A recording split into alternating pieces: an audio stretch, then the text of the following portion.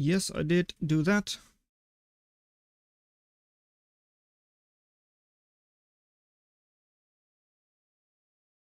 Get about the stream delay. Stream delay.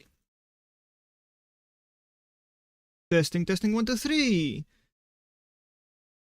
Okay. Going live. Just has stream delay.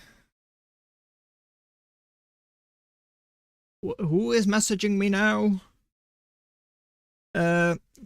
Settings. Advanced. And then delay.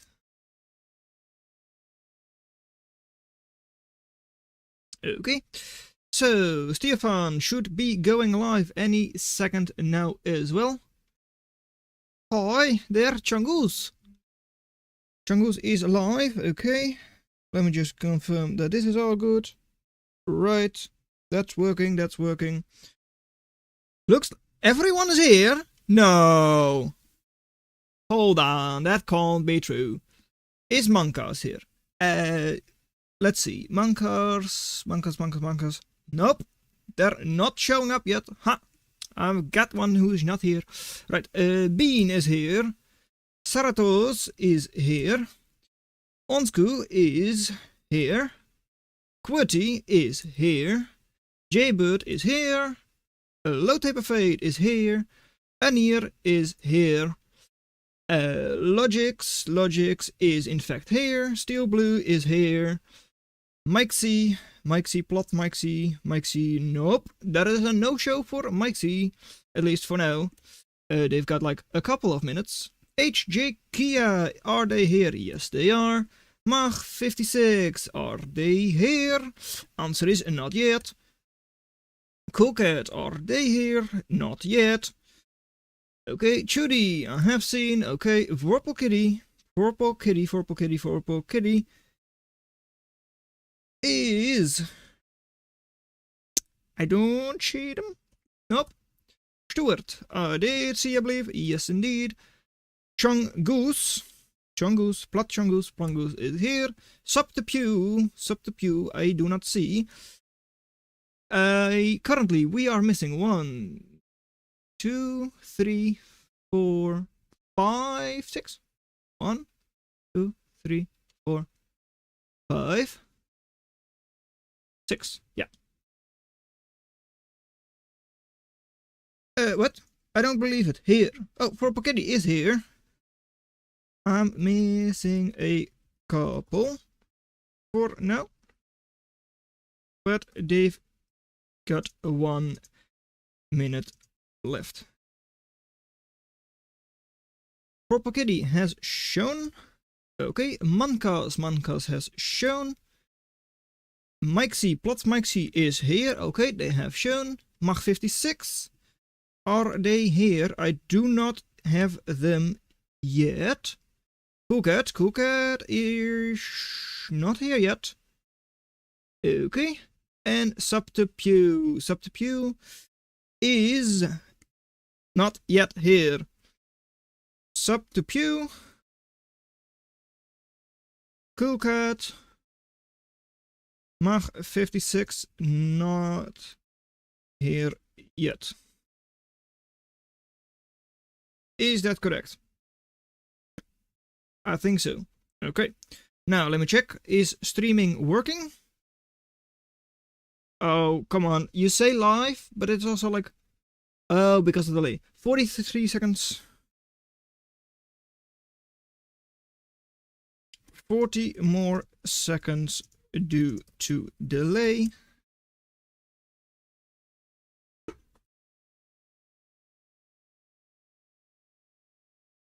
Okay, 25. Then I am now going to go here and say this one. / you. Winners, yep, that's the second.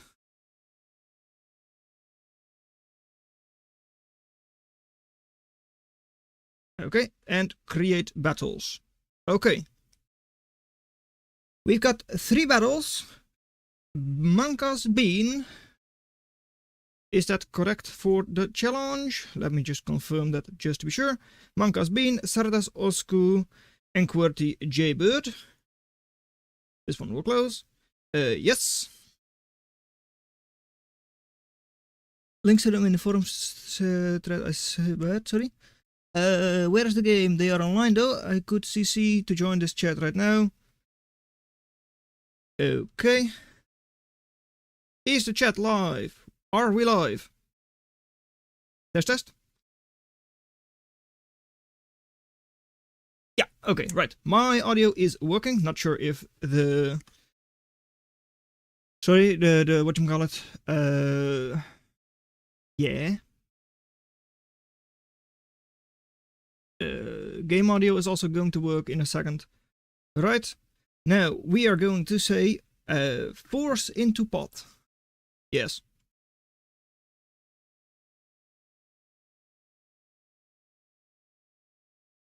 Cool Cat has now shown their face as well. Good. Subterpew is also here. That's good. And Mach 56. Where's Mach?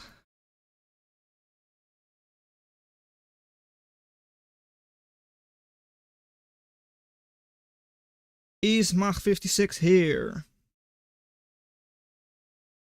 I do not currently see them.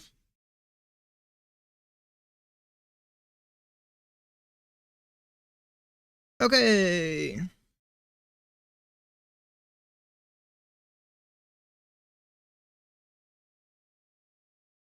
Round 1 to start. Round 2.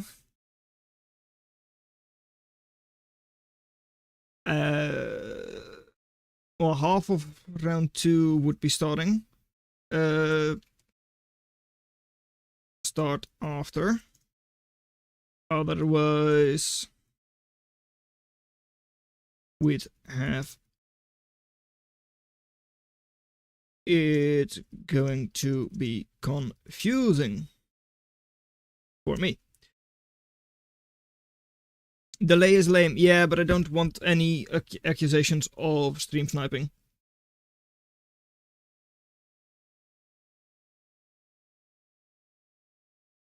Earlier isn't correct. So, right. Is Das Fapital also live? Let me just confirm that for you, just because I want to know it as well. Are they live? They are live, indeed. In that case, we are going to pull this one up, just to make sure that we have it up. And then we have winners round 1. One of them. Why do we only... Oh, no, 2 of them. And the other one has already started on Hotstepper. I am going to be watching the one with QWERTY, Jaybird, because those are low-level players, and I want to see those first. Just because I expect some of these players to be leaving the tournament relatively quickly.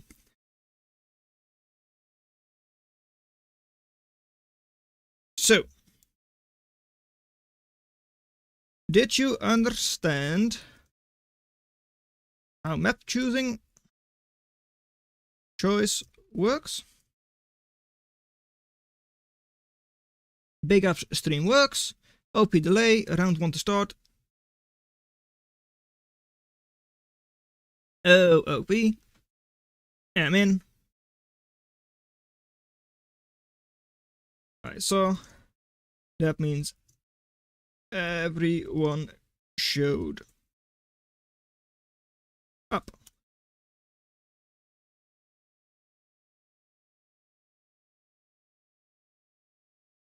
Except Mach.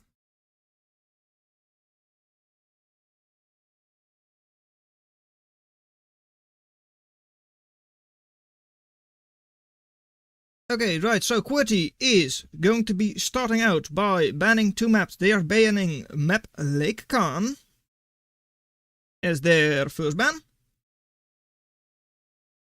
Lacan has been banned, and they ban Barren Hills as their second. Okay. So, what is Jaybird going to ban? Oh no, what? I have a lot of chat that I'm missing currently. RIP, big ups. I had to Google what big ups mean. Try testing for people in 0k using the autocomplete, big delay. Fight, good idea. I'm just going to check for Mag 56, or even just Mag in general. I cannot find.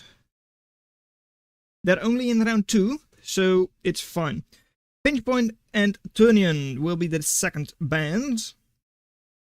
Pinchpoint is ban number 3, and Turnian is ban number 4. Okay, so Jaybird, or rather Query.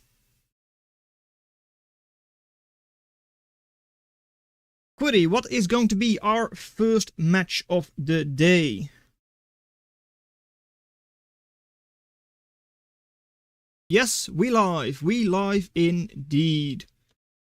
I might need to add an audio source to this screen, but that's going to happen after this game probably.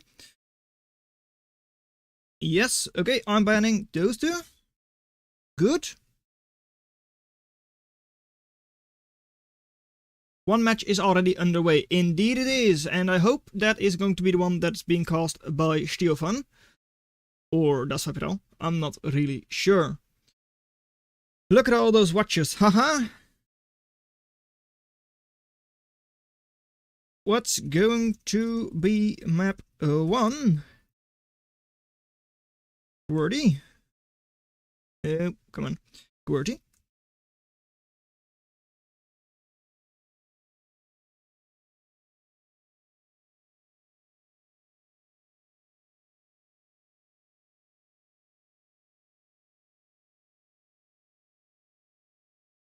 Okay, riff supers are getting pulled out. Send bracket. Okay, I sent manware. 0k 20, 25, 25. Yep, that's all correct. Skel and Mag compatible players seems fair, truly. Skel gonna drain in English. Why substitute 200 man? When last check, what's bro do? Okay, that's sus. Okay, have you seen the maps Mayo?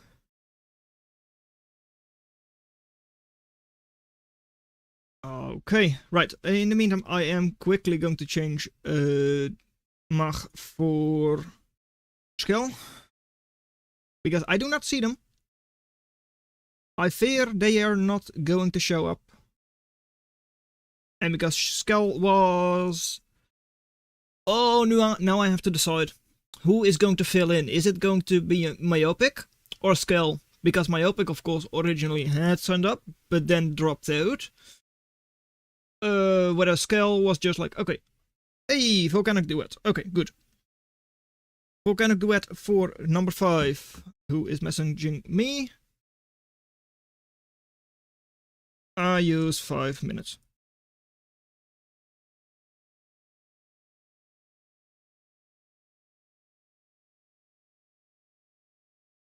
It can.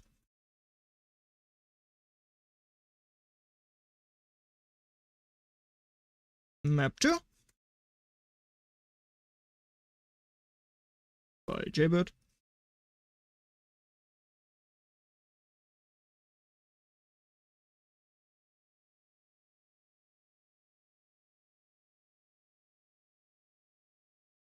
Okay, so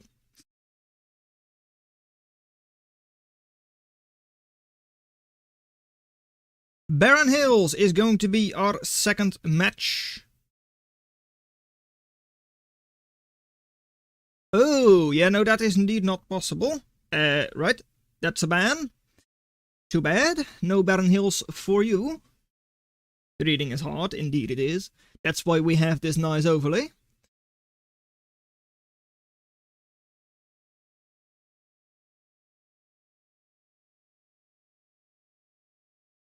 Iski Channel is going to be the first map then for Jaybird. Now, for the second round of... Hey, come on. Ishki. Why is Ishki not showing up?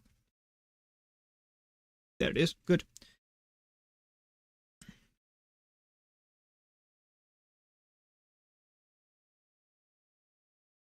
Okay. For the second round of bans. I had hoped this was going to be a little bit faster, but hey. That might just be because I expected people to just know what they want, but it's fine. I mean, it's not going to take terribly long compared to how long the games are going to last. And it's only a single time thing, of course, for each set of best of 3. Meaning that we'll have like 2 water maps at least, right? We're going to start out with Volcanic Duet, a hilly but also a water map, a mixed, a hybrid but also hilly map. And we're going to have like a mainly water map, where pretty much only ships are viable. But hey, if you want to, you can of course go for Amphbot. A little bit risky, with the size of the map and all that. But hey. So what's left after first round?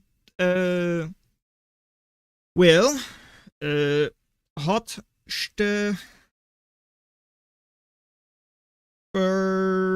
Doldrums, Horus, Lekan was banned, Pinch Point, Titan Duel, and what do we have now? Tundra are left. Okay.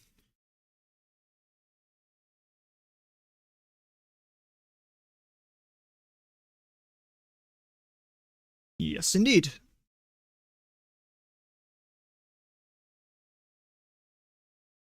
If it does indeed turn out that a 5-minute delay that we currently have is too much, we can probably change it after this game, or at a later date. Seems like it, yeah.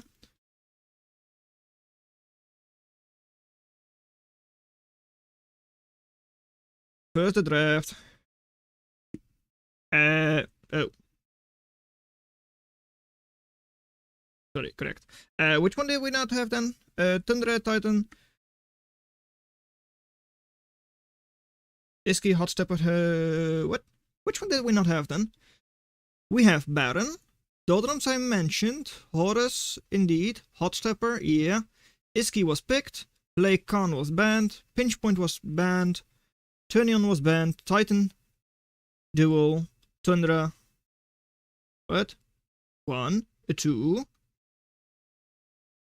3, 4, oh 5, yeah. 1, 2, 3, 4, 5, 6.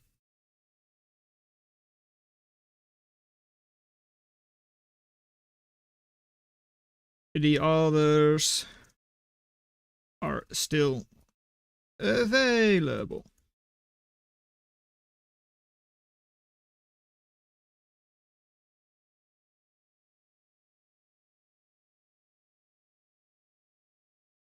Round 2 starts later. I had intended on starting those at the same, but that was when there was only 1 round, 1 match.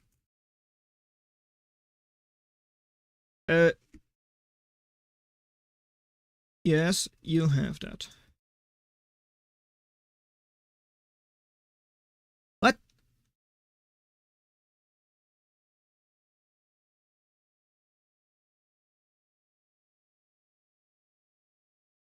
Well, it's early rounds, the people are still available. On Volcanic Duet,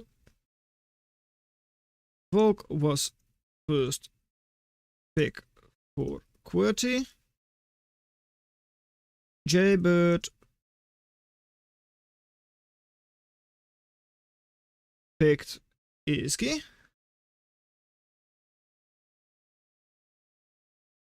You ban QWERTY.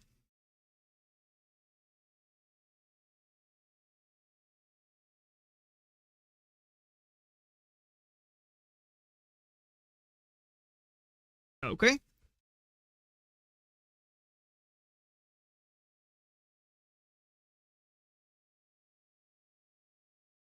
Come on, please.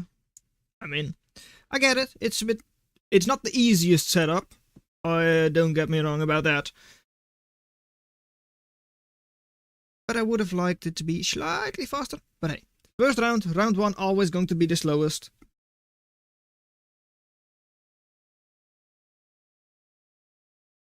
We just have to live with that. That's not an issue. Let them get used to it.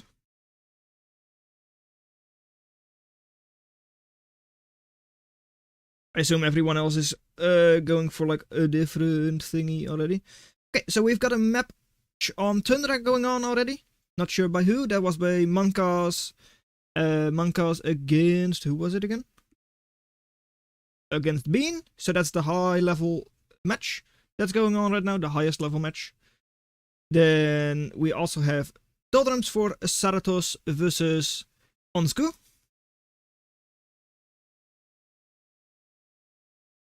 Okay. Hot Stepper is the next band for QWERTY.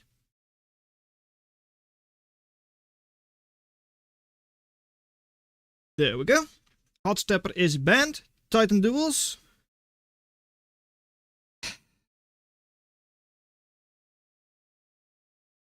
Titan Duels is also banned. Okay. Hot Stepper is such a silly map. Yes, indeed. That's why we picked it. That's why it's part of the tournament.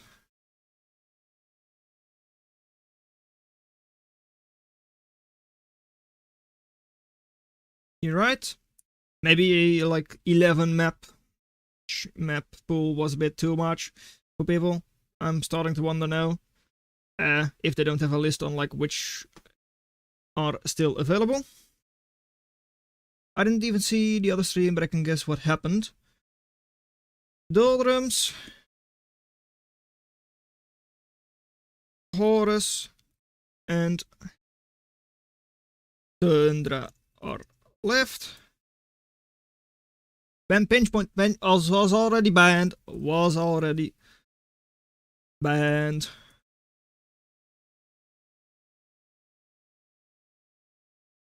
"12-hour Tony incoming. It's round 1. Shut up.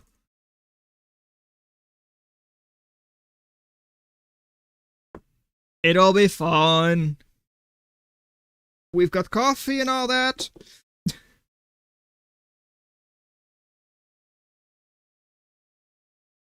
No big deal. The main issue is just don't speak because the players are still picking the map. I know it's taking me longer than what I would have liked as well, but hey. Come on. Doldrums, Horus, Tundra. One of them is a team map, a large map. Horus is actually also pretty large. And then Doldrums is a 1v1 map that is, well, decent size, but also very flat. See my message above. Dol, Horus, Tundra. Dol, Horus, and Tundra. Kingstead, moderator. Hello there from Norway. Come on. Just 2 more bands and we're done here. Then we just have to play the game. Okay. And this is also why I decided to watch this match. Not because it would be a very good viewing experience, I get that. Just that I wanted to get the new players through the door and get them playing. So that's why I'm here. Not ideal from a content perspective, but hey. Okay, Doldrums is the next ban, and that's also the last ban by QWERTY. Okay, there we go. And for J, ban Tundra. Okay, you can start on Volk.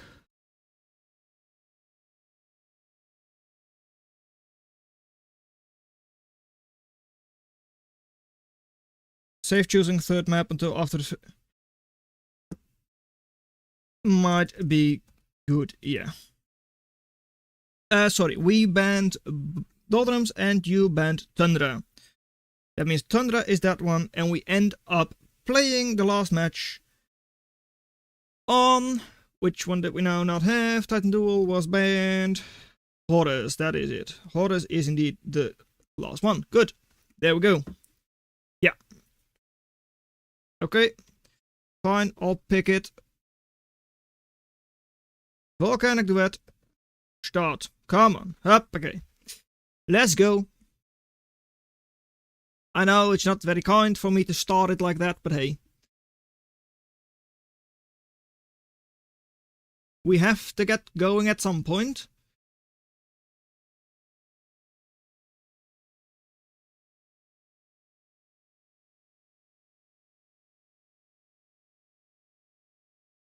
So, our very first match is about to go. Get underway. This is going to be it. The good luck, have fun. We now go to the main scene. Not that one, technical now I'm messing it up. That one, and we do that one off. There we go. Actually, this one should... Oh yeah, no, it is correct. Good. Jaybird versus QWERTY on a Volcanic Duet. Waiting for players. We're about to start our very first match for the 0K 1v1 Clip It tournament between, in the blue, playing with gunships, it is QWERTY 314. Going to start out with a couple of blast wings and has a recon commander. Versus, on the other side, Empbots. It is in the red Jaybird with an engineer commander. No special blueprint. Going for Emps, going for a couple of ducks, but starting out with a conch. This map is pretty big, has a very nice max in the middle, has a couple of nice maxes on the sides as well, and of course is, well, quite hilly on their home base, in the starting base, but is also quite large, so a gunship play can work. And are we having normal gunship play or kidnapping? Seems normal. Going to start out with a couple of blast wings. Indeed, though, oh, that hurts. Missing with your blast wing. And the second one hitting the conch, but the conch can shrug it off pretty easily. So for now, QWERTY not doing too hot. Spending 110 metal already on 2 blast wings, losing those without taking anything down, and not even really damaging a whole lot. First Locust is out, however they've still not gone for a constructor, will be after their first Harpy, which means that they will be behind in economy quite a lot. Already 12 to 15, and that's of course with this conch being idle, also not ideal, but hey. And the forces on the field, army value, quite a lot better for QWERTY as well. But this Empbot not able to pass that terrain. That means that a single Locust is able to take down a very first max and get out of there without taking damage. OP Harpy. Apparently they already destroyed one duck with a Harpy, I guess. And it's so OP, painful to ward off as Emph. Actually that's true because of the range difference between your duck and the Harpy. And you don't really have anything else. You've got Archer, but even Archer is outranged by Harpy. At least I'm pretty sure it is. And then here we go. The Wasp is out, is going to be constructing those maxes, but already will face off against the first duck.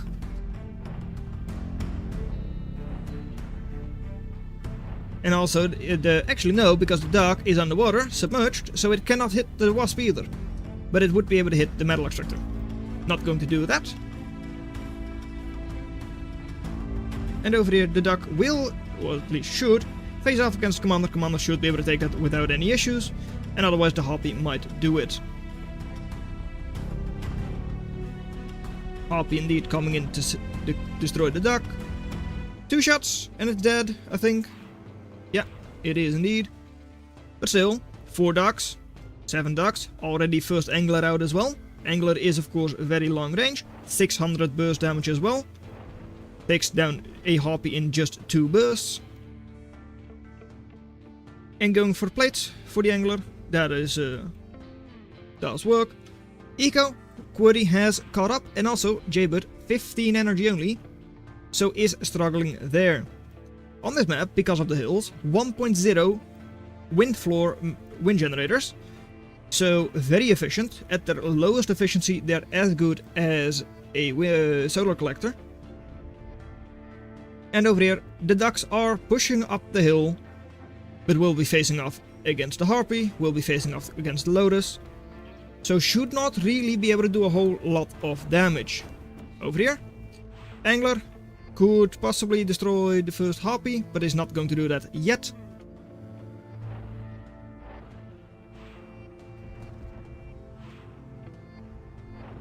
And over here, well, couple of ducks coming in. Blast Wings once again not doing a terribly good job. I mean, they did hit this time around, so that's a benefit for sure. And Jaybird is also creating their energy. Well, not really. Yeah, they are still creating actually. Never mind. Oh, that's good. Explode very nicely though. These are too close together, so they will all chain react if Query takes one down. But 89% wind, so for now energy is good for them. Same thing though, 25-26, so Query could struggle with energy as well. Angler, outnumbered, outmatched, and does go down. Takes one Harpy with it. Not too bad, but at the same time 300 versus 180. So yeah, it is a good fight to go 1-to-1. But you don't have too many of them yet. Harpies can do a lot of damage still.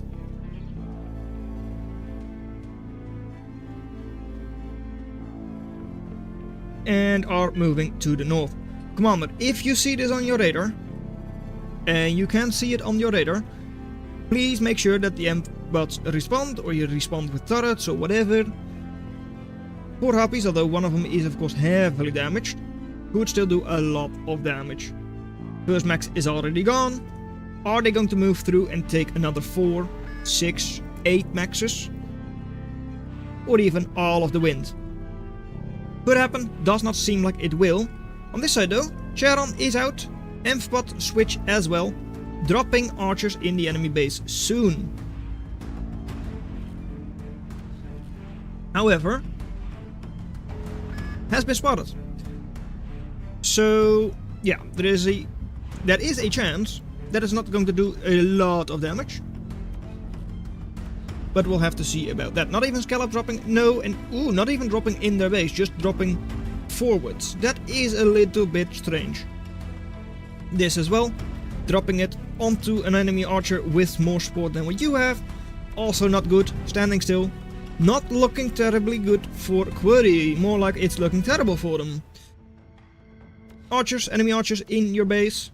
Although it doesn't have support, so it could be cleaned up quite easily.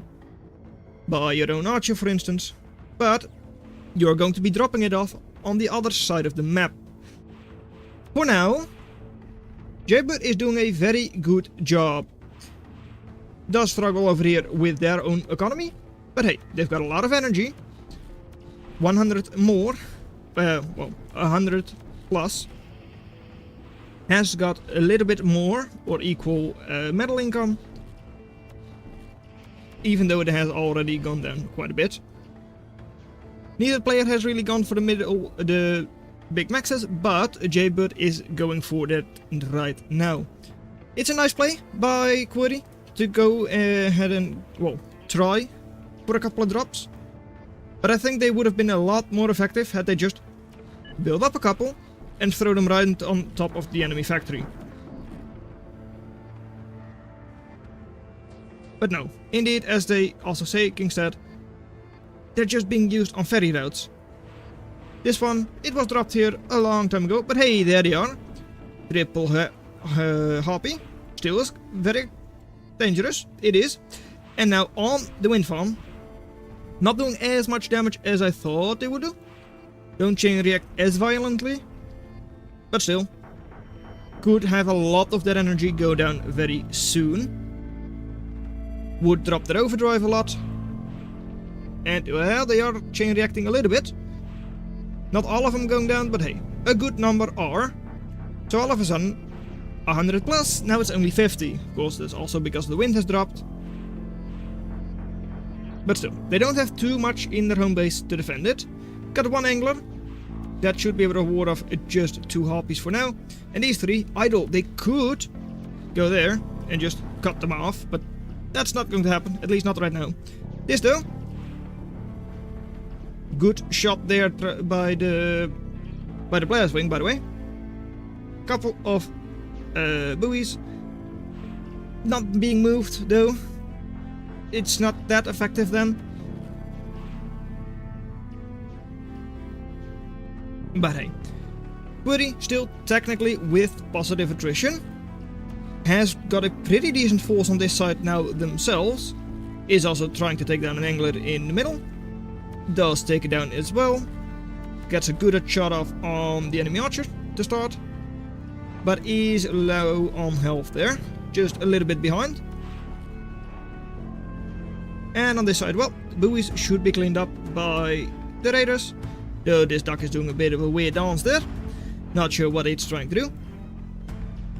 And economy still expanding. No, they are not. The wasp is idle. Could be getting that strong max. And, well, Jaybird should be getting another constructor kill over there. Though they're actually focusing on the eco. Also not a bad choice, especially not because the angler is probably still going to take down the wasp. Barely not. Shoot right. Just barely. Yeah, there it goes. Good job. Right, on the other side now. They're trying to push in. But not indeed. Well, they are still able to clean up a couple of maxes. But can't go into the enemy base. And yeah, naked and uncontested. Yeah, just like Jaybird had on the other side before. Their expansion is also naked. So could be raided quite easily. Just sending 1 duck in there, 2 ducks in there. Harpies, locust, not able to hit you if you're in the deep water. So they would have to send in their own amphipods.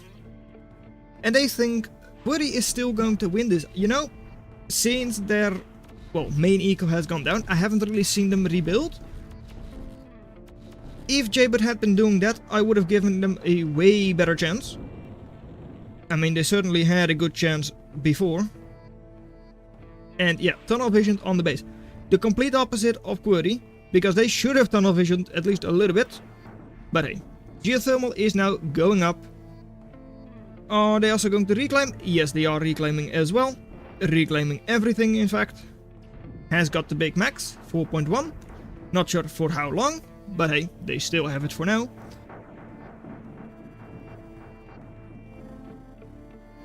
And their anti-air forces are good. 15 anglers on the field, or 14, since this one is being constructed still, are exposed. That's not good. So should be cleaned up by all of the ducks. And they don't really have an answer to that. And yes, they have map control, haven't expanded. At least not re-expanded. Because they did expand before, but they have given it up pretty much. Could be a lot more aggressive with that. Reclaim, yep, there's 1500, 1600 reclaim there as well. And they have indeed put in a lot of value into anti-air, 2800, almost 3000.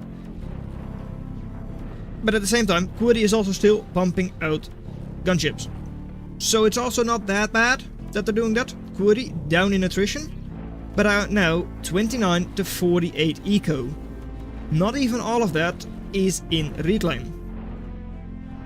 If they do start seriously reclaiming this, they should really get ahead. Even here, exposed anglers could be cleaned up by archer or duck pretty quickly. And as they say, Query is making a comeback. It definitely does look like it. I mean, forces over here, 1100 in amphipods. Can run in here, no real support for now. But I don't think Jaybird has shown their gunships yet. have they? They have definitely not been discovered by QWERTY, and I don't think they've shown them off yet. So maybe they can do something sneaky with those. QWERTY's commander, still in their home base, not really expanding, but this, the Wasp expanding on this side, is very important. Not just expanding with solar, so we'll be getting a little bit of overdrive on it as well. And yeah, ferrying ducts 1200 almost. Yeah, it's not the most efficient use of Charons. I would have preferred them just in the enemy base.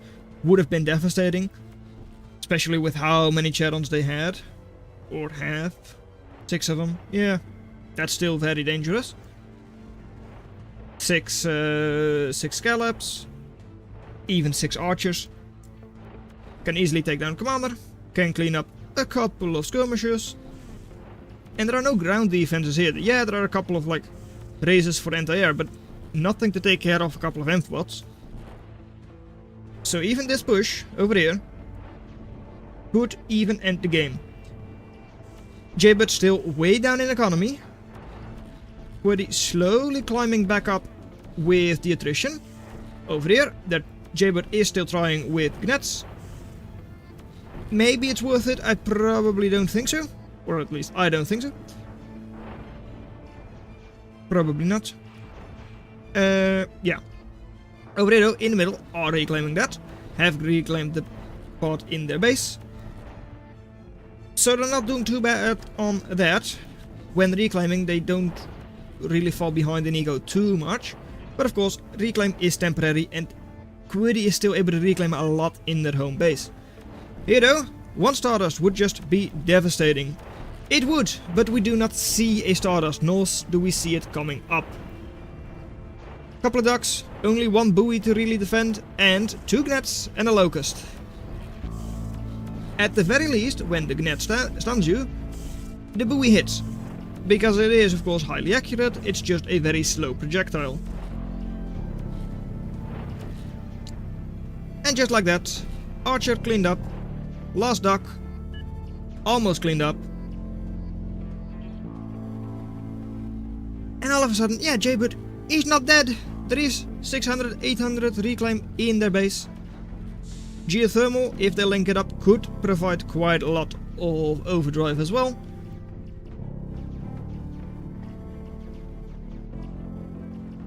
But once again, a big force of amphibots on the southern side. Just 2 Locust and a Gnat are not going to deal with all of that. Though they would be able to deal with, well, not if you split them up, with just 2 lone ducks.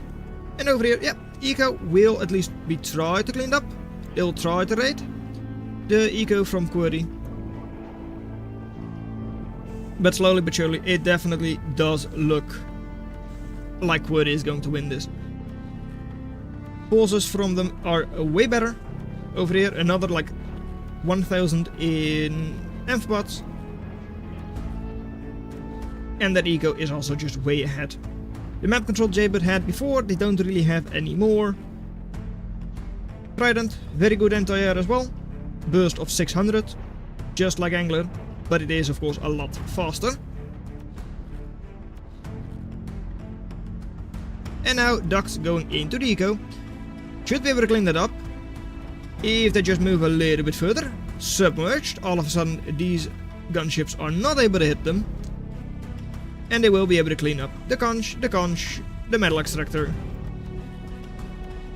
And they're also pulling all of the forces that way, allowing the second attack to deal even more damage, you would assume. But for now, not. Nope. For now, that's not happening.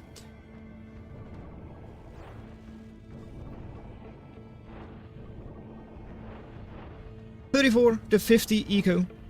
Looking at metal produced, Jaybird was ahead, but by now is already a couple thousand behind. Access not really available for either player because they just haven't had too much eco. But total value 4,000 more for QWERTY.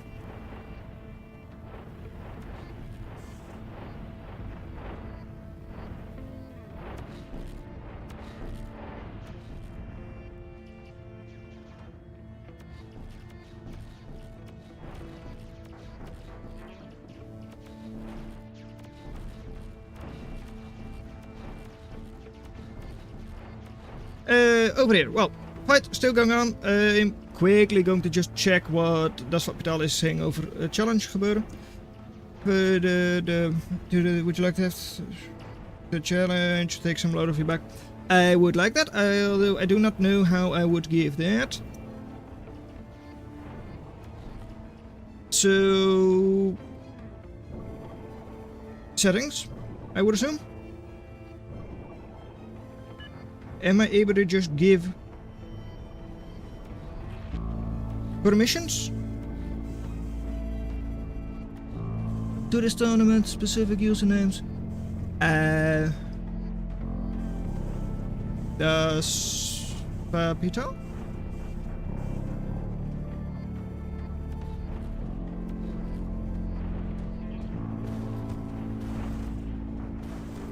I do not see Das Capital. Anyways, well, in the meantime, I do see, well, that the endpots for Query are still looking good. However, they are also now heavily accessing, which is definitely not that good.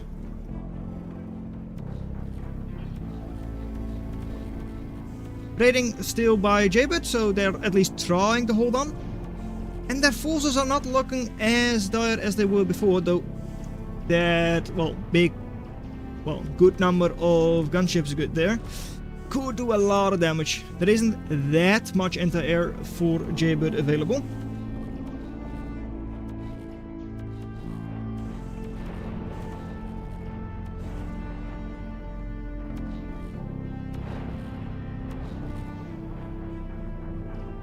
And yeah, well, moving in now on the southern side is going to be very, very scary there.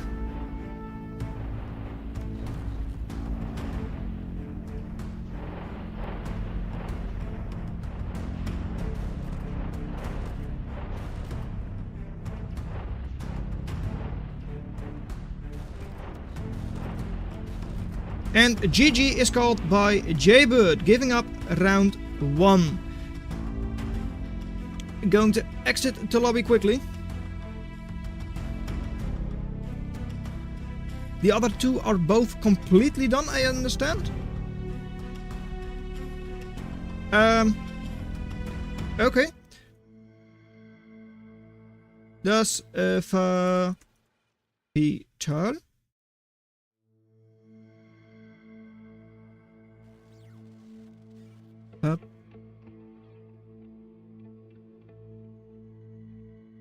Capital. Come on.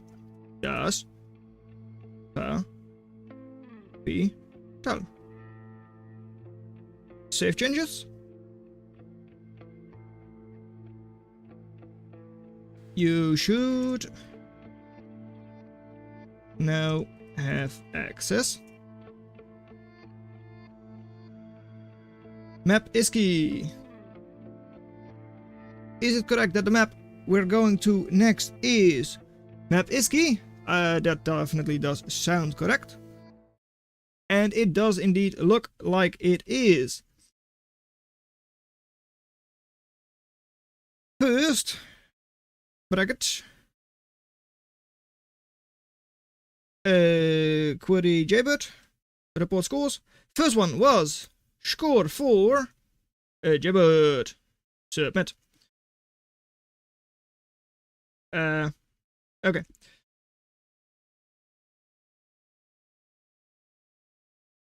Replaced.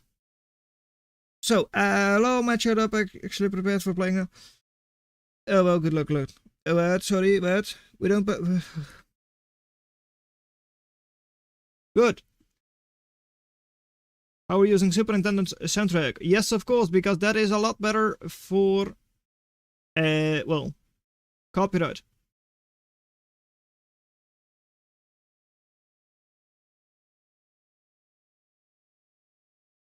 Please make it quick. I hope. Please. Do other Tony organizers have access to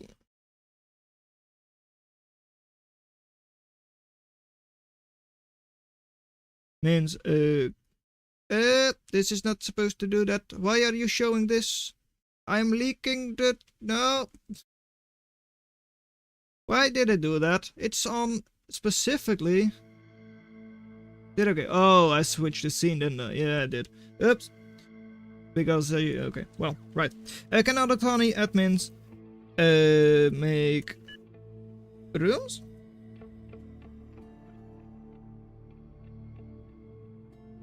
So much data, hard to parse. Okay, looks like everyone is here. Yep, that's what we saw. Okay, right. Oh, that's not what I wanted. Go back, go back, go back. Yes, I literally just woke up. As the bad guy, you should be good, maar... probably just because, well, I wasn't fast enough. Right. I mean, this series was taking a bit longer than expected. Or like, is taking longer than expected. Updated too early. Sorry, what? Just one game?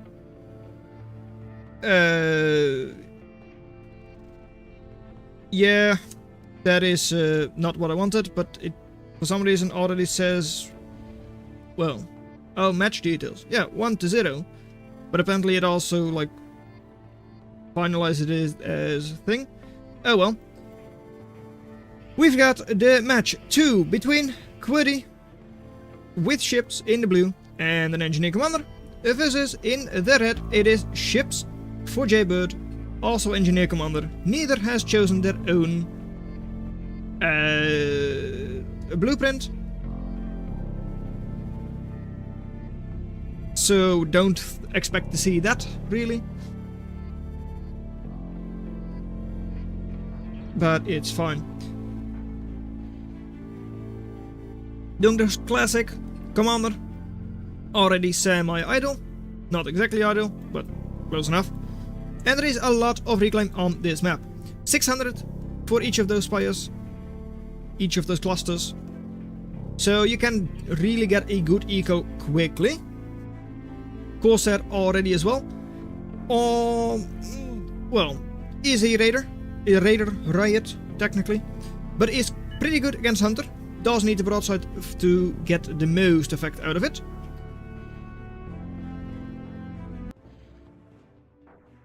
But hey, that's for later, I guess.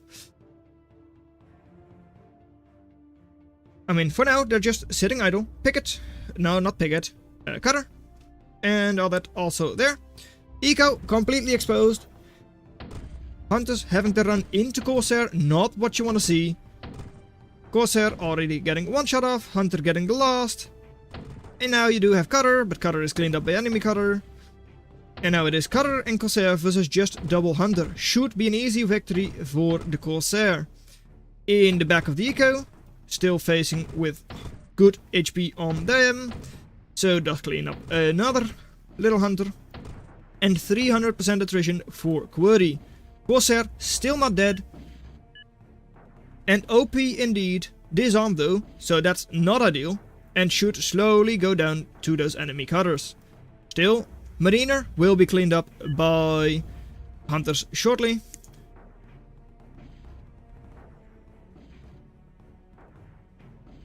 And this man is a genius. Cutter new meta. I mean, Cutter isn't bad. It's just a little bit like Dart. In that it is not damage dealing. It does deal some damage. It doesn't deal the damage.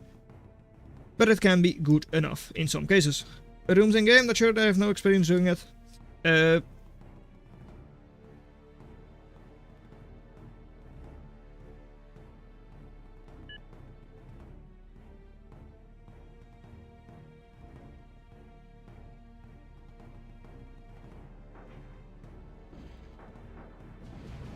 This though, OP Mistral loop, okay. Couple of hunters are still there, cleaning up at least some eco, but also not doing too much damage for now. 200% attrition still though. Mistral not in the fight at all. And eco 28-14. Honestly, this is pretty much GG already. And because of that, I know it isn't great. I am in the background going to be, well, setting the new rooms. Just because, honestly, I do expect this to end relatively shortly.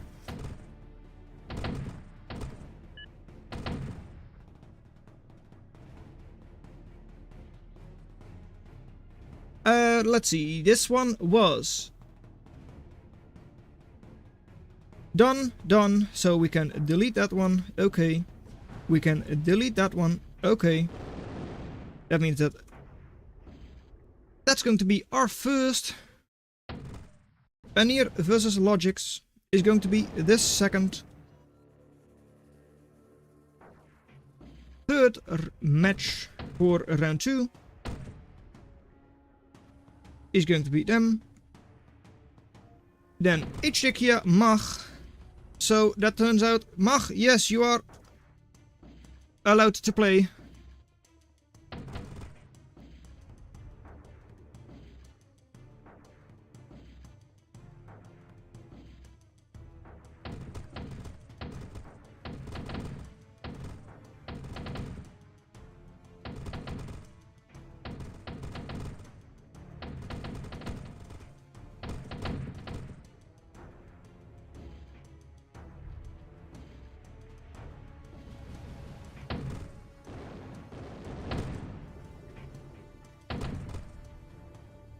Rooms in the background. Logics, yeah, okay.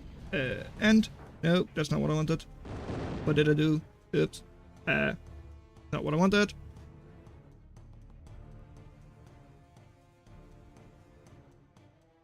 Buddy. W. Yep, you next.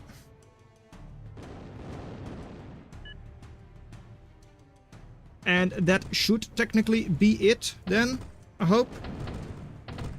GG. Oh no, Jay has it. No. Then it's going to last. No, then we need to go to match 3. Oh, is it really? This is a good spectator list though. Like, how many people are here? All of the people are here. Query, come on. You need to hold this. I've already set you as the winner. We can't have you losing now.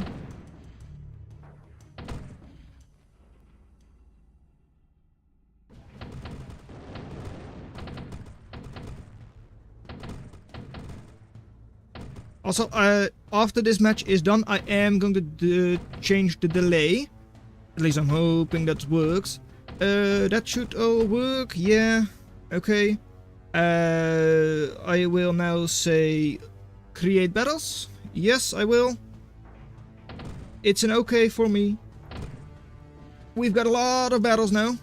One of them I cannot start yet, because I just hope.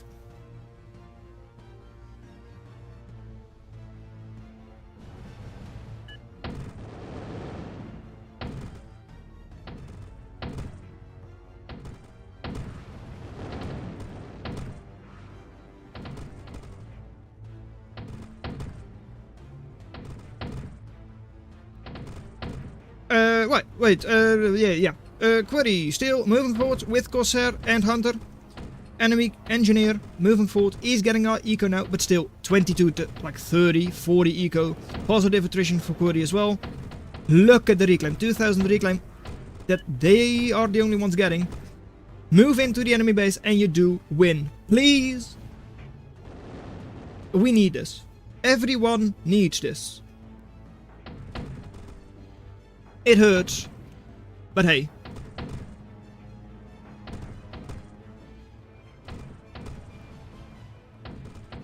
Everyone honestly does need this match to end, because it is...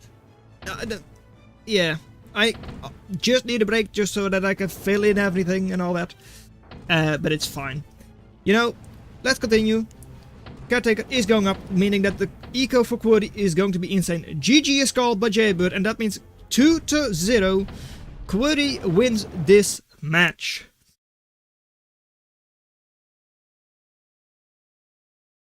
And that means immediately Query, Jaybird.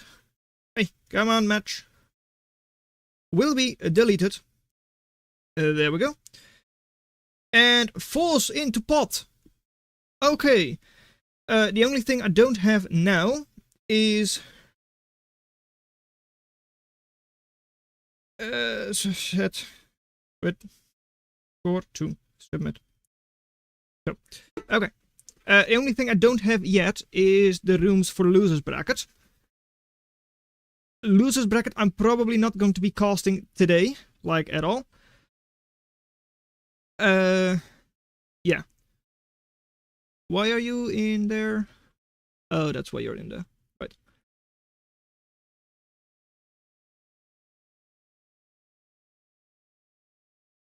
Okay.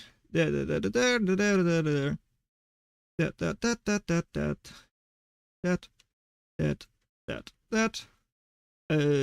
These I'm actually just going to delete.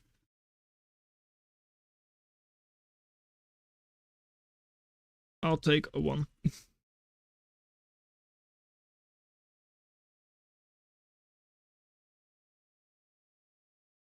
So, we've got a bunch more games lined up. A lot more winners, a lot more losers. Well, losers is going to have to wait a little bit, sadly. Well, I can actually just not... yeah, it does have to wait because, well, the second round has not been played yet.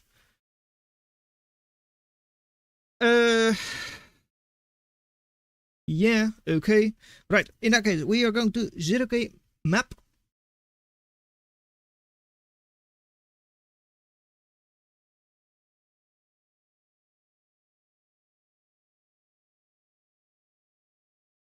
Zero K map, come on, there you go. We reset the map. And that means that we are now going into, you know what? Anir Logics, I'll take it. What are your bands? Also, I'm quickly going to go settings, advanced, 60-second apply. Okay. I hope that works. I don't know. What are the bands? In the meantime, I'm quickly going to go here. Taking it indeed.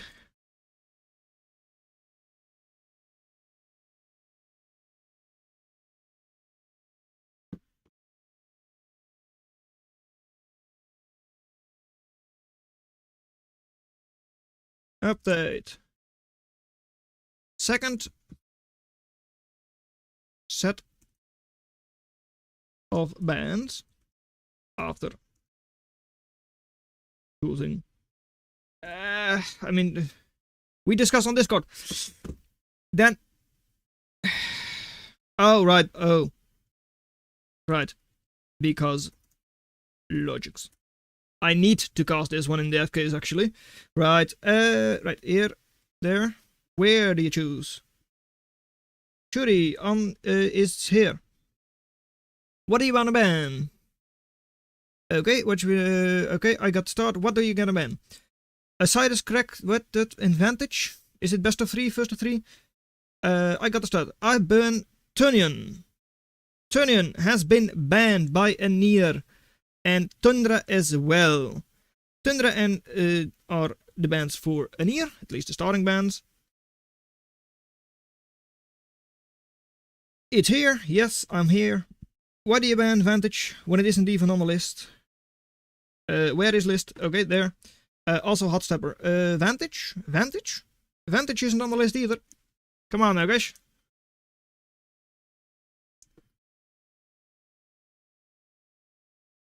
Okay.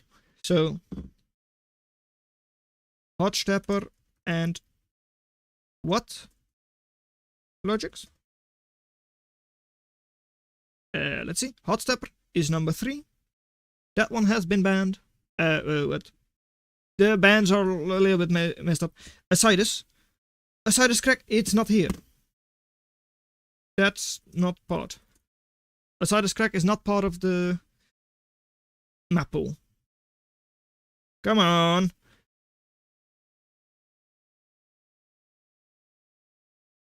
I didn't think it would be this hard to just pick a couple of maps. What?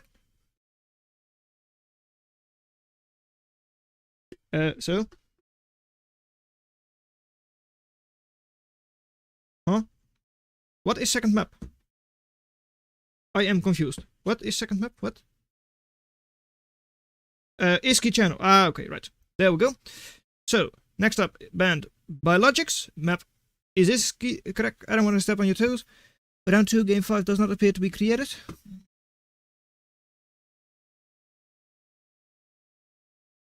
Please do.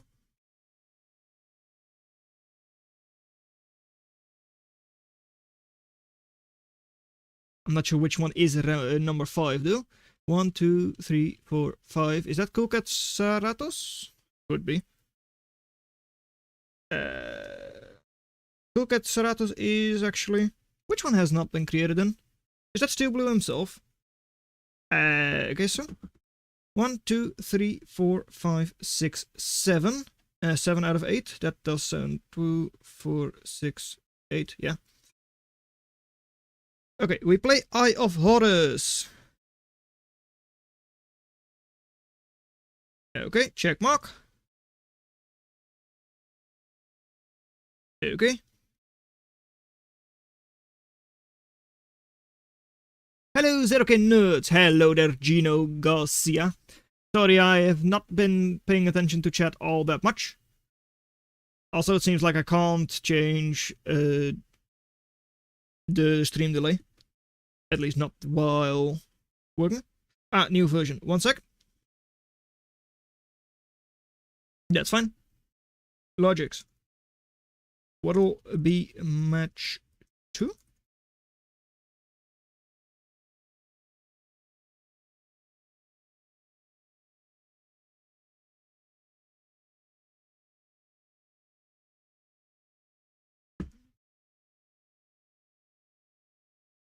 Okay, well, second one is going out. Main live, it is going live. Okay, then. Okay, I also have to go to Zirko this one. Add media source. This one, main menu, music. Okay. Yeah, and now we go back to live. Right.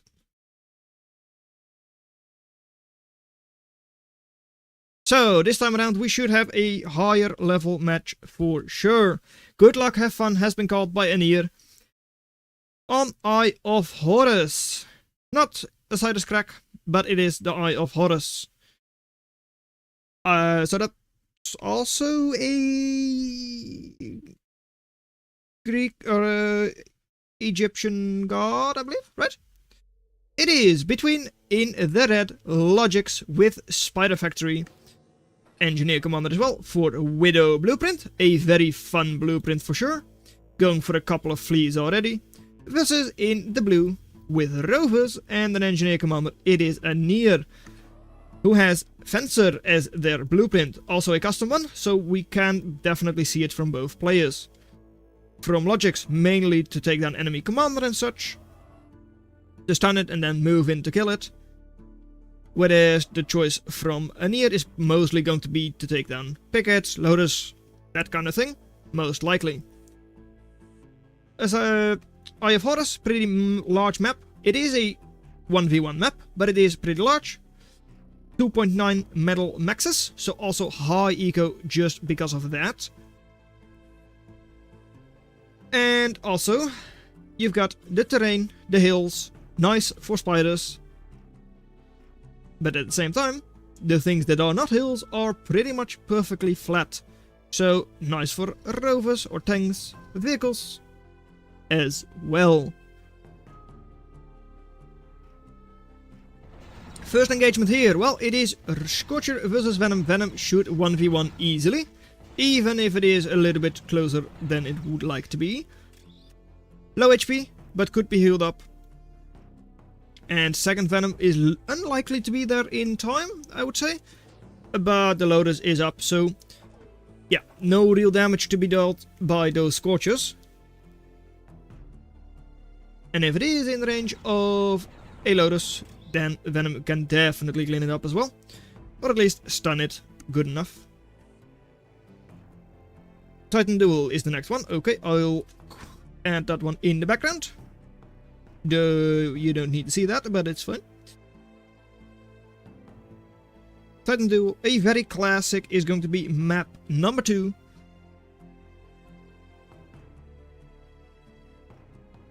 And for now, well, Anir slightly down on eco, 20 to 18, not by much.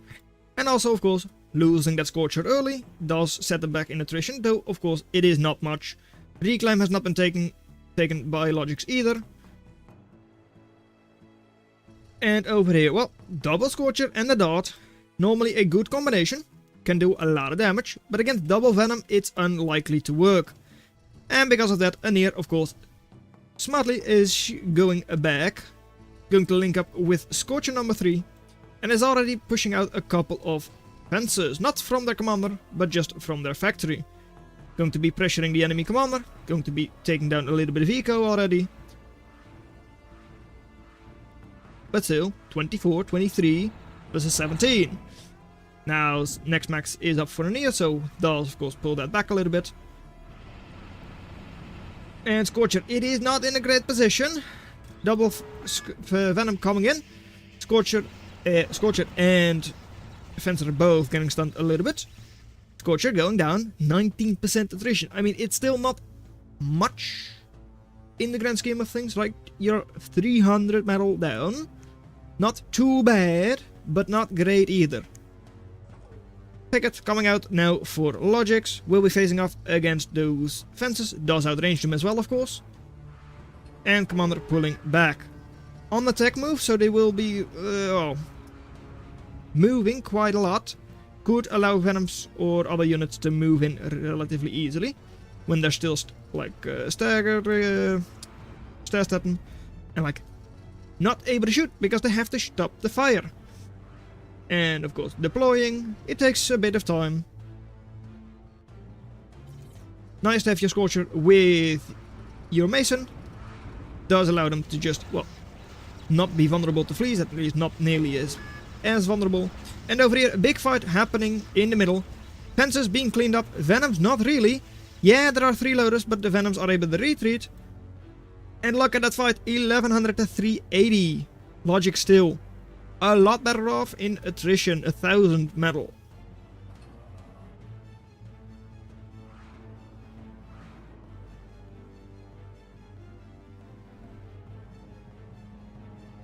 Yep.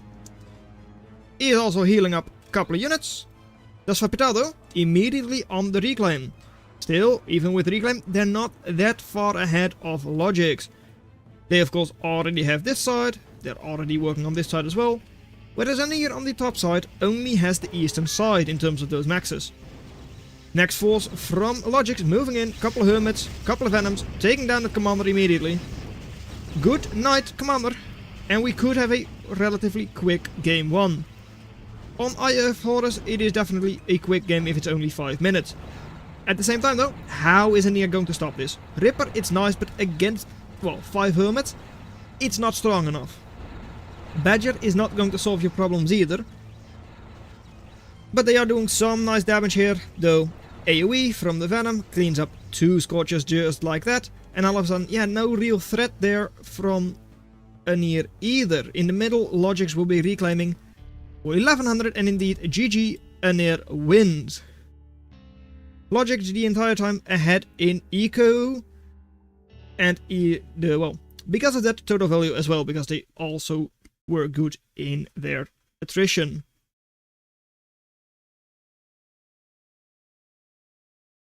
Come on, there we go. Next map is going to be on Titan Duel.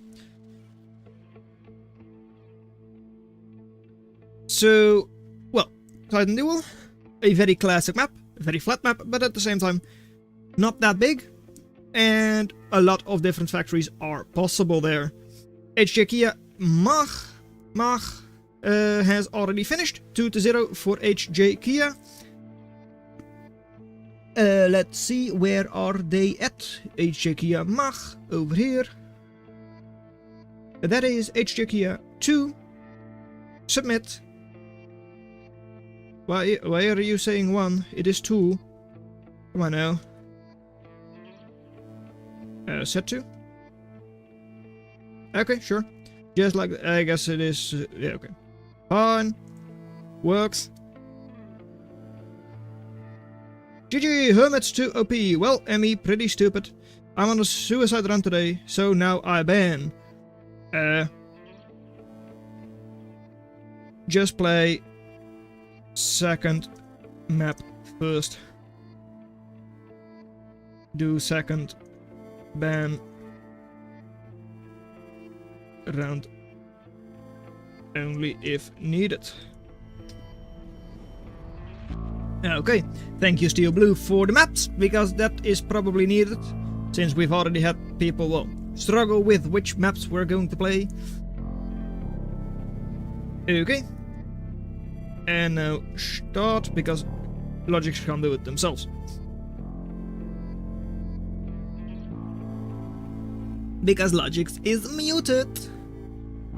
Too bad, Logics.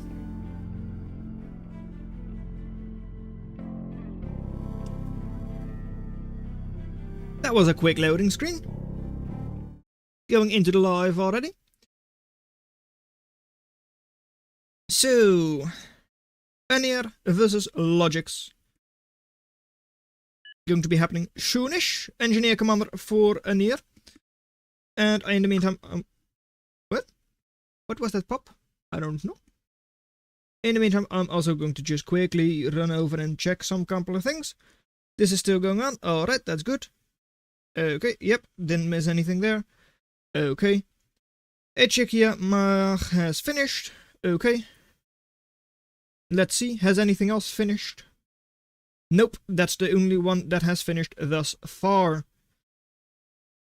Shuri versus Vorpal Kitty is still going on in their first match, and the others, oh yeah, and Maxi Steel Blue as well.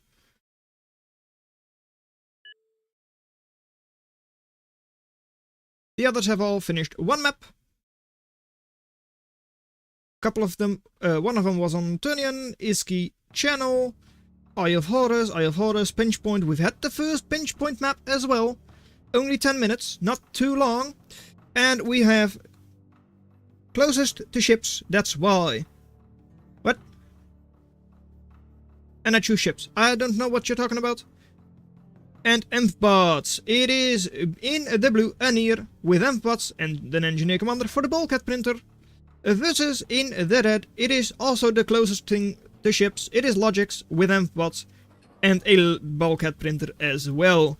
Bulkhead Printer really is the classic blueprint for Emfbots. Taking care of Stinger for you. Taking care of Lotus, Pickets, you name it. And honestly, they're not even too bad against units. Not great, not designed for it. What? Do you want a 4-star? Come on, guys. They've already started. And already, oh, that hurts. They still got a second shot off, so it's not too bad. But Logics, they're losing their first dock already. There is no way to heal them up, except for, of course, using Commander. It's not like the water regen that you might have on a different map. So it does slow down your Commander a tiny bit, but it's not too bad. Conch for Logics, idle, because it was not constructed yet, and is going to go forwards. A daring choice, that's for sure. And over here, 4 ducks versus 3, but a 2 on this side as well. Third one going to link up there soon. But still, 4 versus 3. Grouped up. Could have a good shot on these ducks. Same time though, on the other side, we do have the first archer going. Archer, of course, a Raider Riot type of unit. But over here, Logics with a good fight. 320 to 240. Might be able to clean up a metal extractor, but I'm not sure if the DPS from duck is going to be enough before these 2 ducks show up. Seems like it will, and the duck will... might run out. Probably not. On this side, Anir's raid. Not that good. Not at all. Of course, Conch was already a little bit late for Logics. So yeah, because of that, well, there wasn't anything to raid. And Conch will also heal up the archer. Logic, 161% attrition, just like last game. Doing good in the attrition sense. And the eco is also superior. Commander wasn't idle. This commander is surely idle. So yeah, Anir not doing too well. Not doing that well. No, indeed, they are not doing that well. More ducks, more ducks. In this case, ducks from Anir should be able to have a better fight. Does have to watch out a little bit, but yep, there goes one shot, and there they go. Does do a pretty good job there. 240 to 160. Not amazing, but at least it does even out the attrition a little bit. Reclaim should also be for Anir in that place. Right, commander is quite close by, so they should be getting that. Down south though, still 200 plus reclaim. That currently, yeah, okay, there they go. They are now going to get. Here, 2 missed maxes. Should be getting those with the next conch they're now producing. And ooh, just barely having that archer alive, that is good. Takes at least another duck with it. Because of that, well, slightly good fight for Anir. But still, look at the eco, 30 to 24, so it's not too bad. Right? With reclaim and all that, they can stabilize. They can pull it back. That's not too bad. But energy, they're also a little bit behind, so in terms of overdrive, they could fall behind soon. And commander, against just 3 ducks, it is not that scared. It's not scared of 3 little ducks. Over here, well, Lotus, 4 ducks though. Armored up, just in time I think. So, oh, that hurts. Fighting the conch with an armored up conch only takes a third damage. 66% damage reduction on that. So not dealing any damage there. Now facing off against superior forces. So Anir not able to move in on that side either. Being blocked off by logics pretty much everywhere. Still hasn't gotten the reclaim up front, in the front. So yeah, double loaders over there, kind of defensive. Is now making that eco on the side. And is going for scallop. A very weird choice, I would say. Unless you also... No, you don't have it planned either. Okay. If it is close up, it can deal a lot of damage. I just feel like either more duck or more archer is going to be more effective than a scallop could ever be. Scallop can just be, well, surrounded, taken down by the alpha damage from ducks, or even from archer. Without too many difficulties. It's a slow unit, incredibly slow. That's why normally you would use a lobster to throw them at the enemy. Then they're effective, then they're right on top of them. And there we go, the first limpet is out. Limpet, normally something you really see a lot of, just like imp in like cloakbot matters and all that. Limpet, also something you see quite often. But now, only a couple of minutes in, we see the first one coming out from Logics. On the top side, well, spread out ducks versus spread out ducks. And, well, seems like Anir is going to hold on there. Should, once again, get quite a lot of reclaim. But the next forces from Logics are already on your doorstep, whereas the ones from Anir are down south, not really able to do a whole lot, at least not yet. And just like that, well, Logics in the corner, getting all of that extra eco. Over here, Anir isn't doing the same thing. They don't have this max, they don't have that max, they don't have the reclaim. It's still not looking too good for them. Logics is still with the positive attrition, 40 to 30 eco. Not looking good at all. Not sure what we would see if we look at like total value and all that, but I assume, yeah, Logic indeed by quite a bit, big margin ahead. So yeah, it's going to be a struggle for Anir once again. Well, there you go. A scallop, completely surrounded and yeah, cleaned up without too many difficulties. Double archer on this side is moving forward, did take down a metal extractor, but after that has to run away. Lotus, double archer from the enemy. Not a fight they want to take. Bulkheads coming out in the middle, but hey, I'm pretty sure there are more bulkheads being printed by the factory from Logics than Anir has on the field in total. Only 2 of them are here. 1 of them under construction, so not even here. Oh, that hurts. 84 metal invested. Ah, such a shame. But yeah, 3v1, your bulkhead just can't win that. Not sure if you were even shooting at the conch. It seemed like you were. And even up north, well, yeah. 8 ducks. 8 ducks is enough to take down 1 scallop, I'm pretty sure. And we'll just have a demonstration that it is indeed not too difficult. Fight over there, 4 logics, good fight, taking down a scallop with raiders. And yeah, Anir does still have good forces down south, but if logics wants to, they can, well, get up a couple more defenses over here. Triple loaders. Damage ducks, yeah, they can't move in there. Over here they could move in.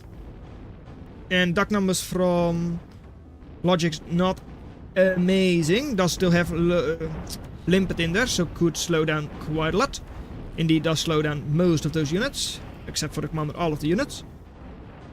And the ducks from up north also moving in. Still, against the commander that's not going to work. But still, logics wins. Anir gives it up 2-0 in favor of Anir. Army value constantly ahead. Total value as well. Metal produced as well. Honestly, it was a bit of a stomp. But hey, logic is ahead in pretty much every metric. And I choose ships because OP. Just like that, logics moving on. And Stuart with a 2-0 also moving on. In that case, we do reset you.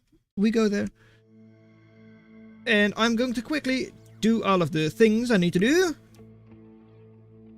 Such as bracket. The bracket is 0 to 2 for logics. We had H. versus Mach, 2-0. Stuart, also 2-0. Where is my... There it is, good. Anir Mach, okay, Anir Logics. Score 1, it is Logics. Score 2, it is Logics. Verify the winner. Logics is the winner. H. was already there. Stuart versus Query. Stuart 1, Stuart 2. Submit. Stuart 1. Just like that. Okay, good. In that case, we are going to close the Stuart thing. Yep, close that. We are going to close the Anir Logics. Yep. Okay. There we go. Low Taper Fade versus Mankars was a Low Taper Fade win. Second match was a Low Taper Fade win, so it is 2-0 for Low Taper Fade. Was already there from someone else. Thank you very much. Low Taper Fade, 2-0. Steel Blue, have you finished your match? You have not yet. Chungus versus Subterpew, also not. Chudi versus Vorpal is also not done yet. Let's see. Yep, you can be deleted. You can be deleted. You can be deleted. Okay.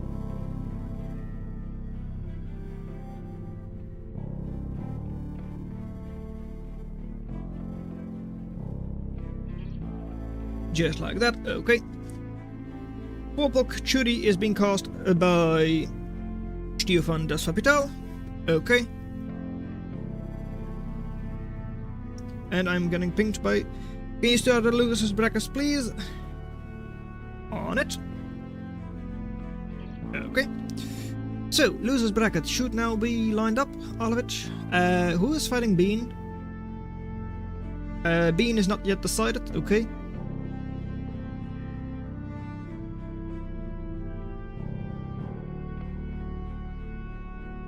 Lucas's bracket. This one and this one. Create battles, yes. Okay. Anir, force join. And the Mach versus Onsku the Gamer, force join. Right, there you go. Okay. Apparently I can't force Asku. Have they left? Seems like it, actually.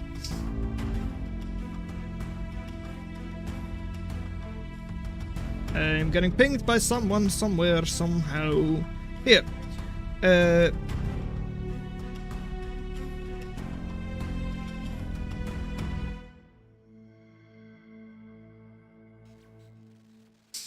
Yep, okay, got that. Okay.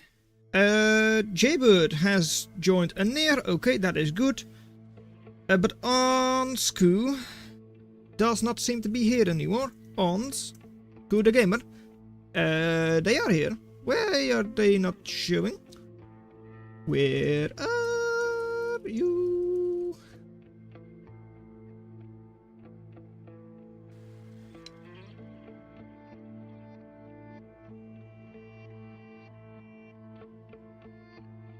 Good the gamer. They do not indeed seem to show up. Okay.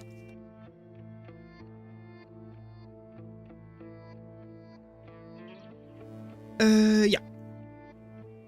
Is it, why is Quiddy? Oh, that's why Quiddy is there. Okay. Yeah, that's correct. Okay. Mancos has to face them. Okay. That's also set up, indeed. No, that's not what I wanted. No. Okay. That one. Okay. That one. Okay. That one. Okay.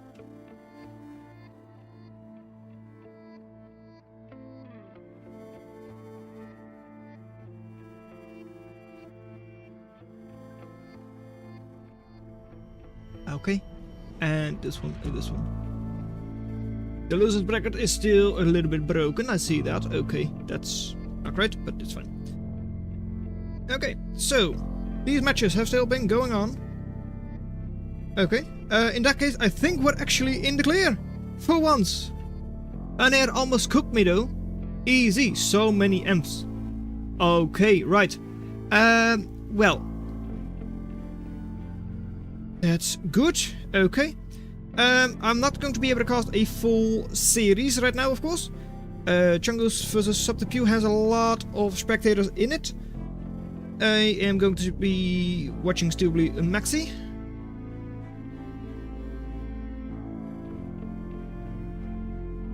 And I also have to choose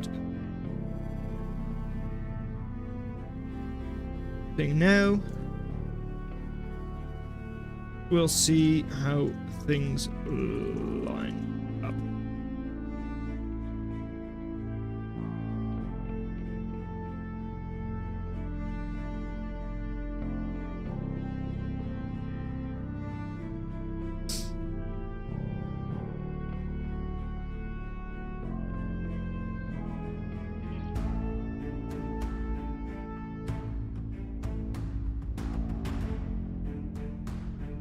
To start with logics muted.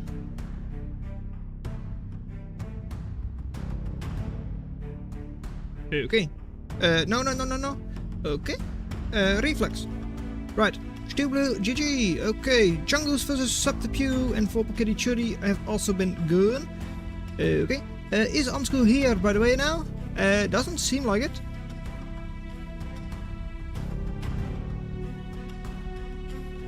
Okay, this one, that one.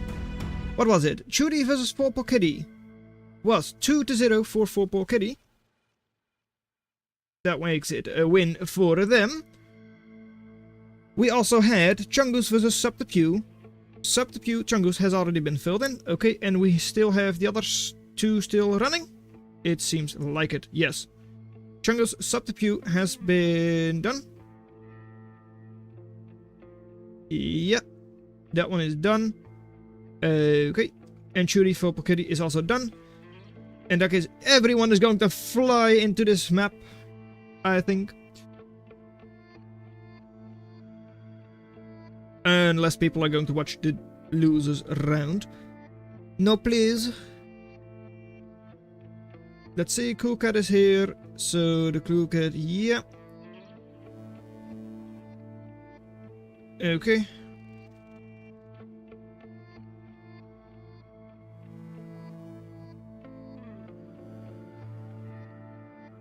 Steel Blue versus Maxi.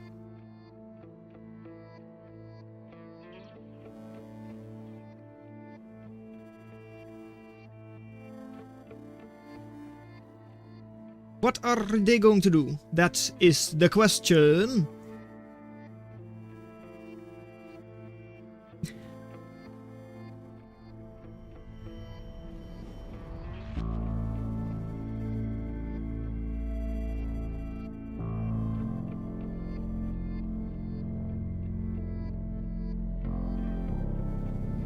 Okay, message deleted by moderator.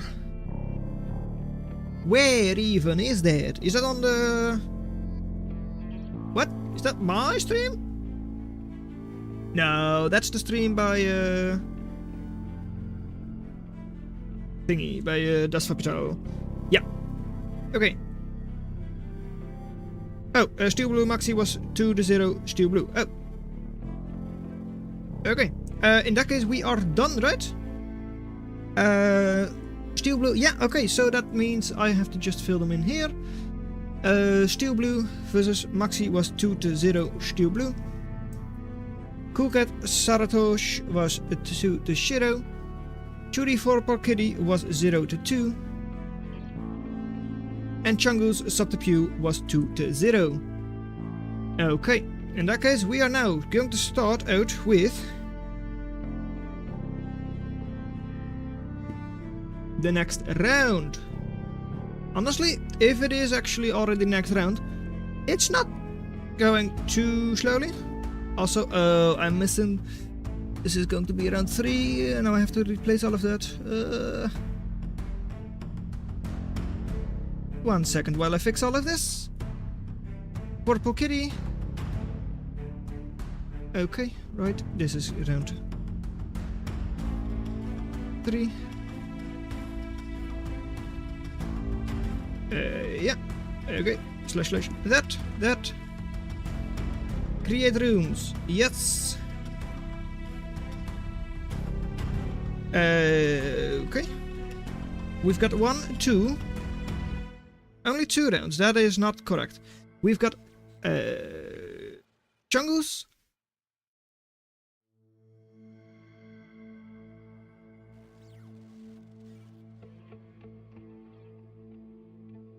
Did I mess up? Let's say check. Churi for Kitty was done. Okay, delete. Chungus Subterpew was done. Yes, delete. Okay. Maxi Steel Blue was done. Yes. Okay. Winners round 3. Cool Cat versus thingy. Yeah. Steel Blue versus HJ Kia. And Logic's Low Taper Fade. Yep. Create battles. Come on. Does it work this time around? Sorry.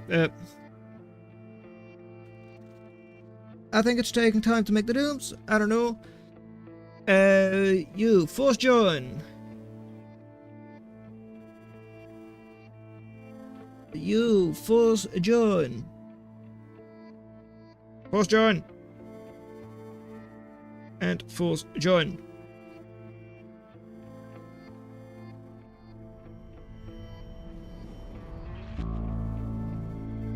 Huh? Why? What? I said join on this one. The HJ key is still blue. Why am I here? What? Join. Why does it put me there? Do not do that. This is round 3.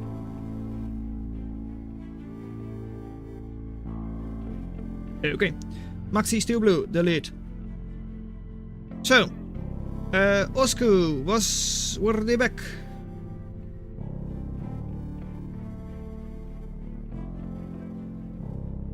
Yeah, okay. Osku. Mach 56 wins by default, it seems.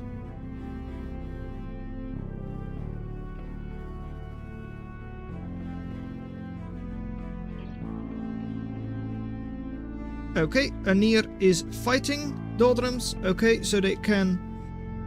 they are going... Yeah. Okay. Then, yeah, I mean, I don't see them anymore. So I guess, Osko, you're too late, too bad, so sad. It seems like you are done for. Seems like it at least. Okay. Subterfuge versus Bean. I can also... where is it? Subterfuge versus Bean. You can start your losers round as well. Be at battle. Asku. Subterfuge. Both join. Has Bean also left?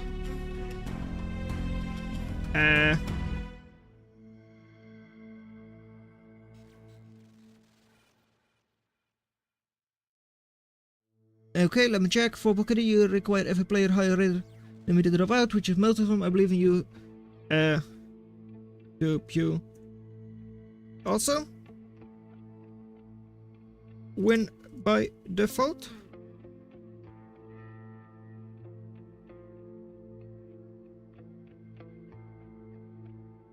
Could very well be. Anyways, in the meantime, I am on H-Check here versus Steel Blue. It will just cast another Steel Blue match. Anir versus Jaybird. Yeah, it is not the easiest. I get first ban. Ban Pinch Point. Pinch Point has been banned by Anir. Okay. Then, would you make tournament footage after? I intend to have everything casted by someone. Okay, ban Pinch Point. Pinch Point has been banned. I will wait to update a challenge. Let's go.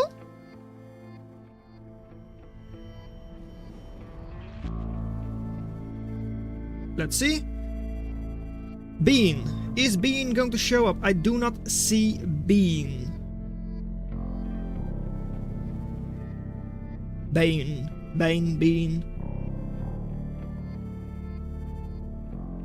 Okay. Well. Let's see. Could they start another match? Yes, they could.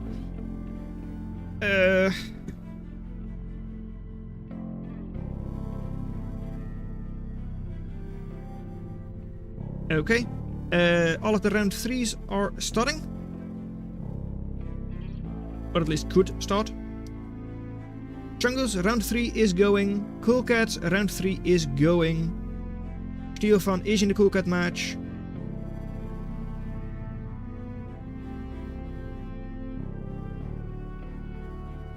Login. It should be.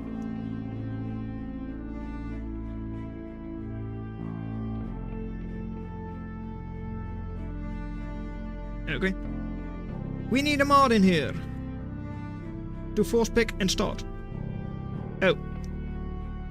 Join battle.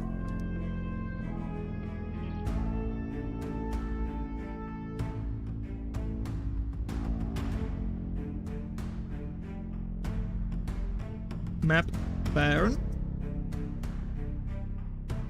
Hill and start. That's what I thought. Yep, too bad. Okay.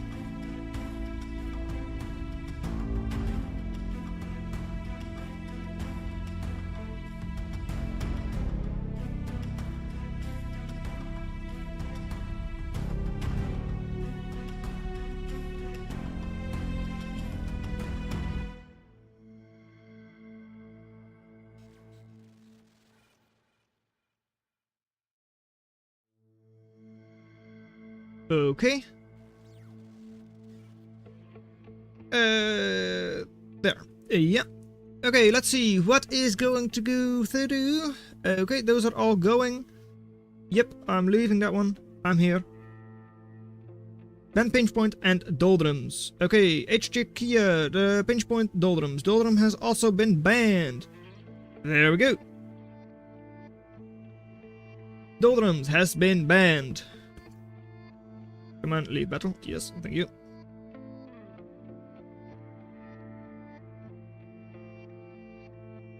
Okay. I thought it would be 1, 2, 1, 2, 1, pick 1, 2. It was going to, but doesn't matter too much. Ban Turnian and Iski. Okay. So Iski has been banned. Turnian has been banned. And pick Titan Duel. Titan Duel has been picked as the next. Submit. There we go. That is for now. Second map, they are going to choose only after fighting this one, it seems. Or I missed it. One of those two. Doesn't matter all that much.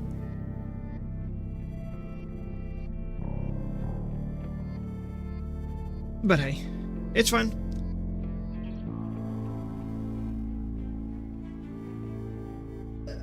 Even 64-bit can't. Titan Duel, lol, even 64-bit.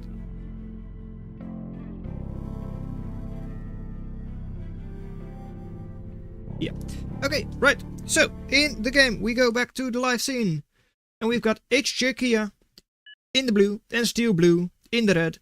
Because that's not going to be confusing in the slightest. HJ Kia going for a nap. ZZZ. Waiting for players. Good luck. Have fun. Starting in 3, 2, 1. Let's go. It is a 1 vs 1. It is Steel Blue in the red with Engineer Commander, with Scorcher Blueprint, with Rovers, versus in the blue Cloakbots for HJ Kia. Engineer Commander as well, but neither player picked their own blueprint. Or at least not a, well, unique blueprint, not one that's not default. Double Dart out early. Going to scout for a lot. Also allows for a pretty aggressive, well, greedy start. With Mason already going out. Whereas HJ Kia going for 5 glaives first. Surely a aggressive start, but already having to take 2, possibly 3 glaives a little bit back. Not really what you want. Metal Extractor could be stunned. Well, Solar Panel at least, second as well, all closed up. Metal Extractor only 1.1 metal. So just like that, Metal Extractor slightly down on metal. Will of course be getting that back shortly. But oh well. Double Scorcher and Dart are out, but Scorcher is forwards. That means 1 Scorcher versus 3 glaives. No loaders in sight. Should be an easy cleanup for those 3 glaives. However, HJ Kia not really moving in. So Steel Blue able to hold ground. Stand their ground. Does have to take the Mason back though. Bit of a shame there. But so, the aggressive start from HJ Kia, who only has like 1 constructor right now. But a lot of glaives. 9 glaives on, well, 8 glaives on the field. Haven't been able to do anything. No kills, nothing. 16 to 13 eco. Falling behind already. Not by much, but by a little bit. Early on, 2 minutes in, is definitely going to hurt. Mason now first going for a Lotus. Of course, against such a group as this, 1 Lotus is not going to suffice, but hey. Darts moving in, though. Oh. What do you mean? Oh. Was your factory not doing anything? I don't really know. Or is it that they're hooked onto that glaive? I'm not really sure. Anyways, Panzer got 1 sneaky shot off, but that does not really matter all that much. And also by now, because of a little bit of overdrive, 18 to 18. Steel Blue actually down in effective eco, because they don't have the energy. No energy for them, so they can't really spend all of that metal. Good glaive ball over here, but if it has to fight the commander, it's not going to be enough. Not with all of that support close by. And for now, I mean, that's not that much damage. One Lotus there, nothing in the home base, but they are boosting there with Masons. Glaive now moving forwards. Has to face off against Lotus. Couple of Scorches as well, but those are long range, so don't deal too much DPS. And now all right on top of him, but still not doing too badly. Still, it's not a good fight. 530 killed versus 650 lost. Especially with all of that reclaim. Almost 500 reclaim there now for Steel Blue. Going to set back HJ Kia quite a lot. On the other side, Commander with quite a lot of pork. 3 Lotus there. So not something that HJ Kia could easily move in against. And if they try, they will lose quite a couple of glaives. Are now going to be making their first imp. Not really sure what their imp is going to do. Well, I mean, I know it's going to sit in a choke point. More like if it's going to be effective. And it needs to be quite effective in order to, well, make up for the deficit that they just lost. Mainly in reclaim there. Double Mason is seemingly going to be reclaiming. No, they're not. They're just going to build Maxes. That's also fine. And now, there it is. Imp is available. It's on the field. It's not been scouted.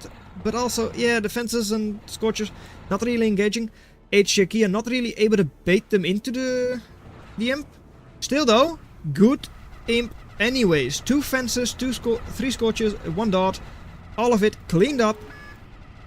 And Commander, well, under fire as well from HJ Kia, but hey. Commander doesn't care about 1 or 2 Scorchers or fences. And now, all of a sudden, to return the favor, 600 reclaim there. With a very good fight as well. 2-1 in attrition just there. All of a sudden, the total eco attrition for Steel Blue not looking too good. Still, over here, could lose a good number of glaive there. Are you going to take the commander? You technically should have been able to, but I'm not sure if you will.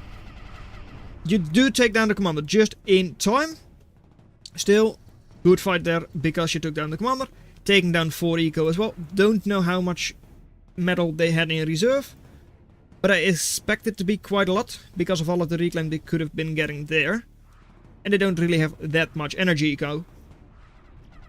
At this side, well, HJ Kia with a bit of an overdrive grid already. 44, 46 energy eco, 40 metal eco as well, because of, well, that commander reclaiming. All of a sudden, Steel Blue's attrition not looking good. Army value not looking too good either. Just take the look there. Pretty even, but slightly ahead for HJ Kia. And yeah, with the forces they have over here, glaives just kinda countered it. Because you had like 600 value or so in fences. Easily cleaned up by glaives. So all of a sudden it's not looking good for Steel Blue. Looking at total value, yep, there we go. I'm pretty sure that's where the commander went down. And all of a sudden almost 2000 ahead by HJ Kia. Still, no more reclaim there. All of a sudden, eco is not looking the best anymore. But still, moving forwards, taking down a lot of units. And if they can get that reclaim secured, that eco will all of a sudden be looking fabulous. It will be very good. And also, Naked Expansion could be moving in there, though you do have to watch out for that Ripper. Can't really retreat over here, can't really retreat there. And, ooh, almost a good shot there with the Ripper. Was very close. But here, 4 Lotus, 5 Lotus almost. Yeah, a lot of DPS there. 75 each. But still, so many glaives, you can't really handle that. Not even with 4 Lotus. Seems like the Ripper had also slowed down a little bit there. Not ideal. Over here, eco will be going down. So that's good. But here, will run into the Lotus. And can't really move forwards. Over here, bad fight for HJ Kia, but over here an even better fight for them. So yeah, still not looking good for Steel Blue. Ripper cannot really engage against a commander on its own, not even with 1 fencer nearby, but still, a lot of damage dealt to the commander, so it is definitely not in a very comfortable position. But now Ronin's moving in, Knights moving in. Yeah, still army value I'm pretty sure is just too much. Yeah, double the army value pretty much. Total value as well. Just the gap has been growing. It was 2k, now it is 3. Army value could switch up over here with the Ripper. Already getting a couple of good shots in, but overwhelmed by spread out glaives. Yeah, though, now they're grouped up. That's good for the Ripper. Already taking like 4 of them in one shot. There they go. All of a sudden, 590 to 240 only. Is it enough? That's the question. HJK still has their commander. Has a lot of reclaim. Caretaker to heal up the commander and also like possibly to reclaim, though most likely the commander will suck all of that up. And now Reaver's coming out. Knights and Ronins on the top side. And Ravager. Ravager, it is an assault. It is very nice, of course, always. But yeah, I just don't know how Steel Blue can like defend against all of this. There's a lot of reclaim over there that they're currently getting. Like still 400 reclaim there. But it's exposed. Like the glaives can just move in there. And 2 Reavers versus a Ripper? Yeah, Reavers are going to take that engagement any day. They don't really mind.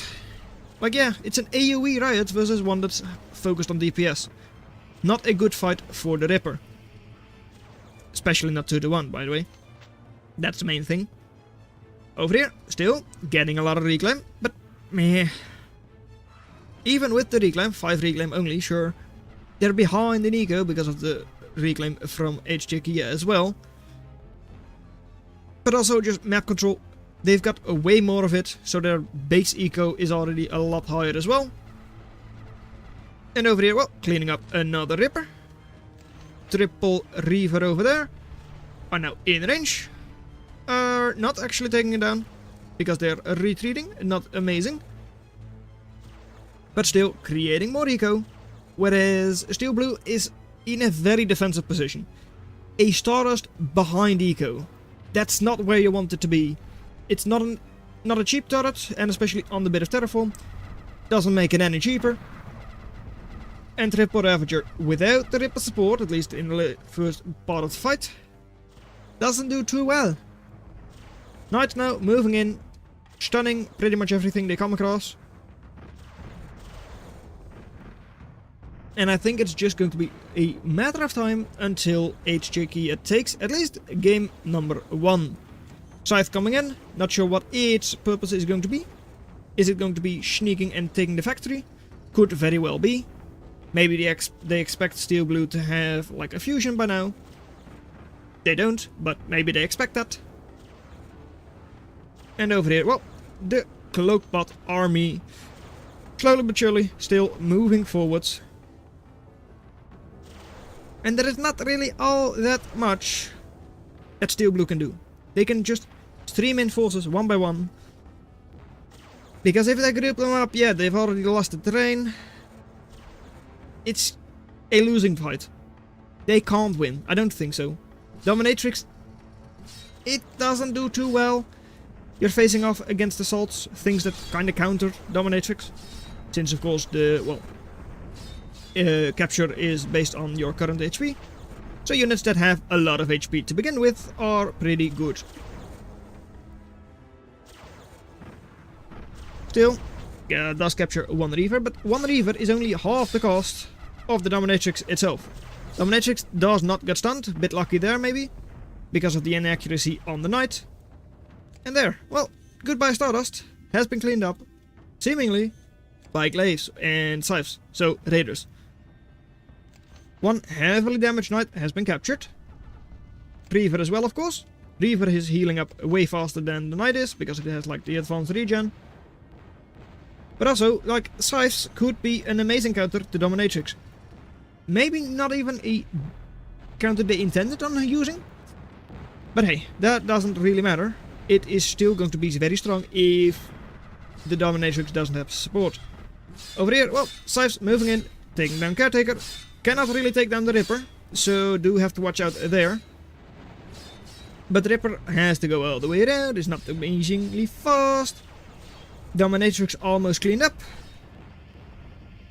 Very close to being cleaned up, is a little bit cornered. And the Reaver just barely does not get a shot off. Too bad. But the Ronin does, and all of a sudden it's dead. GG. Steel Blue calls it. Maybe a little bit later than you would have hoped, but hey, that's not too bad. HJK just overwhelming value. Nothing really can be done against that. Excess a little bit by Steel Blue, but yeah, I think Commander going down almost 500 excess. Not good. Really not good.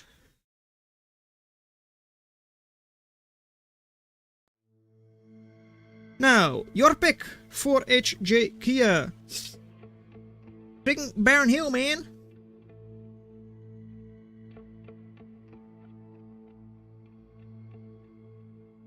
What is going to be the pick for HJ Kia?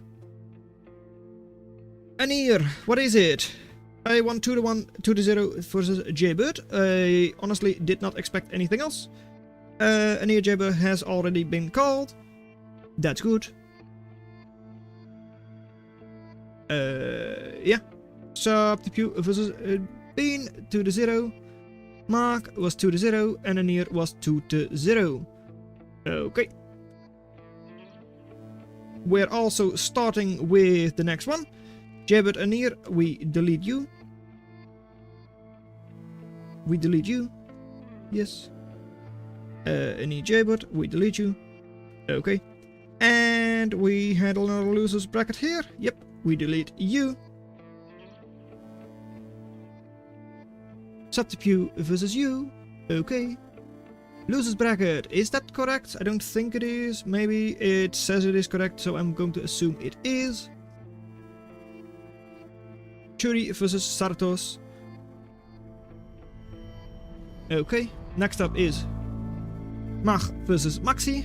That's going to be a very fun one.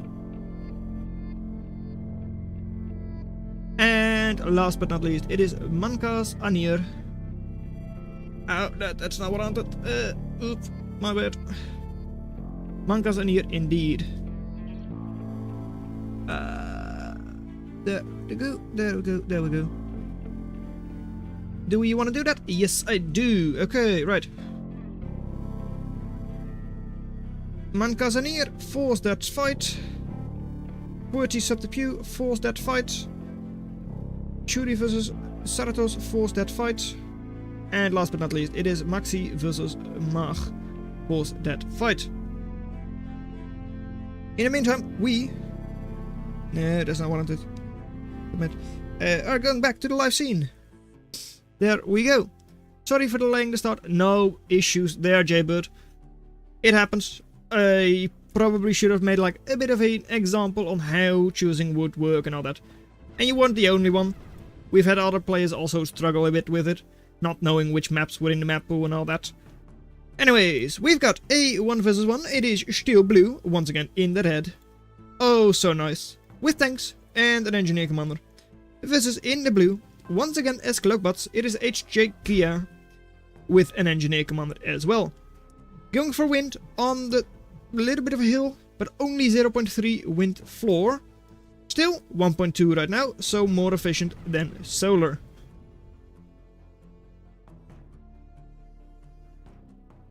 Though at the same time, Double Lotus already does put them behind a little bit. Steel Blue already ahead in eco, 18 to 15. Moving forwards with the commander. Going to the middle maxes. And Eye of Horus, it is a pretty high eco map. 2.9 eco on each of these maxes. So tanks, normally a bit of a, well, not a weird choice, but like, it's expensive. You can't normally get that many tanks up. But on this map, because there are a lot of maxes and they're all worth a whole lot, it is pretty easy to just field an army full of tanks. Commander, getting all of these maxes. Does have one Lotus back home. Nice thing about tanks as well, of course, is Welder has like pretty good DPS, 43 I believe it is. Yes, indeed it is. So against singular raiders, like glaives and all that, small raiders, they hold their own pretty well. At the same time though, Glaives, if they're maybe able to sneak away. 20 HP per second regen, so they heal up very nicely. Also, Steel Blue, yeah, for them it's probably like a new feature. No fire towards enemy on their Kadechis. Is that a strange choice? It certainly is. Just having that setting turned on makes your Kadechis like, I don't know, 50% more effective? I'm not sure if it's that much, but it certainly makes them a lot more dangerous. Especially when running away. Laying down fire in the front of the feet of your enemies. All of that is very, very nice. Over here, another Kadechi does go down. For now, HJK though, still with bad attrition, 76% only. And a little bit down in eco as well. Only 15% wind as well, so 0.7 on those wind generators. Not exactly good there, though they're not really struggling for energy just yet. And over here, well, Kadechi does not fire towards the enemy. And in the middle, we will have a bit of a commander battle. 2 loaders, and going Picket afterwards, but this one is already going up, so will be faster. Picket was actually in range of the enemy loaders, so that's not amazing either. And double Kadechi now moving in. Against the Reaver though, so not going to have a good fight there, and loaders as well. All of a sudden, yeah, those Kadechis are not looking that safe. One Kadechi already down, the other one heavily damaged. It might be able to run though, after taking down the max. It does not want to run into the enemy Reaver though. And over here, well, multiple glaives, 2 of them already going down. Third one is also going down. Over here though, Steel Blue, idling their commander. So is HJK, so there is not a big difference there. But still, HJK pressuring that place a lot better. But still. Eco there, Eco there, Eco there, Eco there. Eco for Steel Blue is still looking good. As is the attrition, 69%. And nice. Not nice for HJK, but oh well. Lot of Kadechis moving in over here. Enough Kadechis to easily take down that commander. And yeah, commander, it's not the fastest unit in the game. It certainly is not. So there it goes already. 5 minutes in. Pretty sure HJK had quite a bit of storage as well. Or like stored up metal that they just lost. And all of those Kadechis, I said it before, high eco map, you can field an army of things. Over here, Raiders against Skirmishers, amazing fight there for Steel Blue, only 37% attrition for HJK after losing that commander. And all of a sudden, yeah, all those tanks, well, just 4 of them left by now, but still a lot of tanks almost in your base. Good that you have those loaders though. I mean, these are damaged. Naked expansion there will be cleaned up, as will the expansion over there. So I think it is going to be GG. A pretty short match once again on Eye of Horus. And now they are facing, or like, fielding a couple of ogres, but it's not even going to matter. Steel Blue easily taking the second match.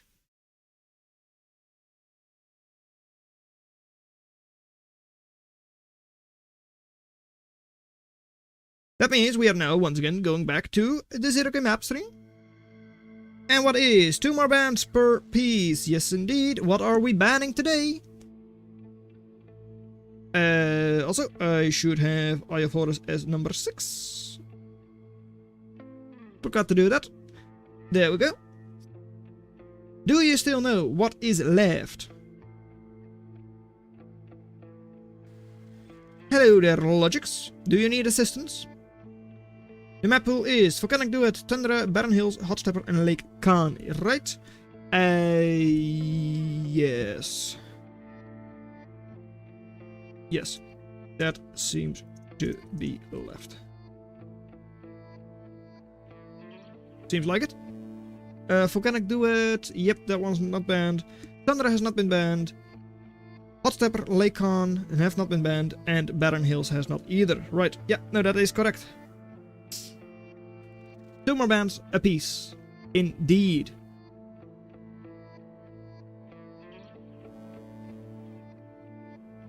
Barren Hills, ban. And ban Volcanic Duet. Okay, so Barren S7 and Volcanic Duet S8. That's not what I wanted, but it's fine, because it doesn't really matter who bans the map, as long as it is banned. Then, what are you banning, HJ Kia? Is it going to be Tundra, Hot Stepper, or Lake Khan? Or, like, just pick the map. That also works. I mean, it doesn't really matter which ones you ban. Ban Tundra and Lake Khan. Hot Stepper it is. Hot Stepper it is, alrighty. Going to be fun. I'm not sure if this is the first match on that map. Hot Stepper it is. And what did we ban again? Tundra. Tundra. Stop it. There we go, this is it. We're going to have the decider on Hot Stepper. I mean, what else could you ask for? To me, that sounds like a wonderful idea. The main live, it is happening. Let's see it. I don't know how long this match is going to last. So I don't know if we're going to see the hot steps. I would hope so. But I think they come in like after about 5 minutes. Not sure if it's always exactly 5, but I don't think so. Steel Blue and Edge Kia. Edge Kia once again in the blue. Steel Blue once again in the red. ZZZ once again. This is going to be fun. Spiders for Steel Blue. Okay, 3.8 maxes. A lot of eco on a small map. It is a Guardian for Steel Blue with Spiders in the red versus in the blue. Once again with Cloakbots, it's HJ Kia with their Engineer Commander. Going for wind turbines as well. 0.4 wind floor on this map. So not too bad. Pretty good wind. For now, 1.0 wind as well, even though it's only 30%. So not too bad. Couple of fleas, or one flea. Only one flea was created by Steel Blue. Just to see where the enemy is, I guess. But they already know, because of where the glaives come from. So, Commander in the home base, going to be defending against those glaives and the venom. Going to sneak around the side. Has a better time getting up all of those hills. Because if we look here, yep, Cloakbots do struggle a bit on the hill itself, but definitely cannot go up the cliff.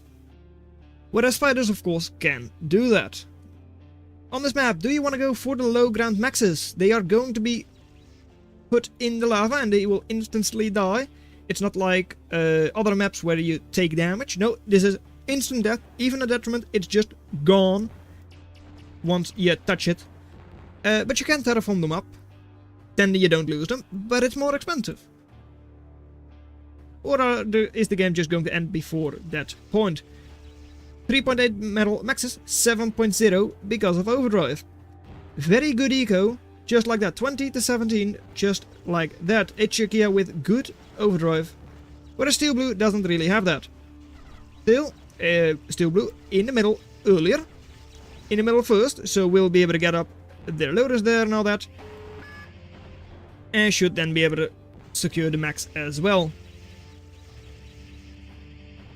Even this middle ridge, Cloakbots and all slow down quite a bit, whereas Venom and other spiders do not. So, going to have a bit of an easier time fighting over there.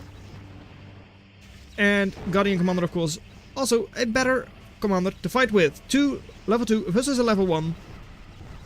All of a sudden, well, it should already kind of be over, maybe. Commander was stunned, Commander should be killed. But does the Guardian Commander also go down? It has lost all of its support. So all of a sudden, it's not looking too good for Steel Blue. Commander for Steel Blue is the one that goes down. I mean, 9.5 eco to 18, that is clearly GG. I don't think we're going to see the hot steps come in. Unless they are able to take the factory down. And even then, going to be unlikely. 260 HP on that commander only. Was very close for that commander to go down as well. Had Steel Blue moved their commander towards it, it could have gone down in the death explosion. But they're fighting on. Less than 10 eco, they're fighting on. In the back. The cloakbots can't reach you. And take down a couple of wind generators right there, at least. Going to take them down, I would hope. Still, in the middle, good amount of reclay, 1.1k. But all of a sudden, all of the wind for a Czechia, it's gone. So, reclaim all you want, but you need energy first, and they're indeed getting that up. Reaver, Ronin are pressuring the base, and I'm pretty sure it is still going to be GG.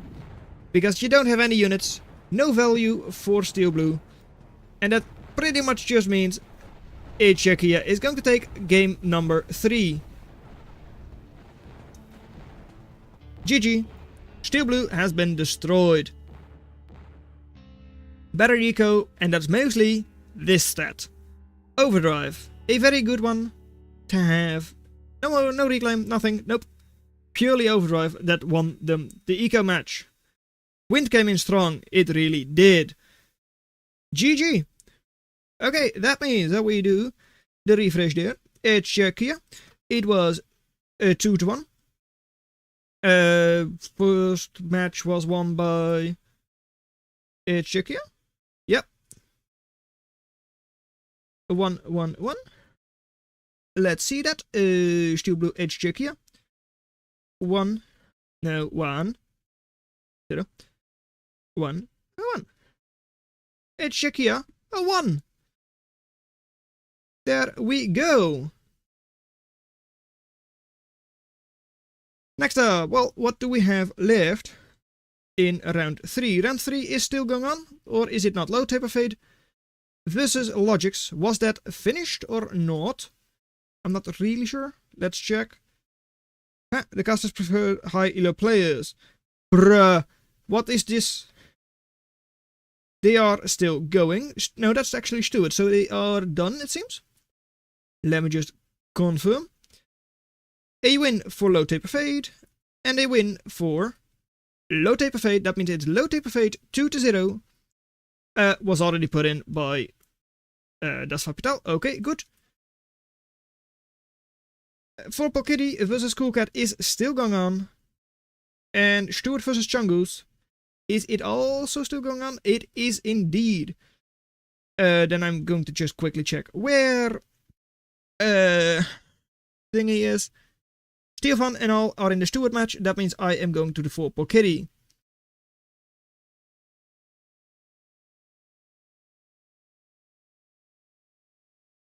I don't know what map they chose and all that. And I'm also not really going to be casting this one, just because it is already like halfway through the series.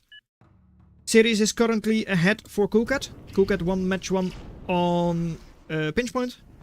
And we've got Spiders versus Gunships. An interesting matchup. That means we've already seen 3 factories being played as the first factory on this map. Good eco for Coolcat, at least for like first 8 minutes and all that. And Crow is out. High eco map, so hey, we might even see multiples. Gunship tank versus Spider airplanes. And there is the Crow. Okay, Crow going around. Was, however, spotted. And Chainsaw is very good anti-air. Crow not going down yet. All of the tanks in the middle. A lot of them. A lot of ogres. But are facing off against, well, skirmishes. Not really what they want to be facing off against. But Cyclops makes short work of it. Lobbing Scallops, a very fun strategy. And that's just why we want maps like these in the map pool. Tanks in the back of your base though, not exactly good. Geothermal upgraded, so great overdrive for Coolcat as well. And there it is. Well, that's already multiple striders out. And just like that, Volcanic Duet has been, well, has made its point why it is part of the map pool. We're going to have Missile Silo, Striders all of as well. Sounds like a good time to me. In the meantime though, I am going to just quickly run through all of the next matches and all that. Make sure those can or do run. Seems like all of the losers around 2 matches, except for one, are still on their first match. So that's good. That means that's not something I'd really need to look at right now. Stuart Chungus is still going on as well. This one I can delete because that one was over. Good. And then I'm now going to just go here. Okay, Logics versus Low Taper Fade. Low Taper Fade was 2-0. Steel Blue versus HJ Kia was 1-2. Cool Cat Low Purple Kitty is still going on. Technically I don't know who won, but like, okay, sure. Okay, yeah, that one is still going on. Stuart versus Chungus is also still going on. Okay. You are Low Taper Fade versus HJ Kia. Indeed you are. Good thing there. That is round 4. Oh, did I not rename those? Oh, I did, but later on. Yeah. Okay. Okay. Yep. You're from there, that's all good. This one was finished, yes, so I can just add you into this one. Slash slash. Okay. There we go. And triple Scorpion, still forwards. Commander there as well, and there it goes. Cool Cat wins match 2. And just like that, I'm pretty sure they have won. Well, they won the first one as well, right? Indeed they did. That means it's 2-0 for Cool Cat. Cool Cat 1, Cool Cat 2. Submit scores. 2-0 for Cool Cat. Nicely done there. Cool Cat versus Purple Kitty can be deleted. There we go. That one is still going on. The losers are all still going on. And losers round 3. Let's see. Do we have anything there yet? Doesn't see. Well, let's see. Okay. That is still going on. All of that. Yeah. Okay. Then this is supposed to be Steel Blue, which came from this one. Okay, right, versus Steel Blue has to face off against the winner from you. Okay. This next one is Logix, which comes from there, who has to face off against the winner there, so that's that. Okay, next one is the Chunky Goose, Chungoose. There they are. No, come on, back up.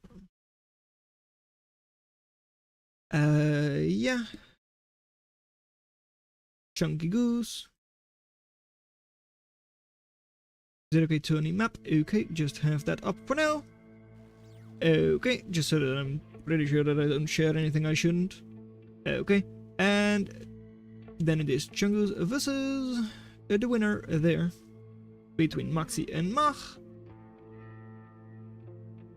You there, yeah, and you're up against Purple Kitty, which comes from this one there. Good. You come from there. You come from there. You come from there. Come on. You come from there. You come from there. Okay.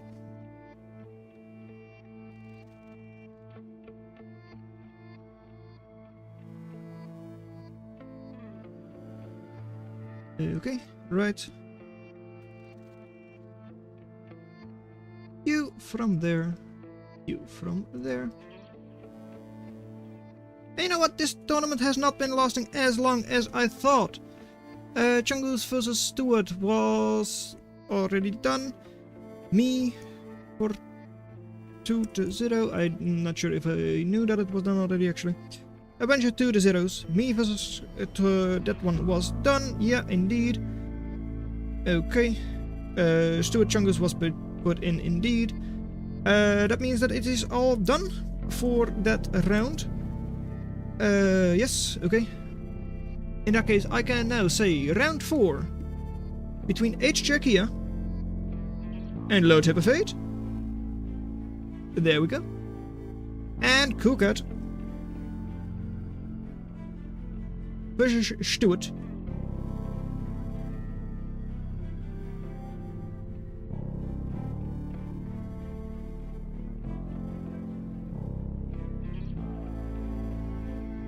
Create battles. Okie dokie. There we go. This one can be deleted between Chungus. Match game right now. Ah, which one are you in then? What? Steel Fun. Oh, you're in losers round. Okay, right. Ichikia versus Force Join. Upper semifinals if you haven't started them yet. Wait a second though. Is upper semifinals, is that this one? Yeah, okay, I mean, yeah, we should, hold on. Sorry, bye.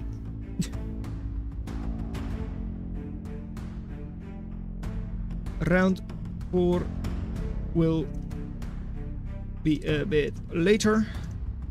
Losers still need to catch up a bunch.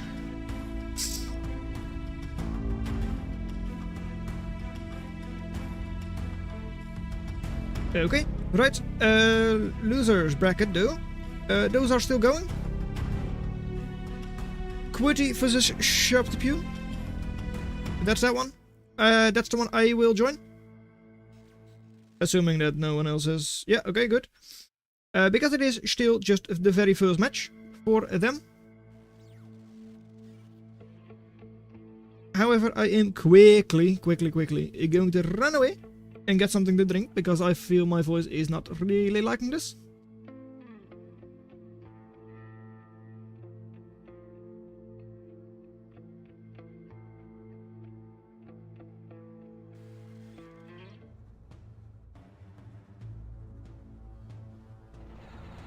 Oh, you know what? No. Well, yeah, sure. I mean, it's 3 minutes in, but, like, yeah. Yeah. See you in, like, a minute.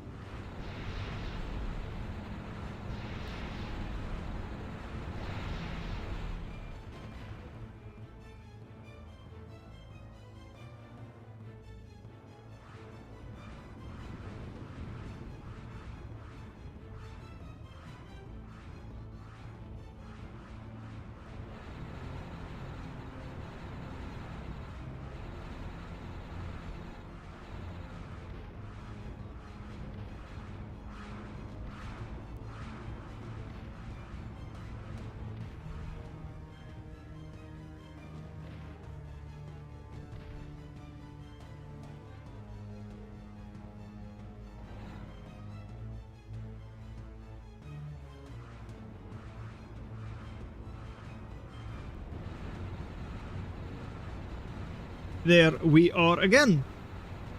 One thing I know for sure is that, well, this Kadechi shouldn't be idle. And that, yeah, for next time, I probably should not be casting and also hosting this tournament at the same time, because I feel like my casting is definitely lacking as well. But so, we're now in a Query versus Subterfuge match. Subterfuge, of course, is the, well, highly favored player here. Neutron Star, I believe they are also like 27th matchmaking, versus like Query's 45 or so. But still, they are not in a very... Oh, they are actually. Never mind. I thought Subterfuge was the blue one, but no, just that rank is blue. Yeah, no, in that case, they are doing a very good job.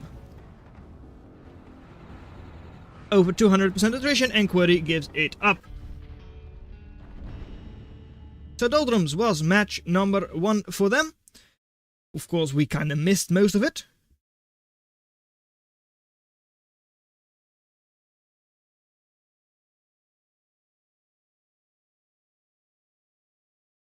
But that's fine. Right, that one. So, first match was on Doldrums. That is that one. You pick map from the map. The thing. Also, nope. Hold on. Cancel. Reset. Doldrums was match number 5. I don't know what their bands were. The starting bands. I'm not going to inquire about that either. It's going to be pinch point for next. Okay. Pinch points. Map 6. Map we've seen was played before. But I haven't seen it before, at least not in the tournament. Not cast a match on it. Pinch point, it is a very large map. High Eco has some ultra big maxes. But those are not accessible to, well, all factories. More like through most of them, they're not accessible. Are you going for a factory that might like crush the enemy early on? Or are you going for like a gunship or... airplane, just so that you can get the big maxes. Over in the corner here, 5.2, but in the middle also 5.2. High up though, are you going for a recon commander maybe, to get amazing wind? And to get those maxes? Maybe? I don't know, are you going to terraform your way up there? Could be. I mean, could certainly be worth it. 5.0 for a metal extractor just like that. At the same time though, over here, well, it's also 5.2, but those are a lot more accessible. An Amphbot player can just go there. No issues for them. And Query, starting on the front lines. Something I have seen before on this map. But a lot of players also like to start like here, a little bit further back. But also gives them access to this big max a little bit easier. So it's all, of course, just a matter of what you want to do, and the recon was indeed chosen there. Over here, same thing. Query chose a recon. We can't really see their queue right now, but it seems like they are going to go up there. Seems like it for sure, with their mouse moving all over there. And yes, scale, yep. 5 metal maxes, yep, and these are 2. Don't you worry about that. There are big maxes on this map, for sure. 1.0 wind on those plateaus as well. But it's at the same time, it's pretty spread out, flat open map and all that. I don't know what you want to do. Gunships could work because of the size, of course, and because you can get all of those extra maxes. All those additional maxes, easy to get. And Subterfuge going into the same location, pretty much as Query, but a little bit further forwards. So, we've got a match between, in the red, it is Subterfuge with a recon commander. And hovercraft platform, that was not actually said to be the factory of choice here. And a quill, so eco-heavy start makes sense, and immediately reclaiming. What are you reclaiming? 500 energy. So you don't need to go for your early wind. On this side, very safe, at least in the start. Gunship land on the plateau as well. Commander, going to be jumping down afterwards just to get those maxes. Locust is out, Wasp will be out. And against the hover platform, well yeah, those are going to struggle getting up there. As in, they pretty much just can't.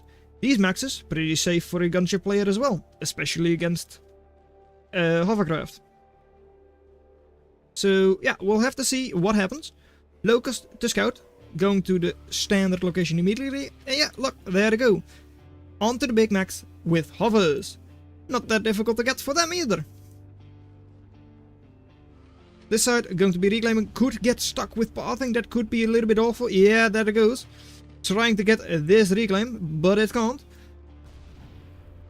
And Locust, well, facing off against a burst damage raider. Not doing too well, not that well, it really isn't. It doesn't have the best DPS itself either. And hey, look at that! Going for the max immediately, but it's first going for Lotus. That's fine too. Eco, for now, significantly better for Subterfuge as well. Only 8.3 for Quarry, already losing their first Locust. And why is that? Well, they only now make their second max. Subterfuge already has 3, almost 4, and that fourth max is amazing. I'm not sure what you have your factory on. Yep, normal priority, so Commander is also very slow in building right now. Only 2.7. Oh, I don't want to see GG, but it certainly looks like GG. Going for an early switch as well. Oh, okay. Honestly, I think it's already time to call it, but at the same time, the Wasp is just going to get some free eco. Getting max. It doesn't look like it, and that's an issue. Because if they don't know the map, and don't realize there are such big maxes on this map, yeah, they can't really help it. They can't really do anything. Go catch to it, please.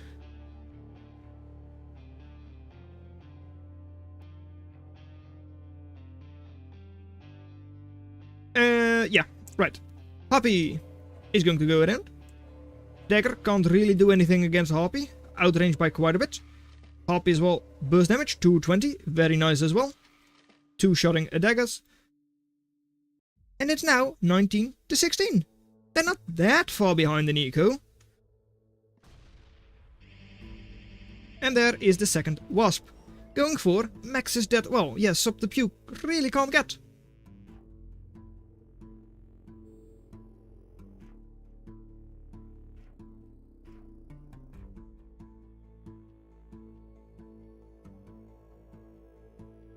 Lot of quills over here though, reclaiming all of that.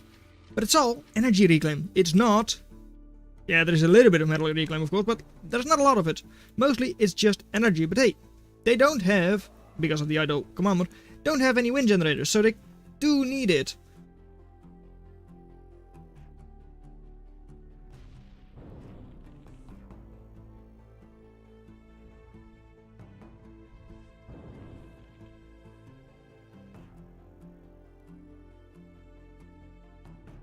It's good to go to Zenith. No, it's not. Anyways, Hoppy still moving around. Wasp, it's slow, but hey, Query, 25 to 25 eco. They've caught up completely. I'm not sure where Subterfuge is really going wrong. I guess going wrong here, because you cannot go there. Too bad, so sad, there is no pathing where that is going to happen.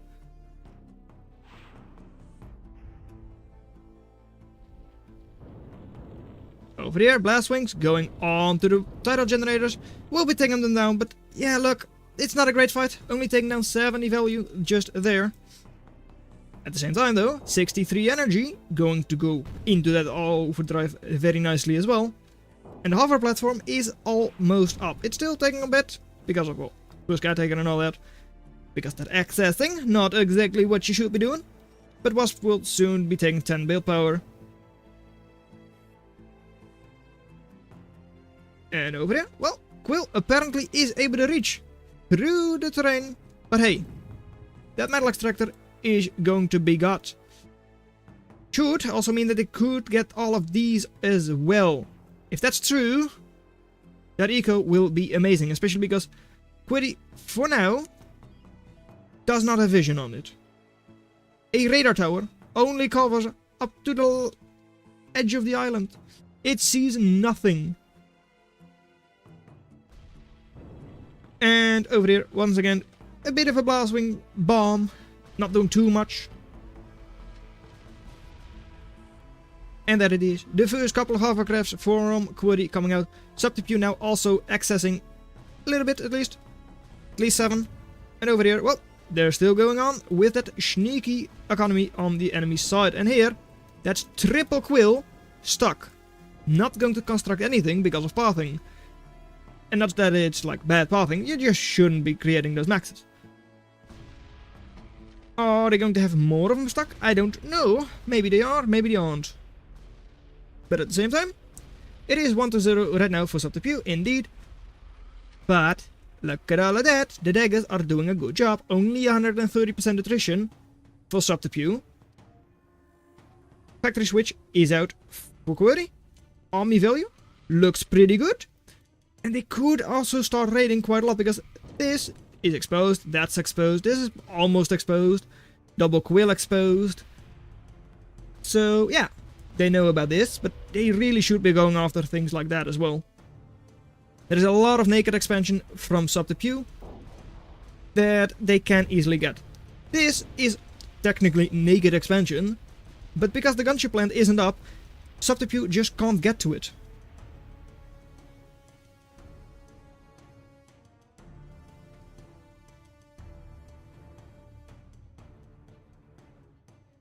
Over here, same thing, still going strong, and 51 eco for Subterfuge because they just have so many maxes. Not really spending it either, though, but still. Going to soon, well, I would assume that, but doesn't seem like it. Switch into the gunships themselves will also allow them to take all of this down. Query really should. Query gunship seems like the best starter factory on this map. 34 to 63 eco. Who was the gunship player again? I don't remember, but I don't think it was Subterfuge, since they don't have a gunship plant right now. Over here though, now, once again, well not once again, this time around, a little bit of a raid going on for Query, and, well, taking down multiple quill, taking down flail, taking down eco, taking down scallop soon, and there they go. Into the enemy base, what do they have there? Well, they've got a mace, and the mace is good enough to take all of that down, most likely.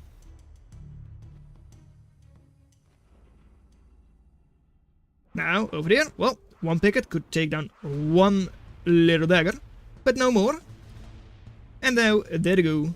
Taking down all of the maxes. Look at that. Oh my. 7 quill. All bunched up. Daggers taking them all down, you would assume. Nope, it's the Blastwing that taking the last shot, but it's fine. Subterfuge only 66% attrition. But all the super maxes, yep, but like, they've only got one right now because they did not terraform up to there. They do not have their gunship planned up, so they can't get the others. Or at least not easily, and these are not exactly the safest. Especially not because the enemy still has gunships. All of those daggers could be moving in there, All of this could all go down. 60 eco. Query is catching up.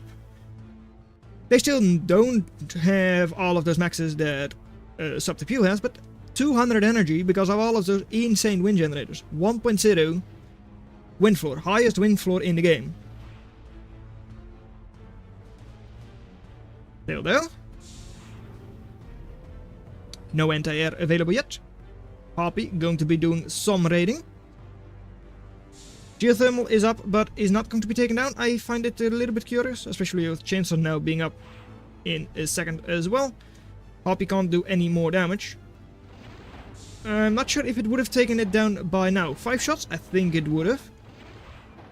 And Harpy does go down in the end. Daggers moving around. Wasp does have vision, or like makes a radar. Does not have vision on this, actually in the radar shadow because of the terrain. Should have had it on the edge a little bit further. Doesn't really see a whole lot in this case. And the dagger ball. Hard to stop. I mean, not really, but it can be. Depending on what you have in terms of units. Scalpel is definitely not the solution to daggers. Cleaning up more ecos, flails, quills, all of it. And the mace, it's idle, it's not doing anything. Still, come on. Daggers are also idle, not what you want. And another mace in front of your base. We'll be cleaning up most of these daggers because they're all in a line. Perfect formation for the mace to take care of them one by one by one. And almost up is the gunship land. Does that swing the game? Maybe. What's this though? Oh, nice. Blastwing sitting on top, so the Quill can't actually build it. But oh, I mean, it kind of looks good, but the 400 value killed for 1000 lost is not exactly a good trade.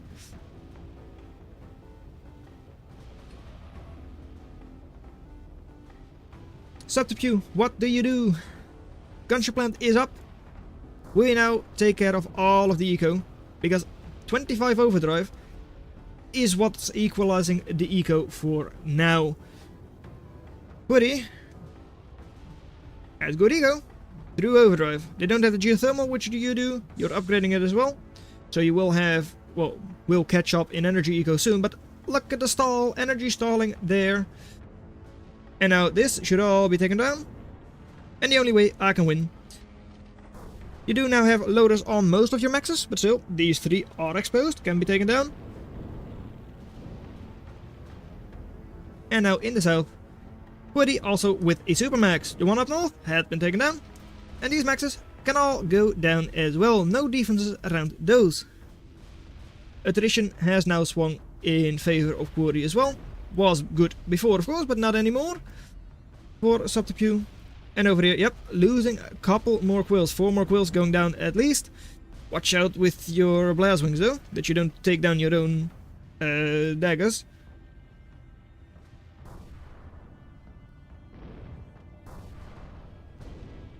And over here, well, more blastwing going down, not doing anything.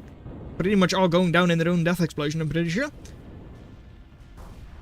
And not really switching into anything new, just going to keep going dagger. Eco is now very good, but hey, 169 energy, but the geothermal can't use it, or like can't be put into overdrive. So yeah, you have the energy, you only put 36 into overdrive, rather than like 77 that your enemy is doing, with less energy eco. 7.1, 7.5 metal for just one max. It's insane.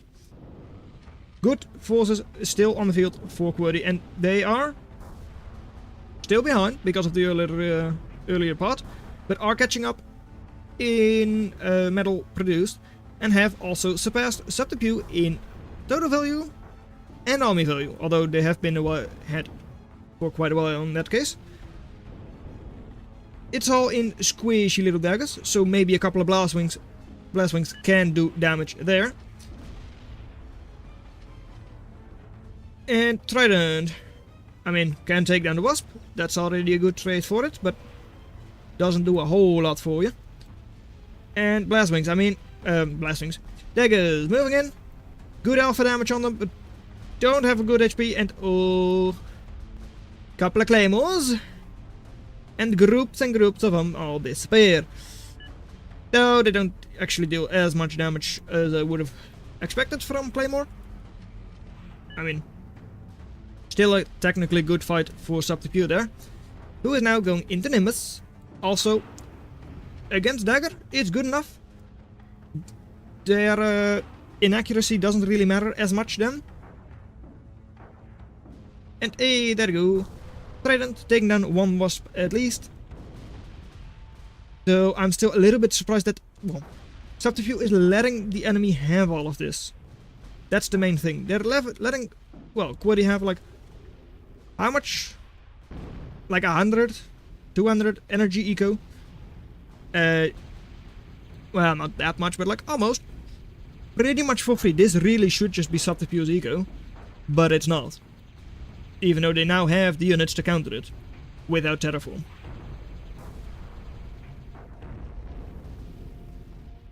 And what is this game? Yeah, that's a good question by now. A lot of reclaim in this match as well. Neither playing is really getting it at all. And oops, all daggers. Is surprising to me as well. That's for sure. And daggers, as I said, yeah, the inaccuracy from Nimbus isn't the worst against dagger. because there are just so many of them.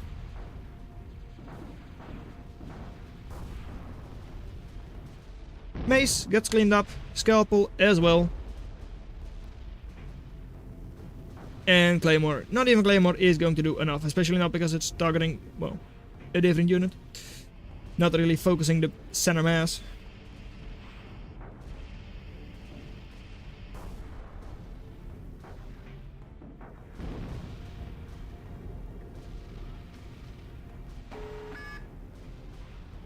Over here, another mace gets cleaned up. And going into an Aspis. Sure. Shields. Or, yeah, shield bot factory indeed. Sure. Why not? Right? Why not? I'm a little bit surprised though why we're staying with like, well, dagger type units. Such low value units and all that. Attrition has swung back in favor of Subterfuge, and at this stage, well, it kind of seems like Subterfuge is going to win. Eco is once again better. The energy eco that, well, the lead through overdrive that Query had before has disappeared. They've lost a lot of maxes, lost their commander now. And they're still not really raiding the eco that Subterfuge has, even though they could be doing that. These maxes have no real reason to be alive. They should not be alive at all. Over here, a lot of units, anti-air, a lot of gunships. Doing a pretty decent job. Daggers moving in. Oh, I don't know what hit it. The Claymore hit it. Good job, Claymore. And the wombo combo. Claymore, mace. Throwing the scallop into the mace. Just so that it doesn't counter it.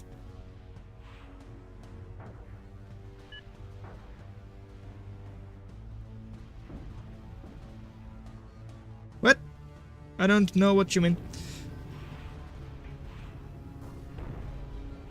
But yeah, Subterfuge still with good attrition. Eco is slightly ahead, but seems to stay ahead at least. And they can get a lot more eco if they just link their geothermal up. I'm really surprised they are not doing that, and they're also not getting all of those maxes that they lost back up. They should be doing that. I would assume they could, well, are capable of doing that, and they are finally raiding the eco from Query. All of these wind generators down, even now 30 energy. It's what's, well, kind of keeping them alive. 16 overdrive, where, well, yeah, they don't really have that many maxes. They've got this corner, but that's about it. This has no real reason to be there. It has no business being there at all. And down south, yeah, they still have a good max, but this max is only generating 7.1 eco, because it can only, like, use 2 energy for overdrive. Curse of Thrixie. I mean, it's not too bad. They've got Hexat close enough to pretty much deal with everything. And, well, you don't see a crow coming out of Query.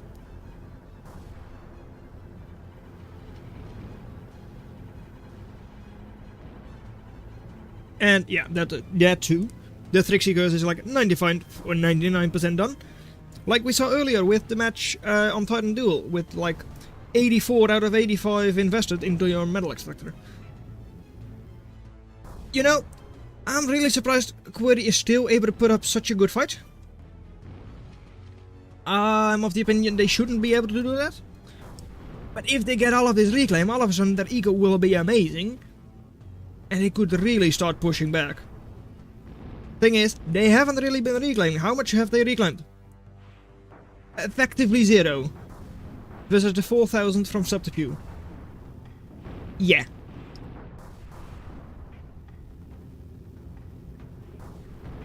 That is not exactly what you want. I'm pretty sure they know reclaim exists, but why reclaim if you've already got 7 eco, right? But yeah. Over here, couple of tridents. That's just out of range for all of these quills. Oh, no. But really, the tridents should just sit here and make sure the gunship plant doesn't produce anything anymore. rather than sit on top of something that can shoot back. Not what you want, at all. Nice little raid there with one singular dagger. If that's what you need, then that is what you do. Eco over here all should be taken care of as well. There's no real way... Well, yeah, there are just zero defenses around it. It should all just be cleaned up.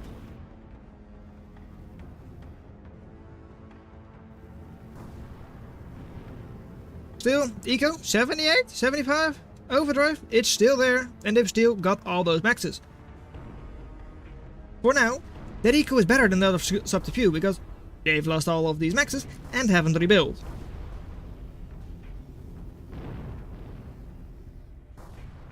Commander, over here, it's a level 3 commander. Not really doing a whole lot, except reclaim, for now. 18,000 reclaim. Guys, there is almost a detriment worth of metal on the field to reclaim. That is insane. And oh, we just had 14 reclaim from a query. They're still just spamming out hovers like it's nobody's business. Because yeah, they do have the eco for it. It's not as if you would be like, yeah, resign because you've lost. Like, you've got 80 eco. There is a well, someone used the wrong hotkey. That's 5 urchins. It's not really going to do a whole lot, I feel.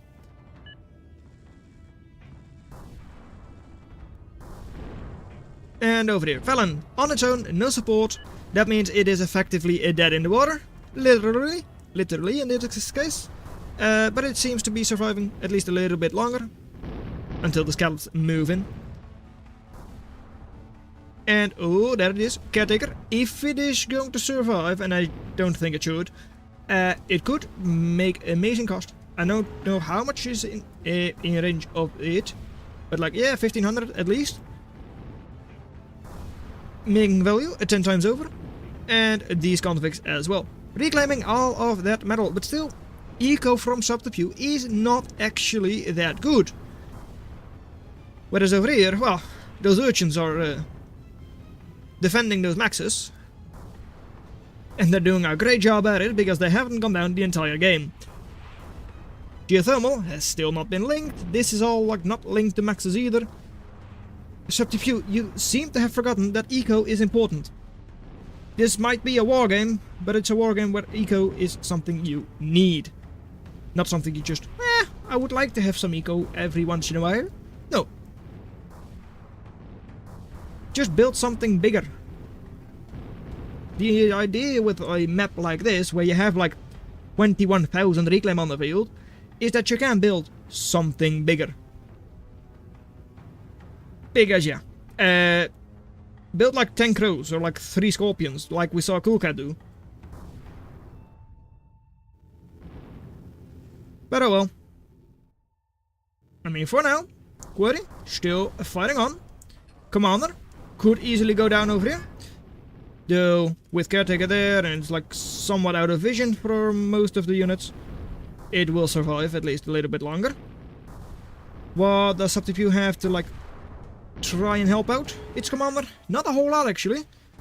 Going to dig down, will survive indeed then.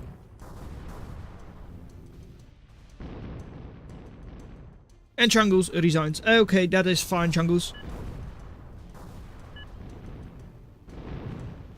And yes, there is another game if he wins this. Yeah, honestly, Query shouldn't win this, but Subterfuge has just forgotten that eco exists. And I do find that a little bit strange. For a neutron star, they should know. They should know that eco is something you need. Yeah. Yeah. Query knows that Claymore exists. They should know because they've been fighting it for quite a while now. Though I don't know if they know that Query, what do you call it? Claymore can just roll its charge up and down. Just like that. Though, of course, you do need to either manually fire at it or have vision on it. Cerberus is not even long enough range. Also, it's not going to be online for like half the... No, not half the time, but like some of the time. When the wind is down.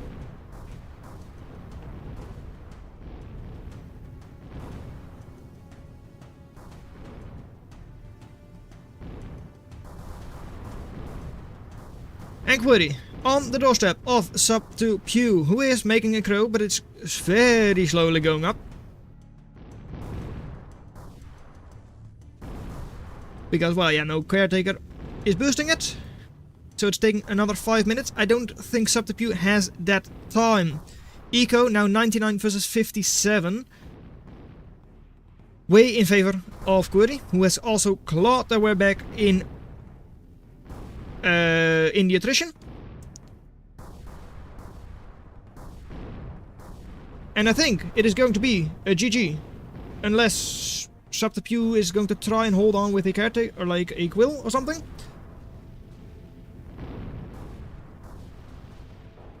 Are still raiding over here. But honestly, yeah, it kind of feels like GG though. Most of the units are down for now. But yeah, the next set of reinforcements coming in. No real way for Sub to Pew to deal with that. Crow is slowly going down. Scalpels will take down the mace, that's not the issue. It's just that all of these units, even just dagger, move in and you win. Where is the next factory for Sub to Pew going to come in if they decide to fight on? I don't see them building it yet. So yeah, that's a bit of an issue. They really should die. Just to the mace ball, and otherwise like do the next 4600 value in units. Cerberus is slowly going up, but still it does not have range. Even with the terrain boost, it just doesn't even reach the enemy base. Now if you would build a Cerberus here, that would be good, but you know, that's not going to happen. And I don't know, Query, you're giving up a lot. No. Okay. You know,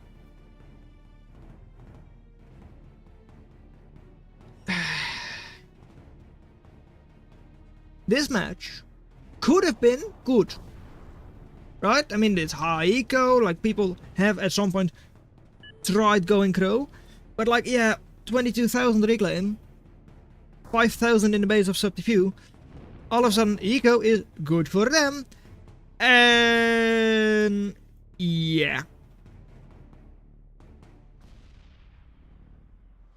Is this force from Query going to be enough to kill Sub to Pew? I don't think so.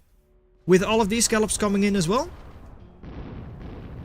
I don't think the reinforcements from Query are here. Their eco is just, well, behind, for now at least. Commander has once again created a metal extractor and a little bit of wind to go along with it. And couple of Racketeers going to be stunning mace and scalpel and all that, most likely. Since those are the only units here.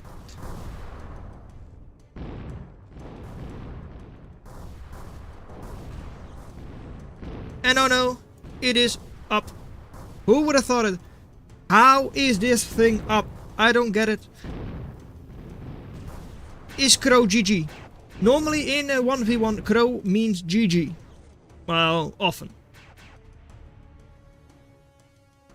Not always, but often it is. Is it going to be this time around? I don't know. It could be. And there's a lot of quill. Going for a lot of reclaim. Because there is a lot of it. I mean, you can just fund 2 more crows with just what you have here, pretty much. The enemy doesn't have a lot of anti-air. And if they switch into anti-air now, your ground forces might just overwhelm them.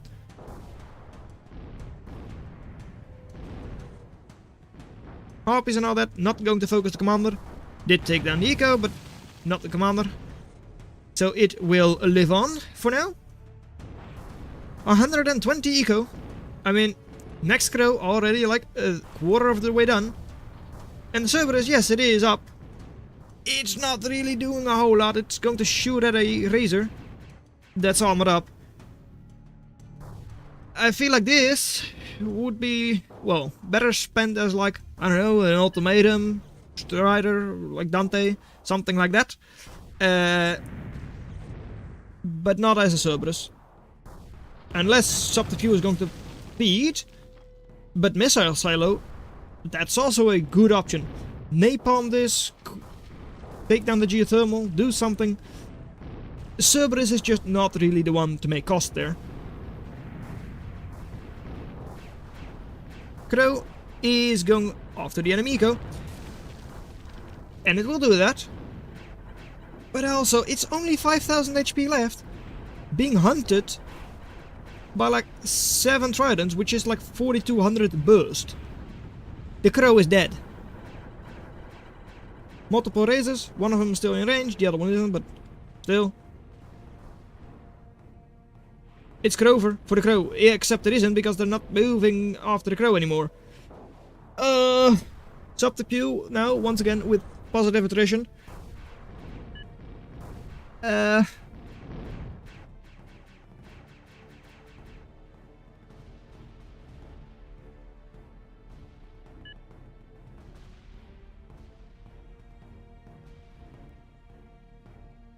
But yeah, indeed, as they say, like hosts say,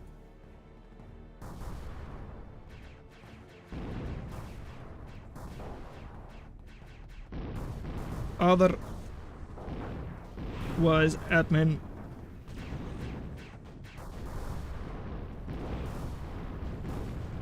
do it for you at 40 minutes.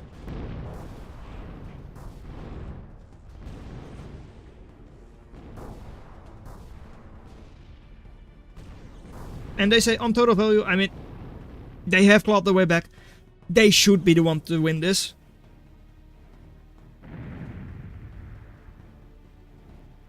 But hey, Crow is up. The other one is somewhere. Ah, it's just there.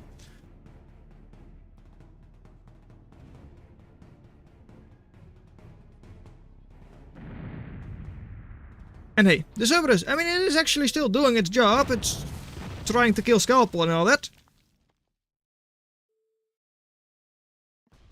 I don't know why the, like, waypoint is set over there, but it's something that's happening. All of a sudden, the Cerberus isn't looking as bad as it was before. But hey, 17,000 more reclaim on the field. And honestly, with 17 plus quills on the field. And oh, that's a good manual weapon by the Crow. Just like that, 7,500 versus just 2,100 value. Crow doing a good job there. Just their mate cost indeed. And it is now moving forward, still 6,500 HP, still quite a lot. Yes, it's being damaged a lot as well. Look at that, bar is full. That means manual weapon is once again online. Use it. Yes, there you go. Good job. And that means that factory, that means plate is offline after this couple has been constructed. So yeah, you do lose the Crow, but it fought valiantly. It did its job just as it should have done. Next Crow is up. We'll be going after the Cerberus, the extra eco from Query.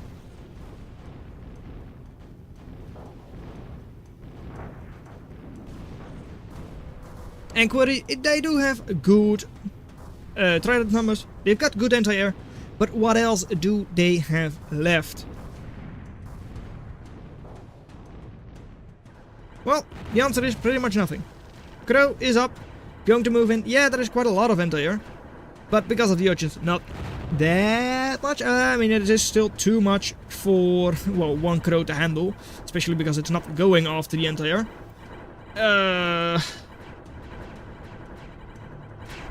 How often do you see a Crow go down like this? This one definitely, it did not. A win It just did not. Come on now, guys. I said 40 minutes. Yes, I know. They should...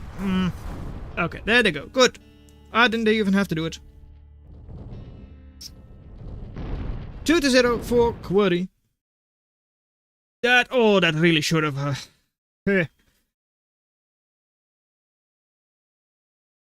Okay, right, good. So...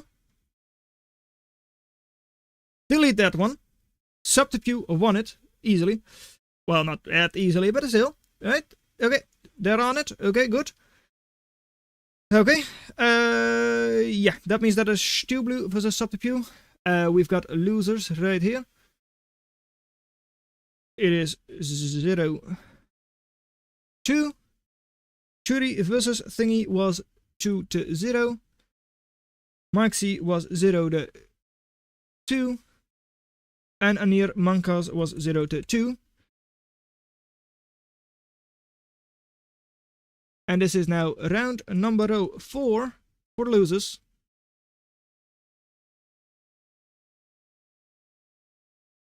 No, that's not what I wanted.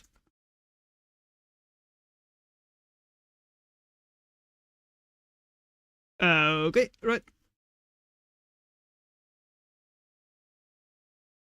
That's 1. That's 2. That's 3.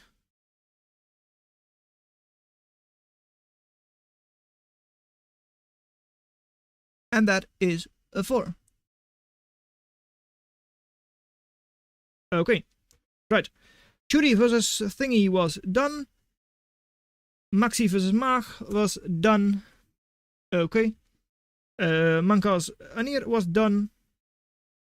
And why do I only have 2 maps now done? Logix Churi, why do you not show up?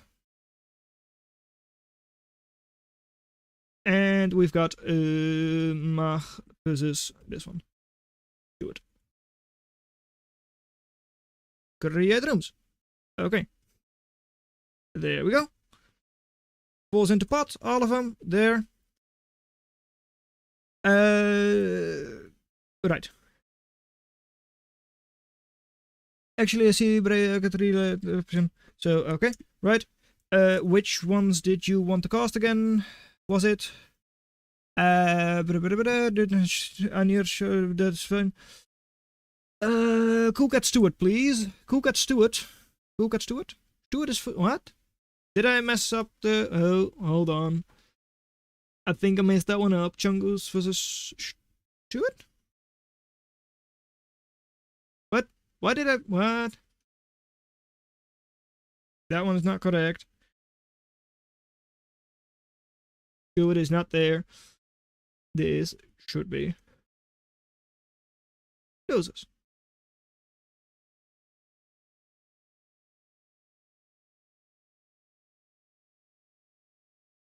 There. Chungus versus Mag. Right? Chungus versus Mag. Yes. Falls into pot. There we go. Right.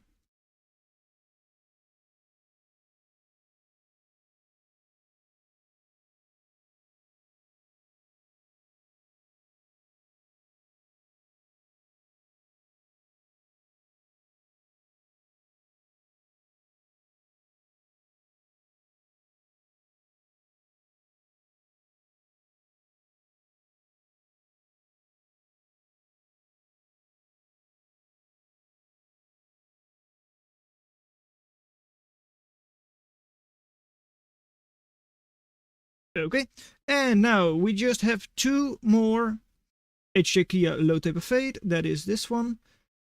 This is winners round 1, 2, 3, 4. Yes, that is indeed winners round 4. That one, and winners round 4, Cool Cat. That one. Yeah, I know. Yep, there you go. Right. Falls into pot. Okay. And you were taking... Cool Cat Stewart. Yeah, okay. That means that I am now going into the losers round, no winners round. Plot versus HJ Kia. Yes. Join.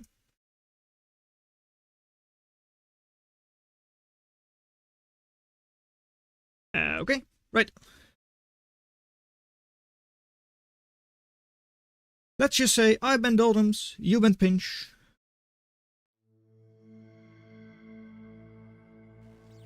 Hot Stepper, banned Volcano.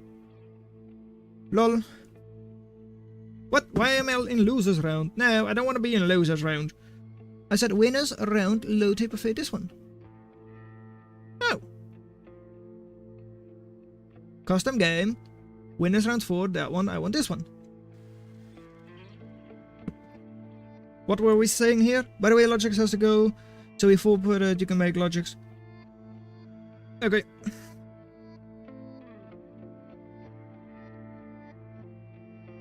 Okay, the Logix one, delete.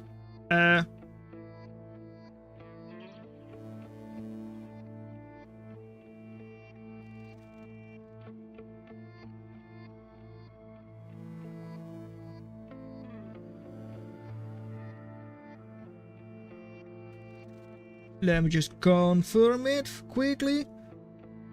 Okay, yeah, never mind, I see. Okay, yeah. Losers round, shooty, delete that one. Yeah, goodbye, that one is gone. Okay, right, your bands. Ban Tundra and Lake Khan. Okay, Tundra and Lake Khan have been banned. Tundra and Lake Khan. Those have been banned, okay. Okay, what do you pick? Okay, reset. Tundra, Lake Khan, submit. That's those. Titan is chosen. Titan has been chosen as, I guess, match 5? Or like match 1, sure. Okay, hopefully this isn't going to take as long. I hope.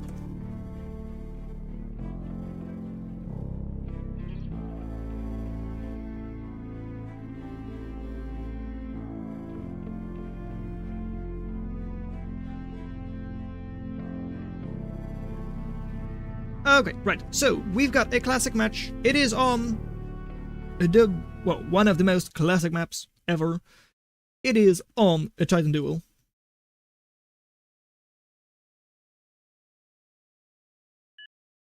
Between HJ Kia in the blue versus Low Taper Paid in the red.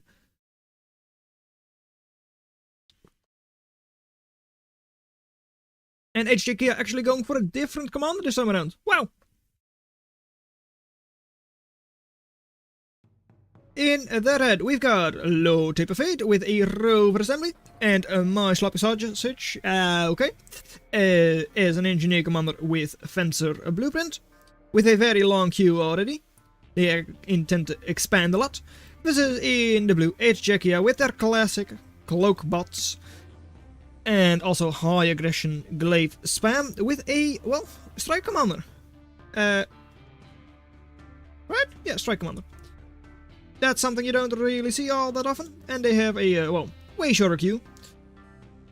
And they're not actually making the maxes there, that is highly curious. As in, that is not what you want to be doing, I would assume. But it's fine, right? Sure. Constructor is going to go for, well, Metal Extractor first, and then a lot of eco for after that. Scorcher to defend against Triple Glaive, it should go down. Triple Glaive can push into that, but you do need to watch out, of course, for, well, the extra damage from Scorcher retreating. So you don't really want that. Now 4 Glaives. Double Scorcher. Double Scorcher is strong enough to take care of that. And in the meantime, Mason is able to expand just like that. That's very nice. Close up. Scorchers do good damage. 3 Glaives already down, 4 Glaives, and Scorcher, a second Scorcher, just being able to get out of there, will be healed up by the commander. And all of a sudden, 250% attrition, 17 to 12 eco. HJ Kia not looking too good. No, it isn't. looking too good for them. Only taking down one Scorcher, giving quite a bit of reclaim to the enemy. Once again, their high aggression start has not in fact paid off. Over here, running into the enemy strike commander, you can't do that. Up against the wall as well, can't really run into the glaives either, so you lose another Scorcher. Though, in this case, it is of course good for HJK, but hey. Over here, double Scorcher moving in. Should be able to do quite a bit of damage there, I would assume. Can clean up 2 glaives without issues, the others are all like spread out and quite far back. Metal Extractor will go down. The Trixie solar panel will not be constructed, at least not yet. Now it will, but oh well. That's a little bit later, so a little bit of a delay there, but most importantly, of course, taking down that Metal Extractor. On this side, low tip of fate, 22 to 14, no, yeah, 14-ish. Eco, lot better, uncontested with their commander. No issues there, Eco completely safe, except there's a radar coming, and they do not have radar. So this glaive will only be spotted by the time it is actually shooting at your Metal Extractor. Assuming it moves forward, which it's currently not doing. Yeah though, that's already one more Metal Extractor down, and running away. Taking down the commander is not going to happen. Just don't have the, like, well, setup for it. Normally, like, 4 Scorchers would easily be able to do that, but for the level 1 commander, but not with the loaders there, and especially not with the pathing as well. Over here, well, 1 glaive, almost able to take down the Caretaker, but it doesn't. And over here now, well, a lot more glaives. Caretaker is gone. Lotus will be up. And all of the glaives, well, except for 1, go down. Still, lot of reclaim. But it was not exactly a good fight for low tip fate. So, in terms of tradition, sure, it is good. Issue is just, it's 110, the difference. Whereas you donate 500 in reclaim. So it's still a losing fight for HJK, especially by, well, when they get up another Caretaker. Or, yeah, another Caretaker, and they just automatically harvested all, and yeah. You're way behind on eco. Really not what you want. Weird location for a radar. I don't really get that one. Nice defenses over here. Double loaders. Defending that choke point, so glaives can't really push through there. And still 2 more maxes. Not actually constructed by HJK. Conjurer is helping out with the factory. But still, yeah, eco is not looking good. Loaders over here, loaders over there, though this one will probably not be able to shoot. But with the commander there as well, yeah, these glaives cannot move in, losing 1 glaive already. And the others could easily go down to those Scorches as well. Commander will soon be in range as well. There it goes. Scorcher, you could lose 1, maybe even 2. If you're a little bit unlucky, if you're low tip of fate. But it stays with 1. Still though, 2 little glaives could be annoying, could take down the Caretaker for instance, because there are no defenses around that. On the other side, HJK's commander moving forwards. And there they come, the imps. Saw them used last time as well. Wasn't, well, there was 1 imp that was pretty effective. So this one is in a dubious position. I mean, that is going to stun your own loaders if it goes down in that location. But no, doesn't stun the loaders, does stun 3 Scorchers. So those should be cleaned up. How long? It's longer? Yeah, 8 seconds. Should be enough time to clean up both of them. Still though, 1 Scorcher in the back cleans up an almost constructed Caretaker. Does go down afterwards. But look at the army over here. That's 1300 value. Facing off against like 300 in glaives. Army value, I mean, there is some army value here, like 600. That just isn't enough. Double Reaver can't really do anything on this side either. Counter to them is already out on the field as well. And by now, double loaders over there as well. So yeah, these 2 glaives not going to do anything either. This seems like it should be GG. Low taper fade with positive attrition. Better eco all around.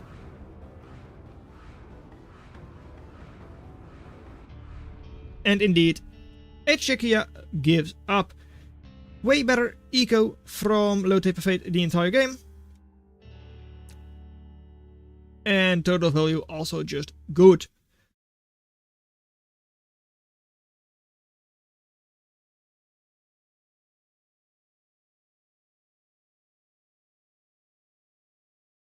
Right, what's going to be the next map?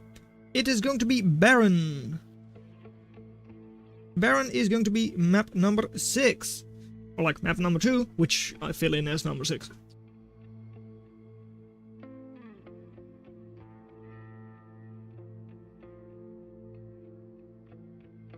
Not really sure what maps low taper fade banned, but it doesn't really matter.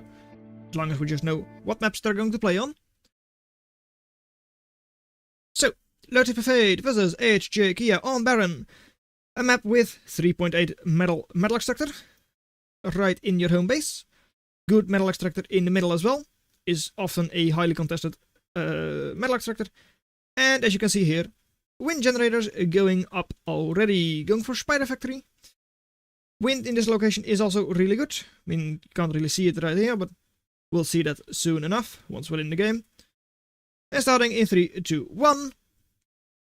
We've got a match between a Spider Factory for Recon HJ Kia. Going to start out with 10 whole fleas versus, in the red, Spider Factory and a Recon Commander as well. Low taper fade with a couple of fleas. But immediately after going for Weaver and then Venom. This time around it is not going to be all flea spam to start. And as we said before, yeah, 0.7 wind as the wind floor. So very efficient wind generators there. Just making 2 of them, 70 invested. And you're still ahead in energy eco compared to your metal. Even with a 3.8 metal max. Somehow, one of the fleas managed to sneak through.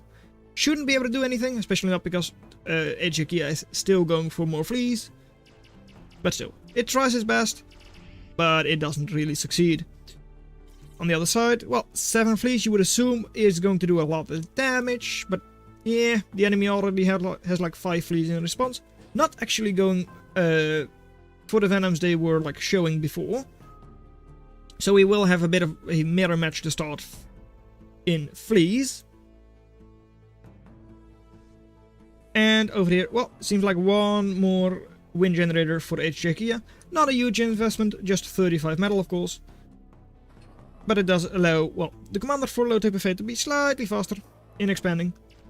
Now, I'm surprised they're not going for the reclaim. There is like 130 reclaim in like the big rocks, and like other rocks are like a little bit less. But still, quite a lot of reclaim on the field. And hey, there it is, Venom. Good AoE on it. Like 64 Elmos, I want to say. Yeah, 64 Elmos of AoE. So like, shooting at a ball of fleas, pretty much all of them die in a single shot. Not that bad, but close enough.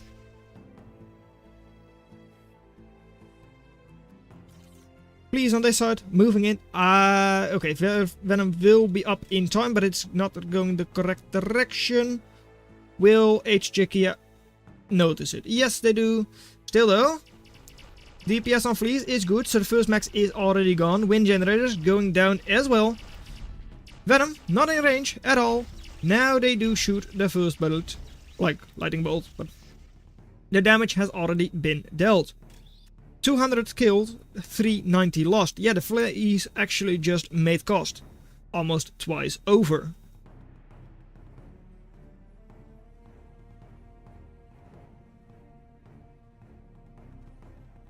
Does lose them out on a lot of energy eco as well. Only 10 whole energies for them. While it is at 81% wind. Yeah, that is going to put them back a whole lot. I'm not sure if they're going to access, but it's kind of like...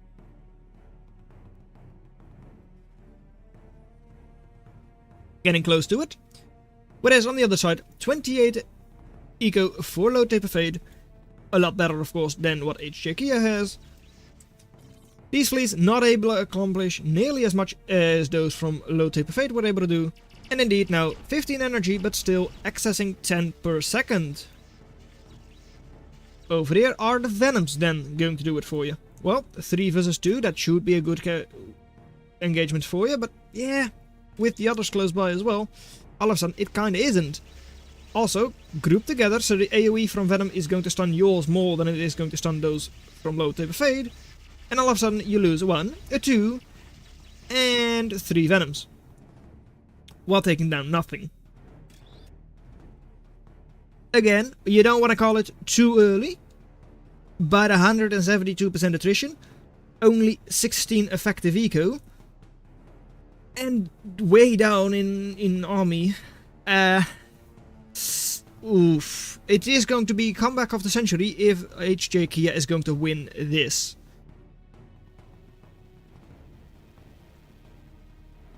Lotus, effective against Venom. That works. So it does take down 1. Venom is stunned, so the fleet are able to clean it up.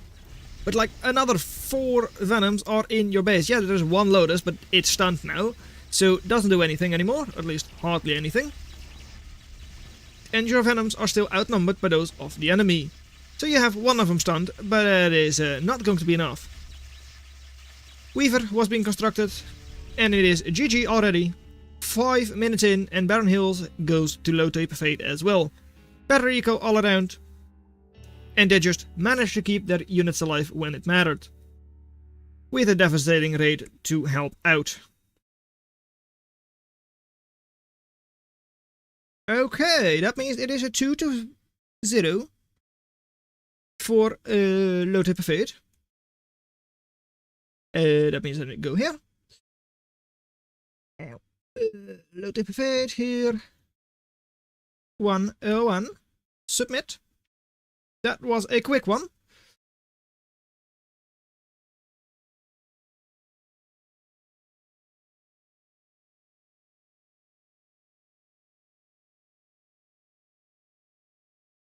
And it does make uptime. Right. It's fixed now. I don't know what was fixed. Oh, yeah. Seemed like we also had like losers battle, losers thingy already go through, maybe? This one has been done. I filled that one in as well. The HJ Kia Low Taper Fade, which was a 2-0 for a Low Taper Fade. There we go. The others are still ongoing. With winners round 4 Coolcat versus Stuart, the one with all of the spectators. Seemingly going to be the best. Okay, and then I guess I am going to be joining. Which one of the losers brackets is one of them? Yeah, this one I'm going to join. Anir versus Low for Poor Kitty. Who are going to choose a map. Which map? I don't know. Because I do not know what maps they have chosen before. This should be their second match. Though I do find it highly suspect that Crystallized Plains is the map that is currently in front. Or... no, they did play Pinch Point before. Okay, that is correct. Only 13 minutes, a lot better than 40 from the other one. And it is going to be a Titan duel.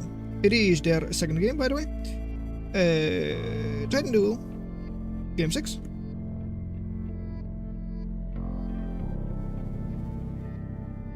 And they're going to start it soon enough. There we go. Vorpal Kitty versus Anir. Anir definitely going for a... well, a bit of a comeback. Of course, dropping down to losers bracket immediately. First time they faced off against an opponent in their first round against Logix. Had to fight in the losers round 1, losers round 2, losers rank 3. And if they want to make it to the finals, they've got like 4 more rounds of losers bracket to go, and then the finals. So it's going to be a while before we see Anir in the finals. But hey, they might just make it. Also, I didn't really need to clear that out, but it's fine. Right. Vorpal Kitty versus Anir on Titan Duel. Starting in 3, 2, 1, 0. It is between a rover factory and an engineer commander for Anir in the blue, with Fencer as the blueprint, versus in the red, tanks for Pole Kitty, with just Karachi, so just a normal default blueprint. Also, it just means that it's already GG, right? I mean, tank is a roleplay rock, paper, scissors winner between tank and rover, so it's already over. Rover can't win. But hey, maybe Anir is just better. And then they can of course win, because the difference honestly isn't that big. Sure, they might have like 0.1% advantage over rovers, but I don't think it's a big deal. Radar tower already going up for Pole Kitty. Does slow them down of course, with Welder, well, making something effectively useless right at the start, whereas the Mason was building Eco. Scorcher is out. Ooh, Kadachi for Pole Kitty also not actually on fire towards enemy, so will not be as effective as it could be when retreating. Scorcher, next one, it is just barely out, there it is. Is it out in time? Seems like they will indeed take down the Kadachi, and it will also live. So if it is being healed up, and they're trying to do that, all of a sudden it's looking quite good for Anir. Sure, their like eco is not as good as it could have been, because their idle commander is effectively idle, and they're also like putting in quite a lot of energy for well, repairing, so couldn't use that to expand or use the factory.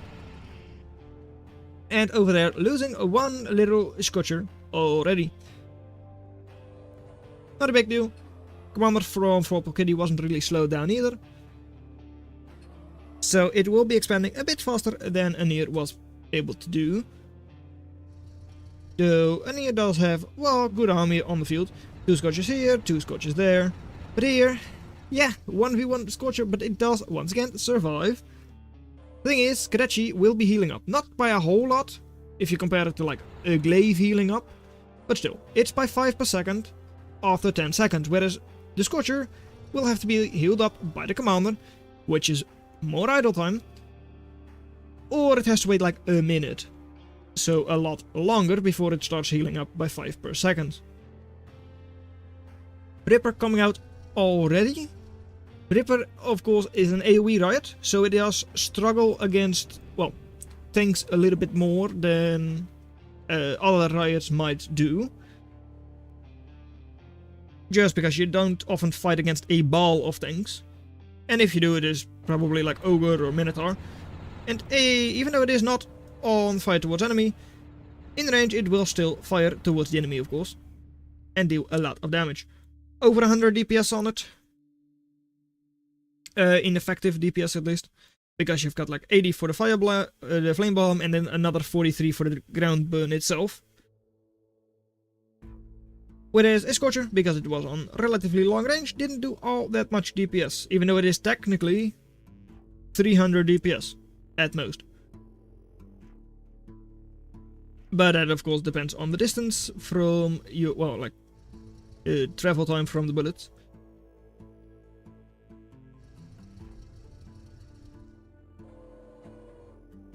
Kadachi's moving in, though against triple loaders, at least a lone Kadachi isn't going to work. Now if you have 5 of them, you can easily go in there, right? That's not going to be an issue at all. But even then, you already lose 2 of them, still retreating, so you don't do that much damage. You took down 2 loaders, but a Lotus versus a Kadachi is like a way better fight for the Lotus. Over here, well, Ripper surrounded and killed. You lose 1 Kadachi, but you take down the Ripper. That's a good trade for tanks. Over here though, running into Kadachi, Scorcher, you do kill off 1, but you lose 1 more Kadachi. Anir not on positive attrition yet, but not going to be either, because, well, they lose another Scorcher. Could easily get the attrition in their favor though, if they clean up these 3 Kadachis. Right? Well, they do need to clean them up well, but I mean, technically it's in their favor. Yep, it is. Thing is, look at the map control. 37 versus 26 eco. Yeah. That's not that good. No, it isn't. So although, yeah, good attrition and like their army isn't awful, they already feel like they can afford to just go Owl. Air switch into Owl. And then win the game. Yeah, sounds good. And here also possibly going to access Idle Mason, so they shouldn't access. Right, just build something and you don't access. Especially with a max going down, you certainly do not access. Purple Kitty is just such a nice guy. They help you out with that.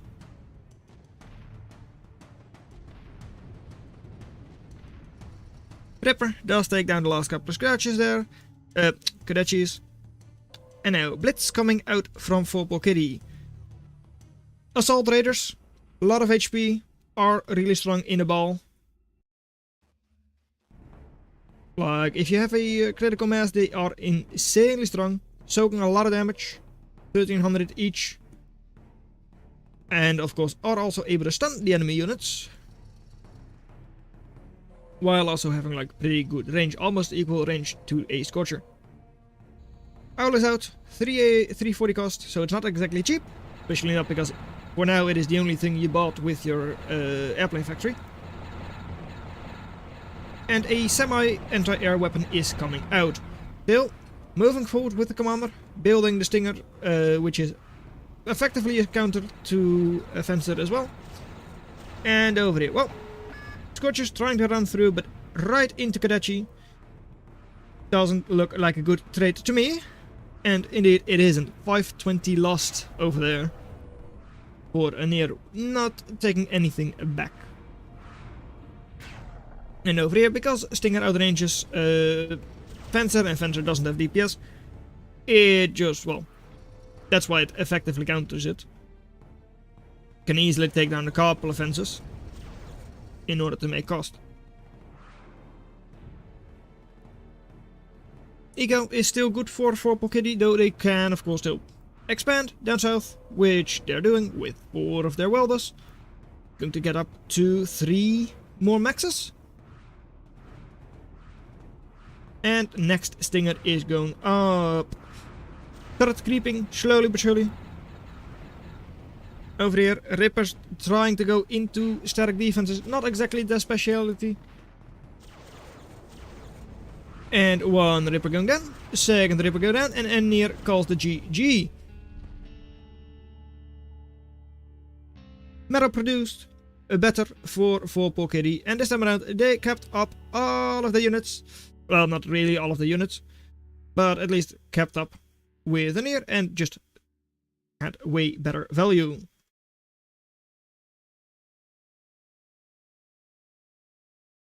So, Anir versus Purple Kitty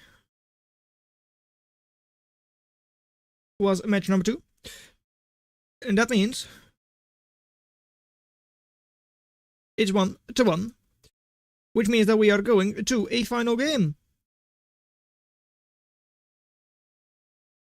Means also that we still need to ban a couple of maps. And what are they going to ban? I don't really know what they banned last time. Oh, hold on. They do just told me. Ha! That's nice. That one. Doldrums. Hot Stepper. And Tunian were banned. Map 5 was Pinch, actually, not what I just put in. But that's fine. 6 is going to be that one. Right there. So, what do you ban this time around? Yeah, that was odd. That, okay. I banned Turnian and Hot Stepper. Then it was those 4, yeah. So, ban 2 more. Lakon has been banned. As has Volcanic Duet. Iski has been banned as well.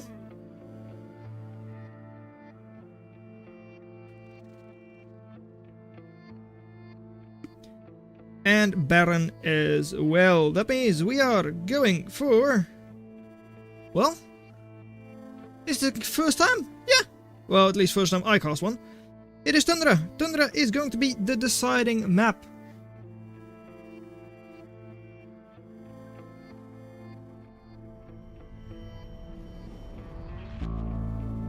Tundra 16 by 16, usually a team map. Relatively flat, does have a couple of high hills. Has a bit of water as well.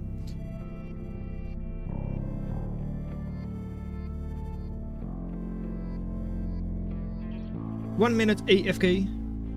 No. No, not AFK. Yes, they are AFK.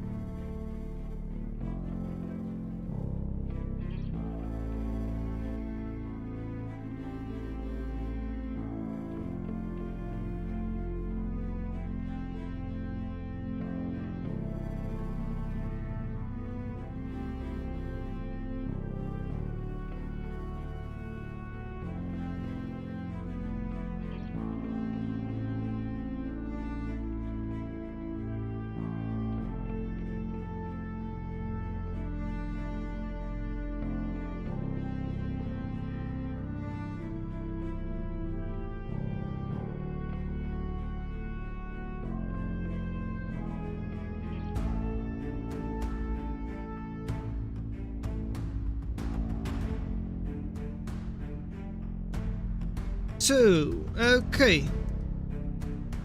We've got a couple more matches to go. Not actually that many. Tournament is not taking as long as I would have expected, honestly. And if this one loads, yeah, there we go. You can see, well, yeah, the bracket. It's Czechia being thrown down into the loser bracket by Low Taper Fade. Cool Cat Stewart is still going on, presumably. Yes, it is, indeed. Has all of the spectators, 10 spectators there. Whereas Changus Mar has, of course, finished. 2-0 for Changus. Not really an upset there. It's about what you expect. And Steel Blue Sub the Pew is going on still. Yep, indeed it is. First match was on Turnion, which is a map that was banned quite a lot.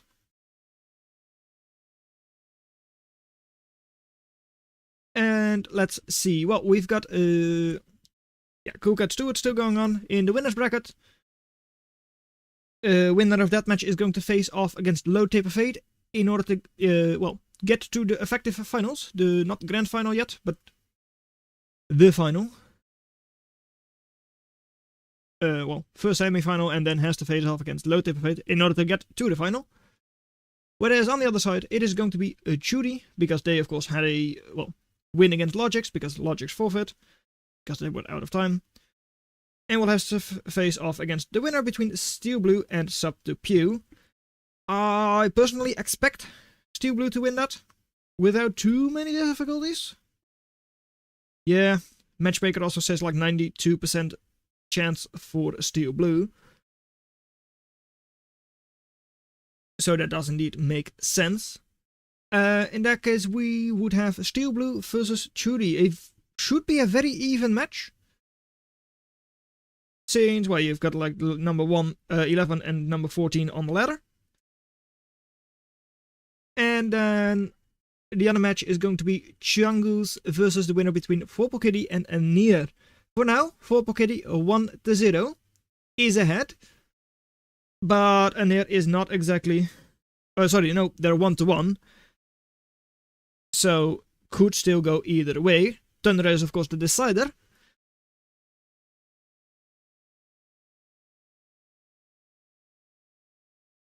Still, not really any idea who is going to win that. I mean, it is a rank 21 versus a rank 24 on the matchmaking ladder, and 22 and 25 on casual ladder. So that is really, really even. Should be a good game. Going to go there now into Tundra, the decider map. Should have some good matches left to go. Low Taper Fade currently still in the lead. was of course also highest seed, so it makes sense that, well, they're doing as well as they are. We've got the number 1, 2, 3, 4, 5, 6, 7, 8 and 10 still in the running. Only the number 9 and number 6 have been... what? Oh wait, no, number 6 has gone through. Yeah. Only number 9 from the top 10 has been thrown out yet. That of course being Logic's, because they had to go. And we are off into the decider map. Don't look at the scoreboard, it is 1-1 between In the Blue, Anir with Mbots, and a bulkhead printer engineer. Of course they are. Versus In the Red, with an engineer commander. Contact. It is Spiders. Spiders for Paul Kitty. Large map. Out of eco. Of course. Couple of hills. Relatively flat otherwise. With some water in between as well. Maxes 1.9, so not that high, but like pretty much just average maxes. Does have a couple of sneaky routes for M-spots to go. Spiders can't go there. At the same time, going here is difficult, if not impossible for M-spots. Whereas of course Spider doesn't care. At least not nearly as much. Right, it does slow down a little bit, but it doesn't really... it can still pass. Over here, well, already a little bit of damage to the conch, but doesn't really matter. Conch is here, just to reclaim like another 200 energy, though not going to reclaim all of it. And Flea not really doing any damage. Taking down 0. It did of course hurt the conch a little bit, but all in all it doesn't really matter. It's not as if it's slowing down the eco in any way. Didn't have to retreat. Couple of ducks moving forwards into, well, Weaver, and a couple of naked expansion metal extractors. And it's going to stay naked expansion unless they react. Of course, Weaver with a small radar, so can now see, yep, there we go, immediately. That's the nice thing about Weaver, you know when the enemy is going to come in. Still though, 7.5 build power on it. Does get the loaders up. Does it survive though? It seems like it will, because the ducks do indeed have to retreat. Couple more ducks up in front. Should maybe help them teammates over here just to pincer that venom. Though pushing in over here in order to deny eco or even take it down is really nice as well. Please could be annoying in the future, but yeah, unlikely. May even just have a duck sit there, or like a picket indeed, just to shoot it if it starts moving. If it moves, shoot it. This map does have a couple of better maxes in the middle, 3.6, those are highly valuable. And over here, well, Venom surrounded. AoE doesn't really work nearly as well as you would have hoped. And going down just like that. Duck heavily damaged, but if it sits in the pond, it will heal up quite quickly. Because, yeah, minus 77 over here as well, like minus 50 elevation. So can heal up with a pretty good speed. Going to move around. Eco is defended from the backside. You could sit, yeah, I think you can just sit out of range of these loaders as well. Though, yeah, is a little bit tight, but is possible. Over here, Conch though, is going down. Is armored up, so will take reduced damage. And I say that, it's going down. 10% HP, it survives. Yeah, ducks all moving in to save their constructor. Venom running away. Speed is pretty much the same on those units. So, yeah. Does go down in the end, but it took a bit of time. Amphibot over here, just +1, doesn't really heal up much because this is very shallow, like -4, -5. I don't even think Flea really slows down a whole lot there. No, it doesn't. And over here, well, Eco being raided by Anir. At the same time though, 25, 23, so slightly ahead by for poor kitty.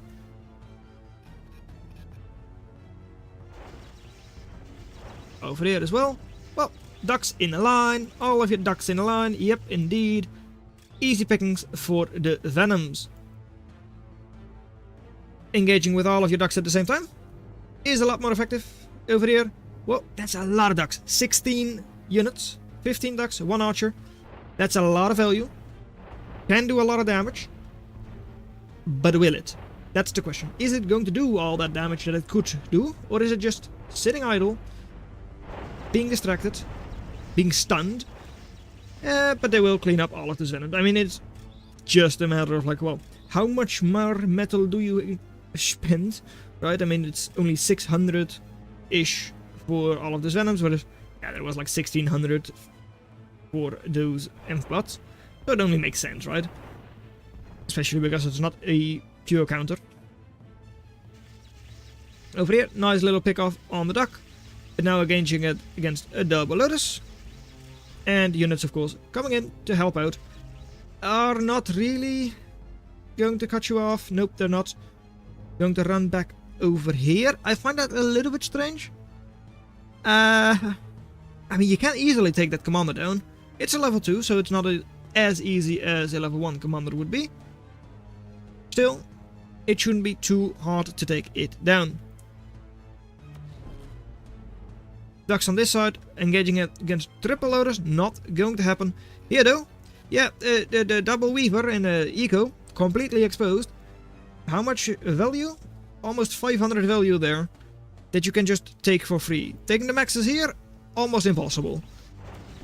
Yeah, you can sit outside of range, so you can hit one of the maxes, but not the rest. Venoms all being cleaned up. And over here, all healed up amphibians can take the eco, can take eco, eco, eco. But the redbacks are now coming out. The true riot from the spider factory. As a riot, a lot stronger than Venom, but of course doesn't have the stun, and is also like 50 metal more expensive. And quite a lot slower as well. So, where a Venom is able to, well, pretty much keep up with a duck, Venom, Redback really just isn't. And yet now moving into the enemy base.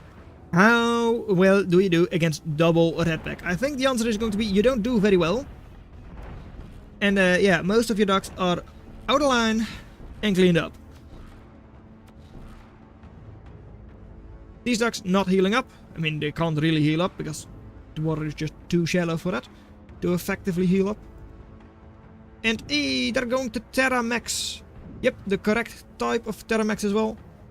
But the issue is you're up against the factory that is able to move everywhere, right? It's not that worth it against Spider. I mean, they can send one flea from this side, Lotus can't hit it, goes into the hole and it kills the max. Yeah, I mean, with the second Lotus coming up, then of course a single flea couldn't do it, but yes, idea still stands. Terraforming it against Spider Factory isn't as worth it as, well, compared to other factories, like Amphibot Factory for instance. Lobster, going to come in, should be able to take down that commander. I assume that's going to be the target at least. And for now, the western side of the map not being taken by anyone. Still, 2 big maxes there, which should not be out of the question to take those. I would even probably say it's worth it to just take these weavers to take them big max first. But oh well, doesn't really matter. Over here, well, a bit of a fight there, but yeah. Not exactly a great engagement there for Pokiddy.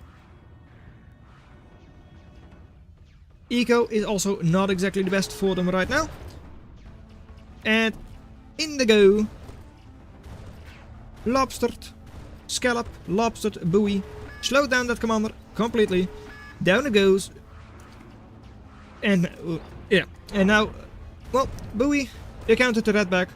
An already slow riot, even slower when slowed down by 50%. And into the Stinger they go. Well, all of a sudden the position is lost for poor Kitty. losing out on 4 eco, sacrificing almost 2000 metal to the enemy effectively, because they really should be able to get that without any issues. So what are they able to make for counterplay? Well, they're able to stun the commander. But the thing is, Venom doesn't really have good DPS. That's what Redback is for, 267 DPS on those. Taking down the commander, takes down quite a couple of units with it. And just like that, that is 1500 reclaim over there. That is not something Anir is able to take for now. Here is seemingly moving in, maybe not. Redback though is just going to clean it up. At least they should be able to. But this, how do you stop that? 2400 value at least in Amphiplot. Mostly Raider, at least a good number of them are Raiders. So Recluse are not going to be that effective. All of them are going down over there. Moving over the hill does slow you down a lot as Amphiplot. So maybe the Recluse is able to hit you this time around. But even then. Well, actually Redback also able to catch up slightly, maybe? Just barely? Just barely not. And Anir wins. There is a good chance Anir will win. I mean, look at the plays they're having over here. Cleaning up the free eco, more free eco. And look at the value there. 75 to 30 eco. All of this, I mean, it could be raided quite easily by just a couple of fleas. But they're not sending in a couple of fleas. They're not building the couple of fleas they would need. So, yeah, for now, double the eco. Linking the grid as well, so we'll be getting up overdrive soon. Currently wind is bad, so not exactly helping you out. But Anir should have the way superior eco. And is now going for airplanes. Is that for Owl, for scouting? Or are you going for Phoenix?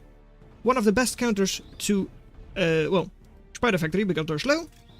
And squishy. No HP on those things at all. Eco over there, cleaned up. You've got a couple of loaders, but they're not really defending anything. So like, it's 270 wasted metal. They're defending the 2 weavers themselves, but not the mechs. And he shouldn't make more raiders. Well, there are a lot of raiders on this side. Owl indeed is what they built. Redback, raiding, attempting to raid at least. They took down 1 max, but not loaders behind it. And still, 28 eco versus 40 or more for Anir.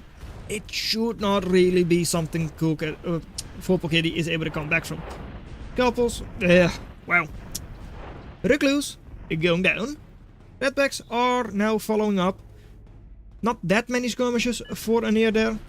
And keep moving. Yeah, can't shoot, keep moving. Of course it should. And there they are. Double Phoenix. Well, Phoenix dropping bomb. And say goodbye to your Redbacks. That's 3 of them. 1. 2. And 3 going down. Recluse also going down. And are they going to give it up? They're finally going for the fleas. The correct choice for this side. Would clean up quite a lot of eco there. That's 660 value, that's 6 maxes. And a conch. But they are sending them into the enemy ducks. Ducks are burst damage. Do have some AoE. Shots can be dodged by Flea, so Flea isn't awful against Duck. It's also not great. And right now, you really need something great, which you don't have.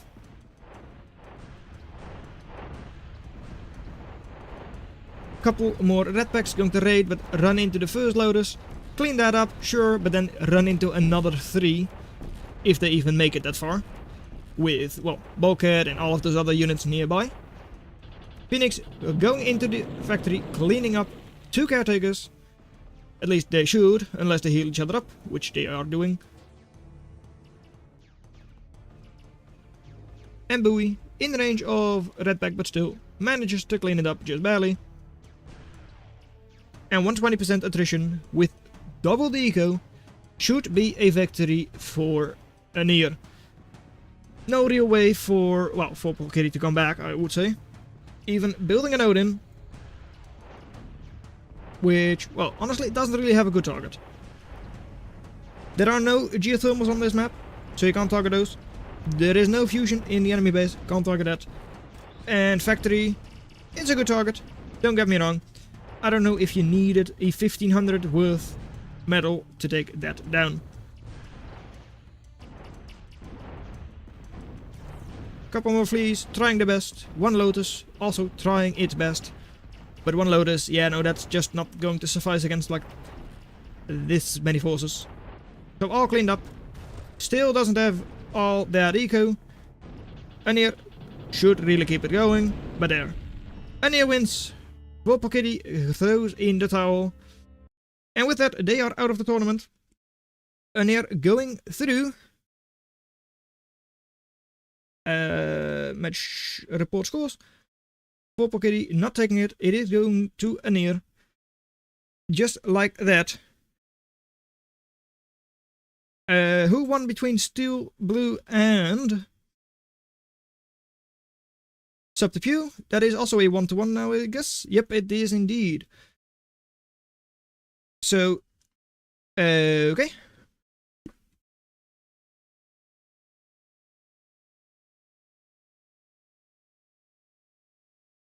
Let's see, is HK Cool Cat versus Stuart?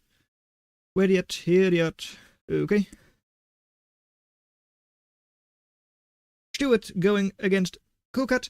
2-0 in favor of Cool Cat. That means Stuart going to the losers round 5. Yes indeed, they do. Where they will have to face off against someone from a match that is yet to be played. Steel Blue Logics, what is... something is not right over here. That's that one. This is the one, Steel Blue Subterpew, that's currently going on. Yes, indeed it is. Okay. Logics versus Thing was, of course, 0-2. That's good. Anir taking that fight. That means that they have to face off against a Chungus. And we'll have Subterpew versus Chudi, deciding who has to face off against Steel Blue versus Subterpew, facing off against Chudi after this. Right. Yo, a 2-1! Right. That means we now have a couple of matches that we can start. We've got the semi-final between Low Taper Fade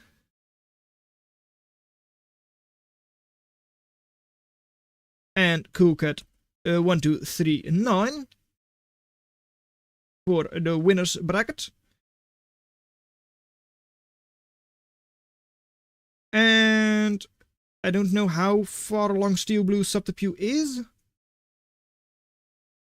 How far is Subterpew versus Steel?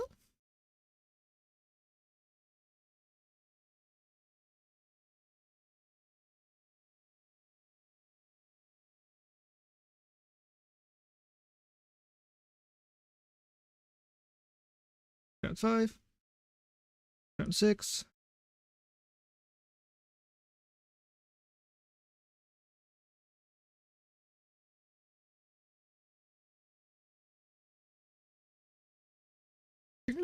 Live.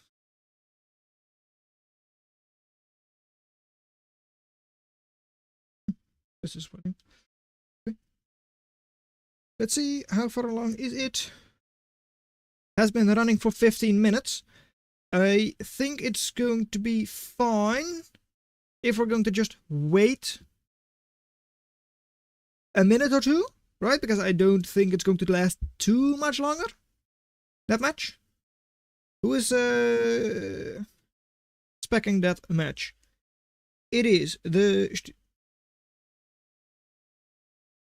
Yes, but 15 minutes in. Almost done.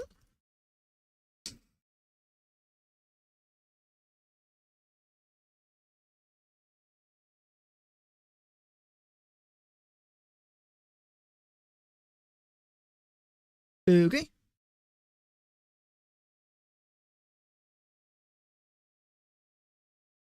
Start semi.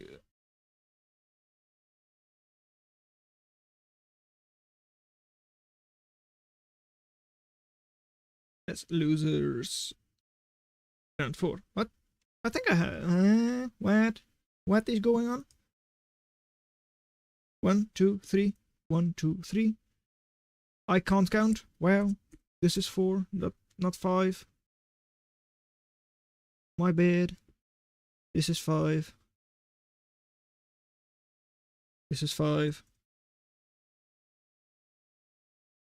Hey, winners round 4, Stewart versus Coolcat. Oh yeah, I didn't delete that one yet. Yeah, okay, of course. That makes sense. Actually, it does actually make the sense. I'm pretty sure, right? Stewart is... Wait, huh? Where is Stewart? Something is not going right with the tournament thingies. Let's see. Judy versus one of those two. Then the winner there has to face off against the loser from that one. No, that's not what I wanted. This one faces off against that one. And this one has to face off against HG Kyo, which is that one. Good.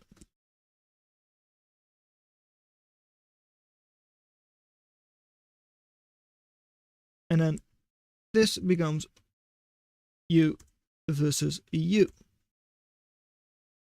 Okay. Which then follows into...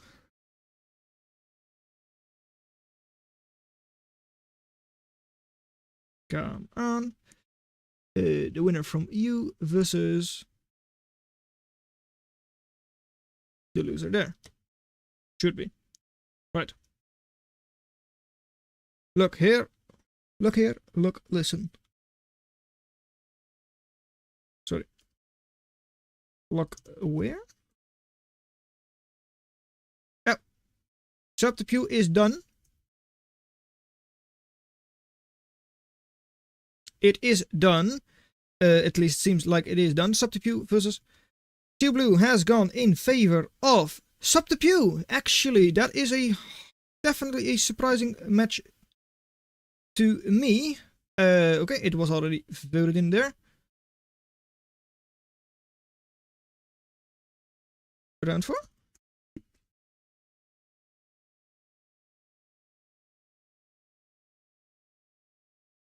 Okay. Then just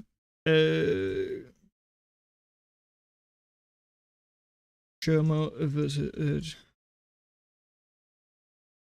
Load Taper. Fade versus Coolcat. For now. And Load Taper Fade versus the Coolcat. Because that one is done, that one is done, that one is now also done. Create... Wait, what? Huh? Did I miss something?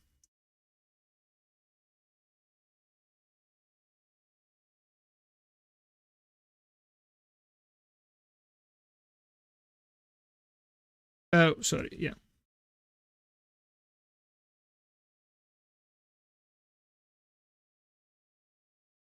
Not that one. We actually want to do the opposite. We want to do the losers first. Right, losers bracket. Next up, what do we need? We need Subterfuge versus Judy. Subterfuge versus Judy. That is this one. Losers round 4. // Versus Anir versus Chungus. Is that correct? Chungus versus Anir. Yes, indeed. Create battles. Okay, there we go. Delete that one. Delete that one. Delete that one.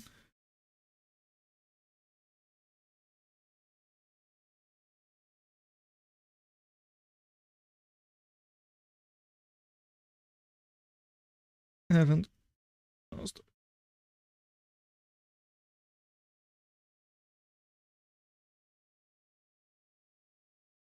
Okay.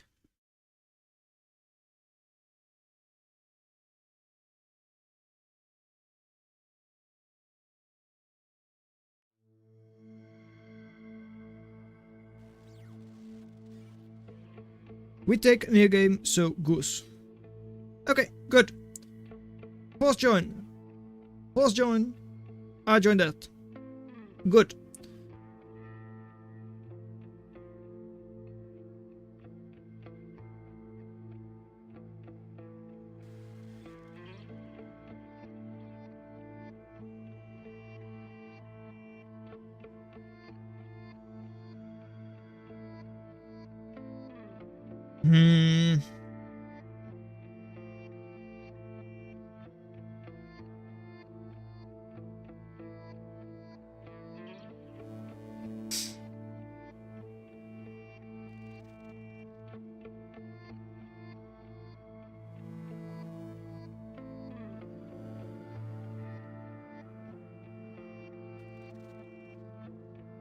So, it is force join you.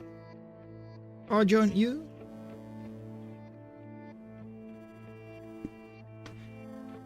Right. It is time for, well, the semi-finals.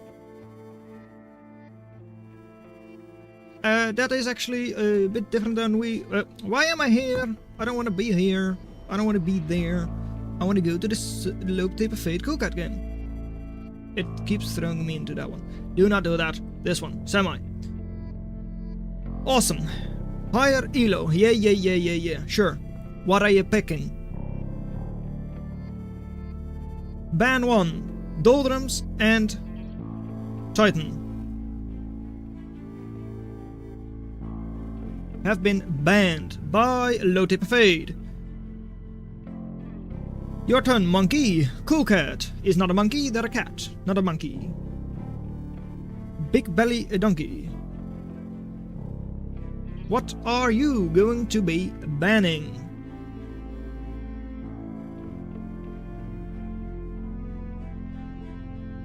Maybe?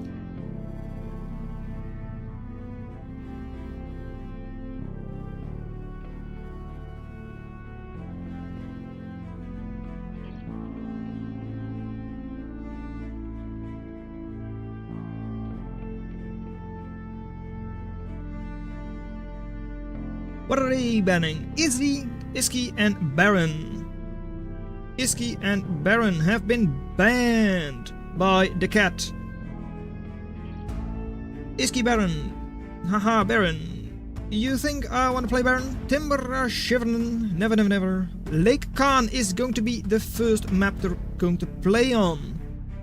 A map that I haven't seen at all today, so that's going to be fun. Maybe we'll get like a turn-in game after this or something. Hey, I missed one of them. Oops, my bad. What did they ban again? They banned Iski and Baron.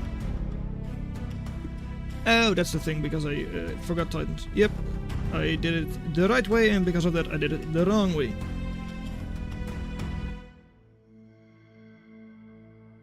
Sure. Anyways, we go, you now do the main live scene once again. So, Coolcat versus Low Tape of Fate. I'm pretty sure I've managed to miss both of these the entire time. No, I have cast Low Tape of Fate and pretty sure Coolcat as well. Never mind. It is now going to be on Lake Khan, a map that we did not see yet today. It's a weird map because, well, you have a cliff side over here, where, well, your spiders and all that can pass, but ampbots can't, unless they have your lobster.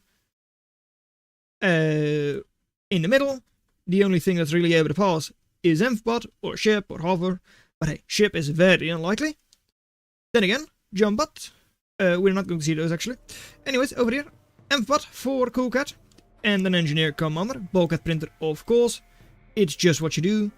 And already idle time, or at least like wasted time, most likely. Versus in the red, also going for Bots and a bulkhead printer. Indeed, it is a low taper fade.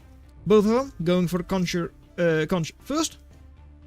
May only make sense.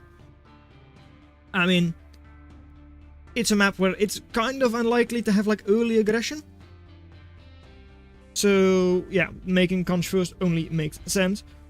Emps can't really go up here, so this is going to be very safe eco. Assuming you can lock off the middle of the map. Unless your enemy either goes Terraform or they go Lobster. That's of course what makes Bots nice. They can pass this, and they can technically also get up there if they want to. They don't have an escape, at least they probably don't have an escape. So getting out of there is a little bit more difficult. And first fight is going to be avoided by low taper fade. Is the correct option. They had to do that, because otherwise losing the duck is going to hurt. I mean, it's not too bad to lose one duck, but it's not what you want to see. And well, against 3 enemy ducks, you are definitely at a disadvantage if you only have 1. Now though, with closer reinforcements, your 1 all of a sudden is 3, almost 4, and the fight will be a lot more even. Submerged, so we will not have the long range, we only have the short range on the ducks, because they will be using their torpedoes. And this is also the reason why, well, other bots and all can't really be used because they can't pass through the middle. Jump bots can be used because of, well, jumping over the cliffs over here. But shield bots or cloak bots can't be used at all, pretty much. Commander going to the center, whereas the one from Coolcat going around the side. Commander is also tall enough that it is, well, able to stand above water. And over here, well, low taper fade has been hit a little bit more than Coolcat has. Eco still really similar. And low taper fade going for middle max doesn't really give you anything extra. It's not a bigger max like on other maps. It's just a 1.9, just like these are. But deciding to have the commander forwards can, of course, give you a little bit of an advantage. You can heal up your ducks. Yeah, you can repair them. Can push forward, can build turrets and all that. Whereas the one from Coolcat is just going to be securing eco, a lot of it, because there is a lot more to the sides. But yeah, they can't really do this. Can't build an urchin, which is of course really nice range. It can still be countered if you like build the bulkhead and all that, sure. But locking down the middle is what they do. Still though, this conch making a little bit of an overdrive grid already. And oh, there you go. Are slowly going to be pushing onto the land? No, they're not. May have just barely seen the archer. Not really sure about that. But if they did indeed see it, then it makes sense. AoE from archer, Raider Riot is really scary. Pocket will be printed. Has to float the fire. So just like on land, it has to stop effectively. And over here, well, a little bit of eco already going down. Has to send, well, a couple of ducks to, well, defend it. Solar panel closed up. Will be going to the next max as well. 4 ducks distracted should also, since they have like pretty much equal numbers, give low taper fade an advantage in the middle. Though that is mostly temporary because, well, they can take these back once they clean up the dock, of course. Retreating, but doesn't really do all that much. Reclaim is also quite far away, so will not really be a factor anytime soon, even though it is of course not a lot at all. Taking down this max, denying, well, probably like 20-40 seconds of eco, is already paying for the duck itself. And pressuring with the bulkhead. I mean, it's not really doing a whole lot yet. Soaked some fire, that's what it did. But Bowie over here is already closing up a solar panel. Should be able to clean up the damage max as well. Just one more shot, there it goes. Should be cleaning up this max. This max could go down as well. Limpet, there they go. Stunning like a bunch of these ducks. Ducks and archers. But still, fight isn't amazing for low taper fate. Yeah, technically positive attrition. Not as good as you might have expected with a Limpet in the mix. Gunship for Blastwing from Coolcat. If you're completely submerged, fire does go out. Not if you touch the water, you need to be submerged to have it go out. And over here, your buoys are exposed. Of course, if the ducks get close, it's pretty likely they'll get hit. So damaged ducks can't really do all that much. But still, could see these go down relatively quickly. If they send a couple of healthy things to it, or a couple of bulkheads even, works fine too. Lobbed Scallop is going to be the solution that low taper fate is going for.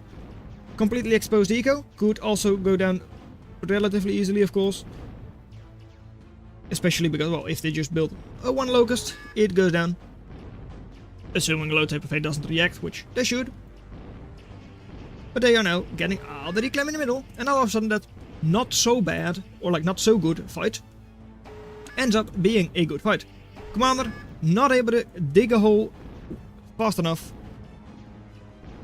so it does go down. And over here, well, Blastwings trying their best, will be damaging the commander, but still 2100 HP left, not in a very dangerous position there. And wow, that Sparrow was dodging.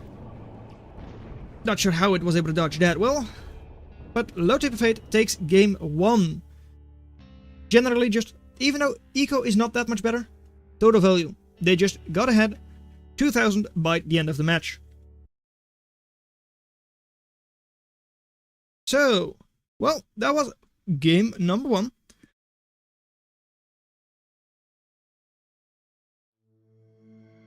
Didn't decide on the second map yet, so I do wonder what that was going to be. Well, your pick indeed, Coolcat is going to pick.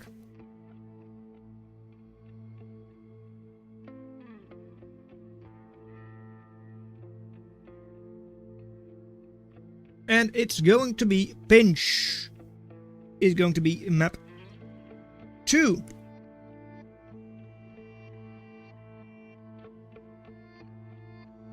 Detriment time. It is the detriment time. That's what the map was designed to be, right? Not like a drawn out battle between daggers. It was supposed to be like, build 5 scorpions. Build a detriment. Do something like that. Build a zenith. Do it. I mean, they honestly could have. With how much metal there was on the field, Subterpew versus Quirdy could have had a zenith.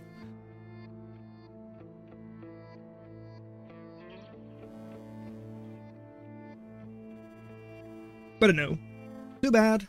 It is now going to be Coolcat versus Low Taper Fate on Pinch Point. Low Taper Fate going into this match with a 1-0 advantage. Winning game 1. And they know how this map is going to play. They've seen it all before. They've been able to study this map for like 40 minutes. So 3-1 go. We've got a match between, in the blue, it is Gunships for Coolcat. Going for a Wasp start and then into Blastwing. Commander is just on Blastwing duty. Is probably a unique blueprint, but I don't think it's going to matter all that much. Versus in the red, Recon Commander for Low Taper Fate. In order to secure all of that high max, like high level wind and all that. Amphipods for them, going into Conch and then into, well, there it is. Terraform to get the big max. Sure, you might not be able to fly up there like your enemy is able to do with the Wasp. You can still get there if you really want to. Wind currently 94%. On this side, yeah, building some solar panels. Not ideal. Enemy 25 energy, you only at 10. Already gets them ahead in overdrive as well, of course. Because they are going for wind. Even the low ground wind is already 0.3. No crowd. Hey, we've got a crowd. I am the crowd. But Blastwing. Blastwing is coming in. Is going to be scouting this. Probably not going to matter all that much. But it can still sit on top of the highlight value max. Just to delay the constructor. Something we saw in the last match as well, I believe, on this map. Was it? Might not have been this map. But like in one of the previous matches. But it's going to fly right over top of the enemy commander, and just like that, it goes down. No damage dealt. Shows your hand as well. The enemy now knows you're going gunships. Although, they probably expected it anyways. But, oh well. Constructor over here. Going to fly into the big max first, and then get all of the others. And for now, with all 3 of these maxes already constructed, with the better energy, equal, sometimes better eco for Coolcat, who, however, does not really have any army. So maybe Ducks are able to do something, but it's probably not going to happen. They can't hit this. They can't get there. I find Lotus a little surprising, but that's fine. And in the home base, well, you've got your commander boosting the factory. But over here, that could be a bit of an issue. You see the duck, not just in radar, but even in just plain vision. But the duck, 130 burst. Wasp is 1500 HP. It's an assault. So it's just able to get the loaders up and push the duck away. Even 2 ducks going to struggle, really doing a lot of damage there. And now on this side, Low Tip of Fate with the highest ground wind, the 1.0 wind floor wind. Commander expanding over there. Is also going to bail the Razor, because they know the enemy is going gunships, of course. But for now, 5.2 metal max over here. Make it 6.6 if you're lucky. Putting, well, Coolcat probably ahead, slightly. On average. Not really sure. But I would assume so. Wind currently isn't amazing, but still good enough. Hoppy, also very nice against Duck, outranging it by a whole lot, and of course 2-shotting, while soaking a lot of damage themselves, 1200 HP on those. That's something Gunship does have going for it. They're quite sturdy units, they're not like airplanes. Their constructor is 1500, Hoppy is 1200. Almost as much as some assaults. Of course, Angler. One of the best mobile anti-air in the game. 600 burst. 2 of them just here. That means that they can one-shot Harpies. But against groups of them, they are going to struggle. 54 to 30 eco. Oh no. That's the thing. This map is supposed to be the high eco map. Wasp going for another. 5.3 metal max. Going to terraform it as well. It's going to be a Terramax. However, it is going to be like a, well, yeah, Terra around max. It's not a whole max, even though that's probably the better solution there, though, maybe, not really. Or it's just not going to be terraformed, that's fine too. And over here, well, Razor is up, so 2 Locust. Shouldn't do much. 1 Locust going down just before it takes down the Metal Extractor. And the other one could not stay out of range of the Razor. Next Razor is up as well. So yeah, Locust is not going to do anything. That's the risk with gunships. Anti-air is specialized. So anti-air is strong. Over here, Wasp will have to retreat. And is doing that out of range of the ducks, so is now gone. Over here, Max, I don't think ducks are able to hit you. Too bad, so sad. They're just going to pass right by it. Into an urchin. 1 urchin versus 5 ducks though. That should be a win for the ducks, I'm pretty sure. Like 90% sure. And first sparrow is out. Not sure by who that is, because I don't see the sparrow, because the map is just too big. But yeah, look. Over here, ducks wasting a lot of damage on the mechs, but after that are still cleaning up the urchin. Submerged, so Harpy can't do anything. 3 maxes going down, and these maxes still 2.0 metal each. So not bad. Not as good as a 5.3 metal max. There is the sparrow, by the way. But still 6 eco that should have gone down. Come on. Why is this max not destroyed? As soon as you go onto the land, you know you die. Oh well. Low Tip of Fate now finally in the corner. Going to get the big max for themselves. Going to also make a lot of wind with it. So going to overdrive it to the max they can. And over here, well, Kugat losing a Harpy pretty much for free. 55% attrition for them only and 7% wind. These wind generators are not that good. Sure, they're not awful, but yeah. Only 0.5, so not as efficient as a solar would be in that situation. And Kugat not able to spend all of their money. Double fusion as well. Being harassed by, well, 1 duck at least. Harpy's going forwards it seems, so I don't think the fusion is going to go down, but yeah, duck is still being annoying there. Not anymore. Cleaned up now. And over here, well, ducks should be cleaned up as well. 2 loaders are just too much. Still, 3 maxes that are exposed. That could go down. Over here, well, you've got a double Harpy. And you were planning on going hovercraft over here. Good plan. I don't really see it working out. Because there goes your wasp. In like a second or two. When the other angler moves up. Gunship switch from Low Tip of Fate has also come in. Meaning that first high level max is gone. Second high level max is gone. I say, destroy it, please. But now, over here, you do have the hover switch completed. Now, please don't tell me that you're also just going to spam daggers for 40 minutes. Alright? Good.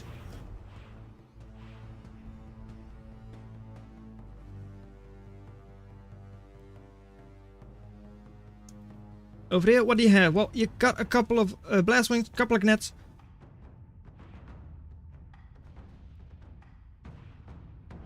But what are they able to do? I mean, there is a storage there, but there is no storage in use effectively. Is it enough to take care of the fusion? And if it is enough, are you able to hit it? The answer is yes, you're able to hit it, and it is also definitely enough.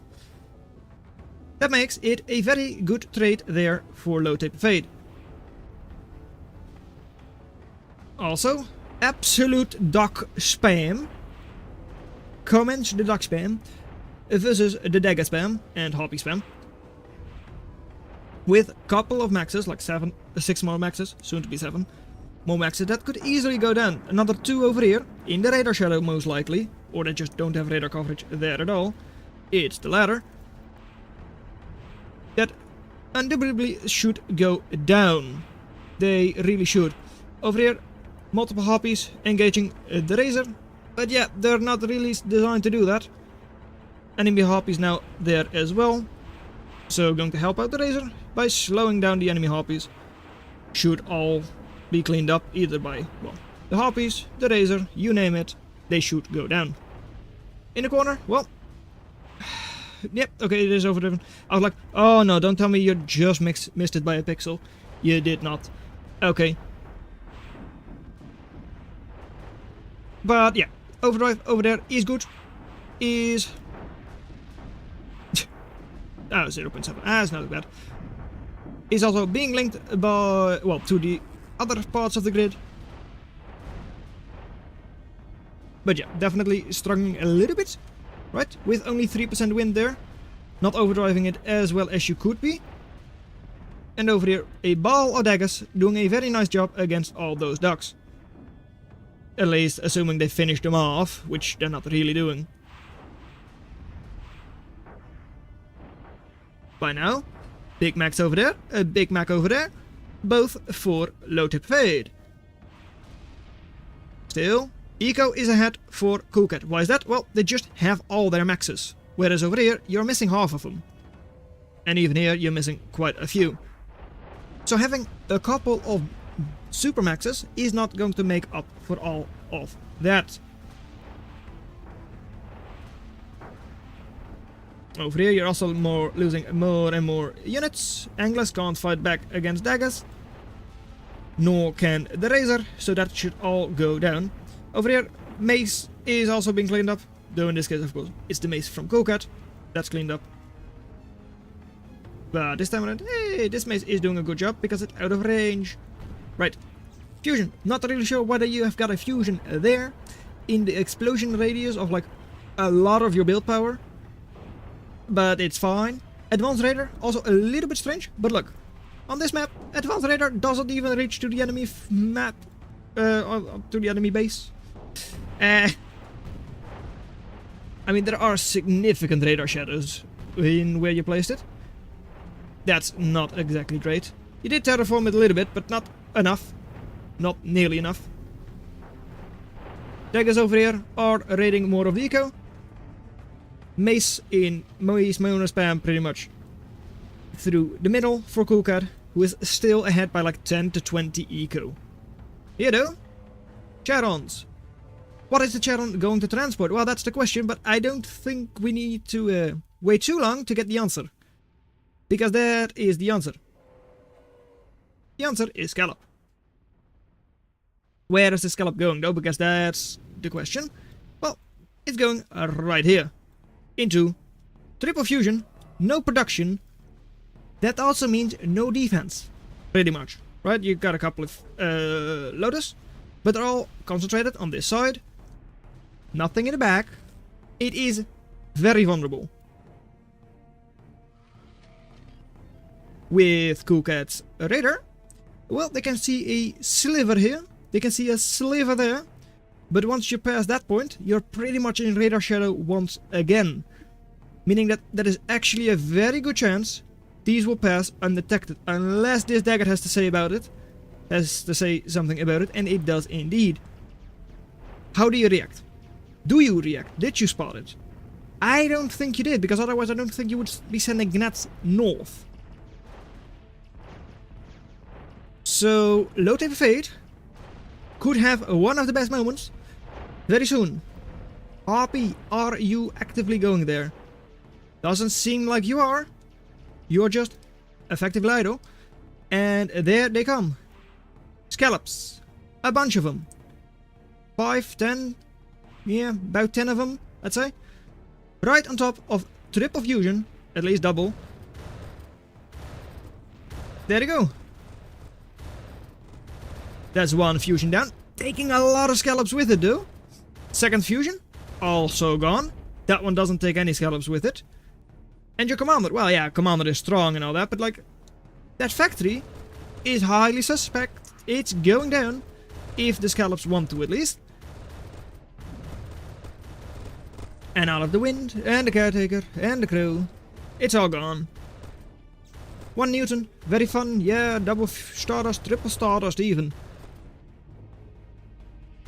These scallops can still just run away and do even more damage all around. Low Taper Fade all of a sudden pretty much ahead in eco. Especially once the wind picks back up.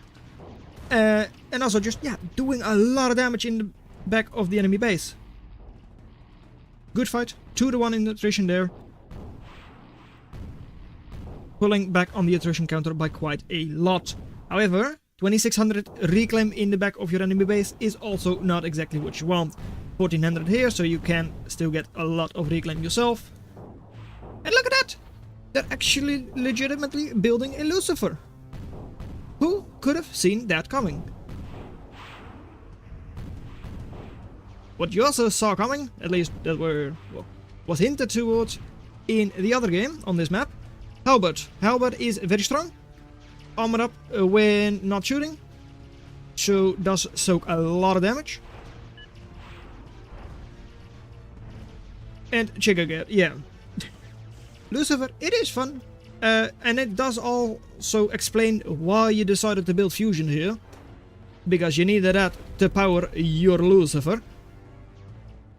A unit that's, or like building, that's also armored up when you disable it. Something that's very rarely used because the animation takes like 10 seconds. It's not like Ghoster that it automatically does it. But still, you can technically do it, though it's very rarely worth it. Halberds going around does still take a long time, and they were spotted. Still, all of the other amphibots are just moving forwards, even though having a couple of ducks here, submerged, Halberd can't shoot them, and you can shoot them. That sounds like a wonderful idea. Over here, Desolator Fire, Blastwings, trying their best. Flail is pretty long reload, so can't really deal with mass Blastwing at all, pretty much. And on the northern side, couple of ducks, once again, if submerged, can take care of those hovers. Even though, yeah, Mace is a riot, so it counters it. Not if the duck is submerged, because then it can't hit it. It's not an undersea weapon, Mace. Still though, this is a lot of value, 8,000 value just there. Strider Hub also coming up for Cool Cat.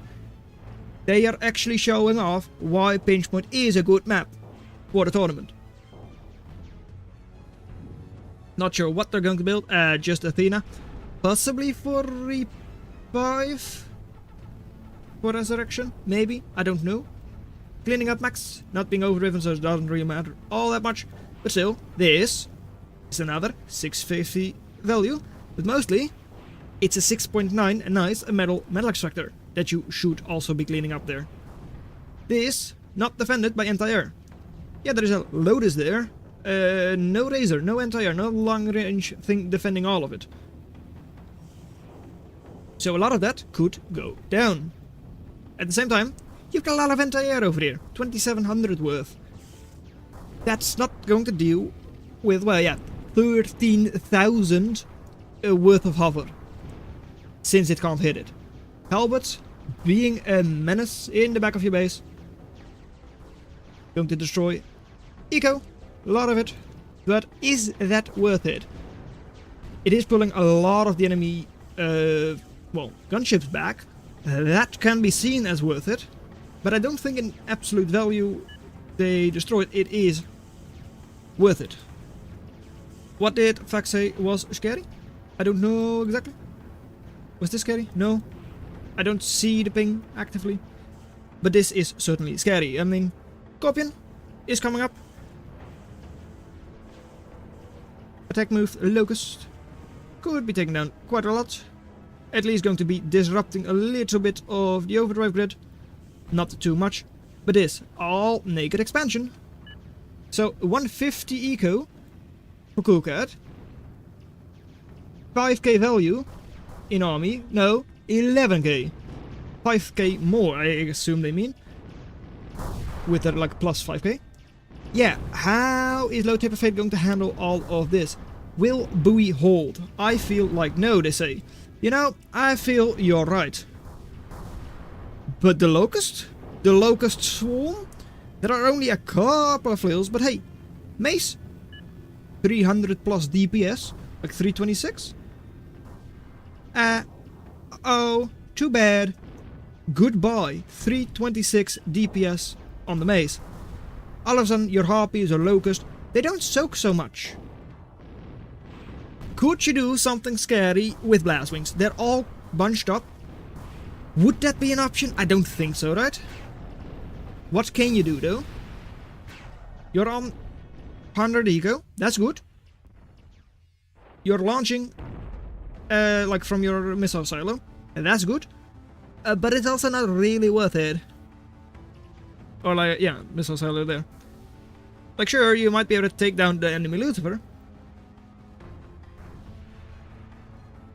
Quake. Quake into... Is it now going to miss with the missile? It is. Come on. The other one went for the, I assume, Paladin? Maybe? I don't know what it went for, actually. What you going for this time?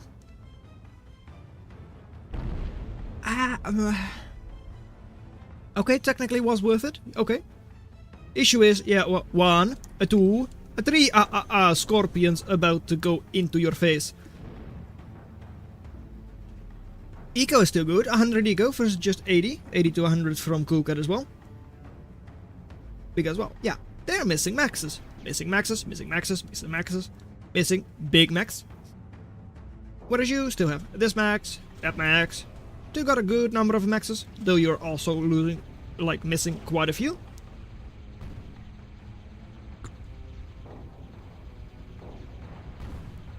But still, eco is relatively similar. Attrition isn't looking good for low type of fate. It isn't. However, that could change. Not flip. I mean, it could look a little bit better in a minute. But they are already moving. Inferno isn't going to really kill them. Even Scalpel over here. 333 HP left. It is an angel. It will survive. Any Athenas also don't really care. Over here, yeah, fat eco boost. 2.6 thousand. They're going for their Dante. Thing is, you know they have a Scorpion. Scorpion effectively just counters your Dante. One manual weapon, it's stunned, you can't do anything. And all of a sudden you've got 3500 value locked up in something that cannot shoot. And I'm pretty sure Scorpion can even like perma-stun a Dante. Without too much difficulty even. But hey, you're trying and GG is called. That means it's 1-1. Low type of fate, if you really want that second place, you're going to have to fight for it. Medal, you were down. Total value, you were down. Eco, you were ahead at some point, but not by a whole lot. That was that good raid with the scallops. I think this was the Blastwing, then that was Scallop. And Army, you kept up at some point, but not till the end. Shitty map. Too bad. I find it fun. Right. Second round of bans coming in. What are they going to ban? What maps are left? Well, I'm pretty sure you banned a Titan Duel, right? The one that I forgot to... yeah, Titan was number 2. So it was like this. I'm pretty damn sure. That means you still have left... Baron was banned, Dontrums was banned, Horus is left. Horus is left. Hotstep. Iski was banned. Lake Khan was first game. Pinch was used. Turn is left. Tundra is left. And Volk.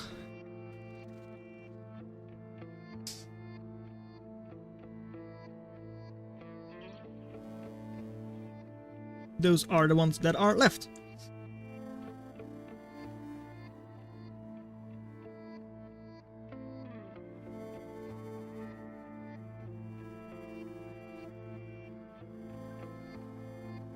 Yes.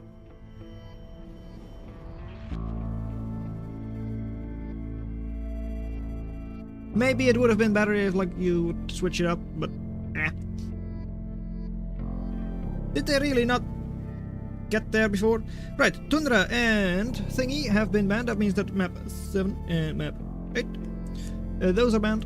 Okay, and then what is going to be banned last? What is Coolcat going to be banning? Is it Hotstep, Horus, or Turnian?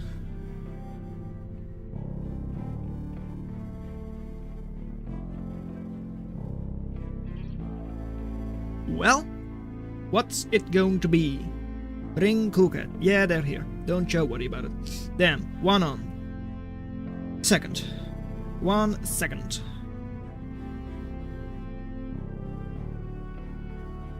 Almost 1 o'clock over here now, but we still have a couple of matches left to go. Oh well. Taking a bit longer than I would have hoped. We're on almost 5 hours now. Yep, 4 hours 54 minutes and like 50 seconds.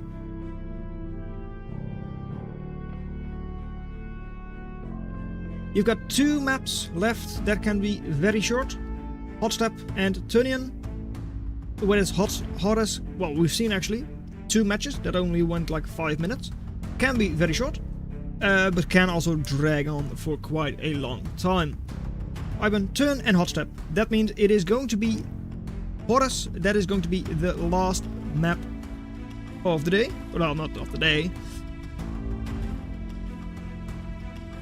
There we go. That means Horus is the one. The only one. That's going to decide the semi-final.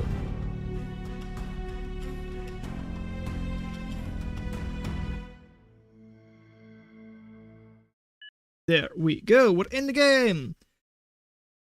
Low Taper Fate versus Coolcat once again.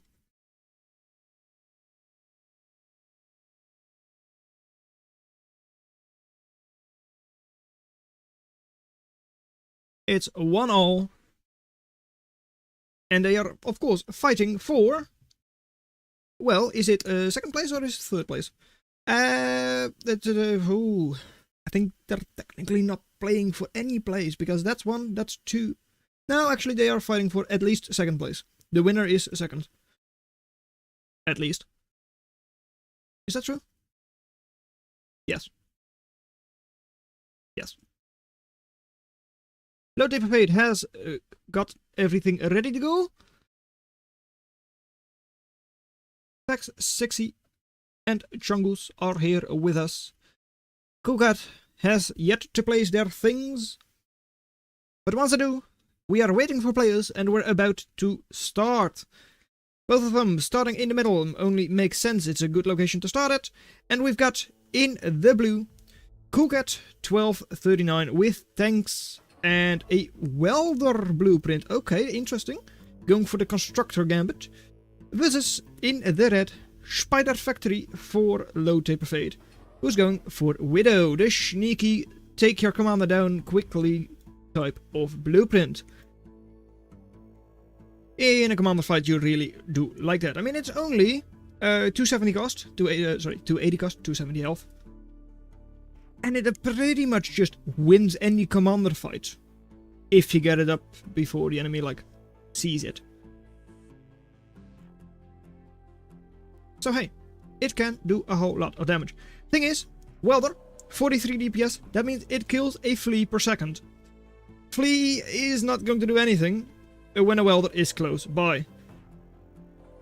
Of course, when the welder moves along and goes to a different max, yeah, then you can, of course, move in and destroy a max. But like this, well, welder is taken off its path a little bit. That hurts a tiny bit. And is also now making a Lotus, which is another 90 cost that you might have not had otherwise. Kadechi stuck in the base, also not what you want. But it's also not that bad. It's at least something you don't need to go for like Lotus first, which you might in some cases with other constructors. Because otherwise you get cut off by like 3 fleas and lose a constructor. Tanks is not going to have that happen to them.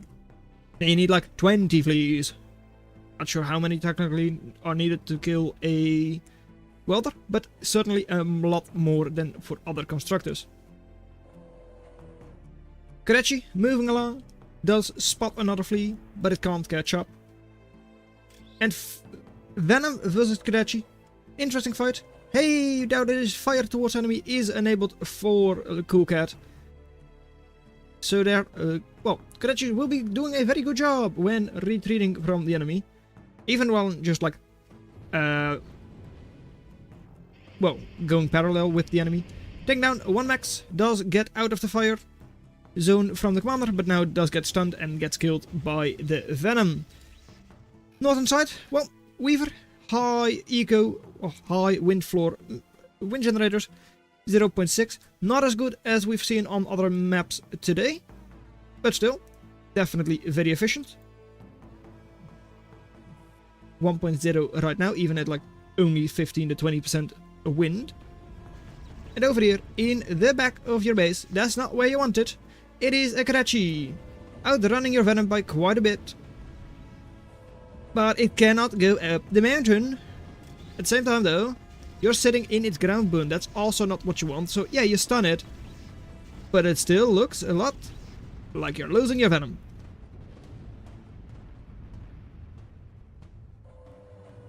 Karachi still trying to run to a place where it cannot run. The second is going to try the exact same maneuver and is also going to fail. And this time around, it is stunned by double Venom, so it does go down quite easily. Cold Cat though, 35 eco versus just 26 from a low taper fade. That's not looking too good for them. It really just isn't. And honestly, yeah, I mean, it's this section where they have like 1 or 2 maxes more. But that's about it, actually.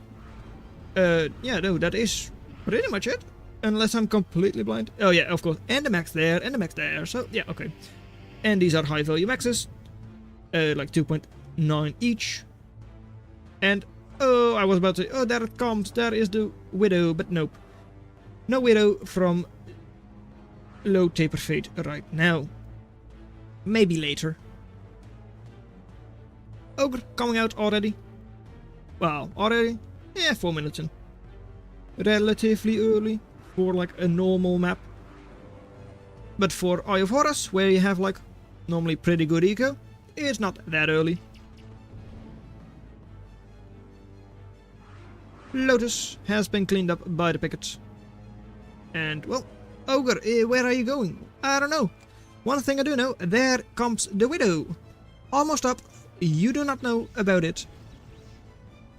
You might suspect it, right? You might expect them to go for a Widow. But Widow, good against Ogre, because it allows you to get in close. Just like that, well, 2 rockets, 3 rockets, and then it's dead. If your Widow gets in close, you can do a lot of damage to, well, enemy ogres and other units, but at the same time, 15 energy while it's running is a lot of energy. Flea doing its best, but 400 HP left, out of range of the Lotus. You showed your hand. Is it a big deal? It's not that big a deal that you showed your hand, that you have a Widow. Still though, you didn't immediately capitalize on it, and it's still costing you. It's still 5 energy, and when you run, it's 15. You've only got 35, which isn't even enough to keep up with your metal. Over here, Welder is going down, but at the same time, 4 metal extractors going down. There's like 12 metal, pretty much, going down just like that, I assume, because...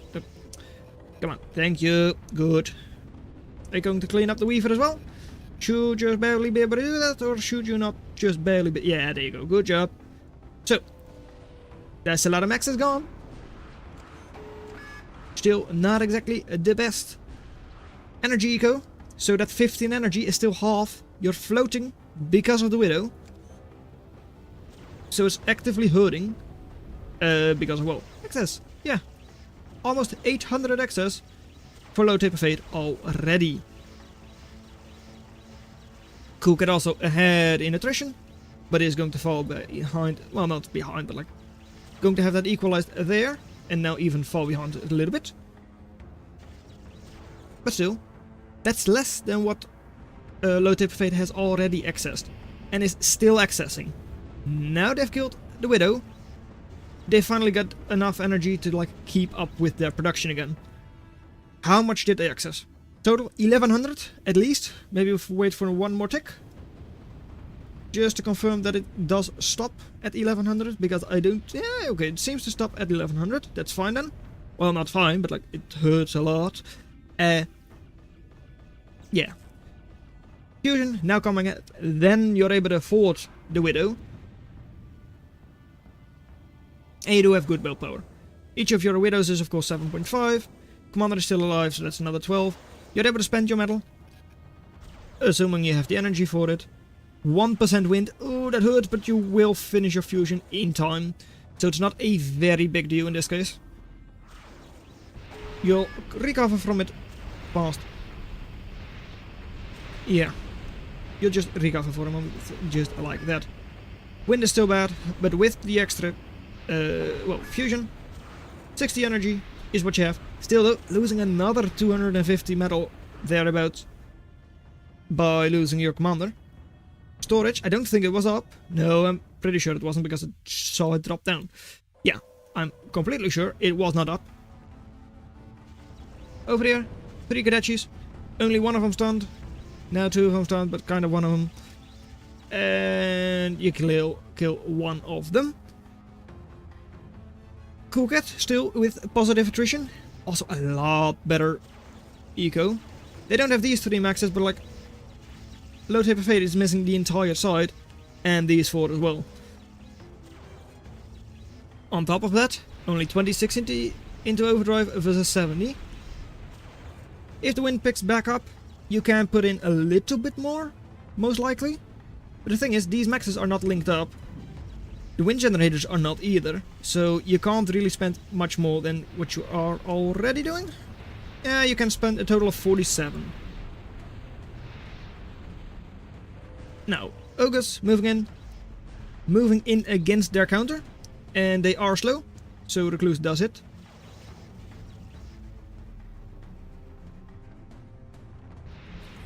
But yeah, I really do wonder, how is Low Taper Fate ever going to come back from this? The enemy is just like double your eco, better map control, still has the commander, and has better attrition. I think it's over. I mean, let's look at value. Total value right now? Yeah, double. I don't see a world in which Low Taper Fate is really able to do anything. Eco, they just build it. It will immediately be cleaned back up. Well, I assume so. But yeah, pretty much twice the value. Yeah, army value. It's a lot more even, but even then you're like a couple thousand behind. That's, yeah, not really what you want. Look at all of the idle value here. That's 4,000 value idle. Another, well, 850. Crow coming up in just 40 seconds. And they're distracting how much? 3,000 value with just 1,300.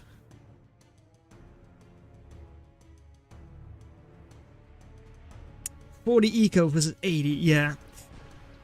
It won't take long before the Crow is up. And Crow in 1v1 generally is a bit of a game ender.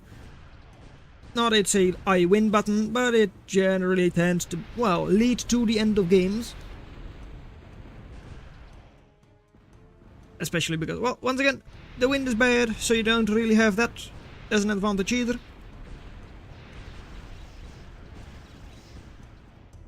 And over here, well, yeah, what was the fight doing? Well, you did have a good fight there, right? 800 to like, I don't know, 400, 500. And then a bit of a good fight there as well. But hey, they're just porking up over here. And there comes the Crow. It is spotted, so that's good. You do have Tarantula, which is not a bad anti-air unit. You're spamming it immediately, so the counter is in time, most likely. The issue is just that, are you going to get enough of them out?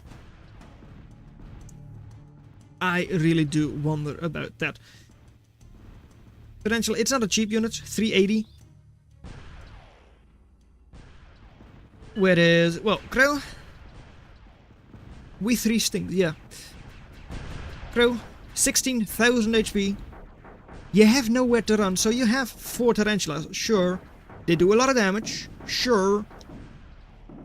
Is it enough? It seems to be enough. It has at least pushed Cool Cat back. They don't want to risk it. Losing 6,000, 7,000 health on their Crow already.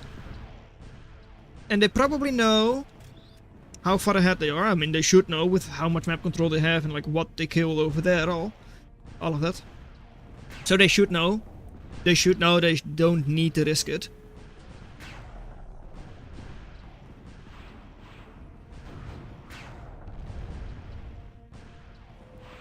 And how is the reclaim looking? Well, 1100 on the side, 700 in the middle.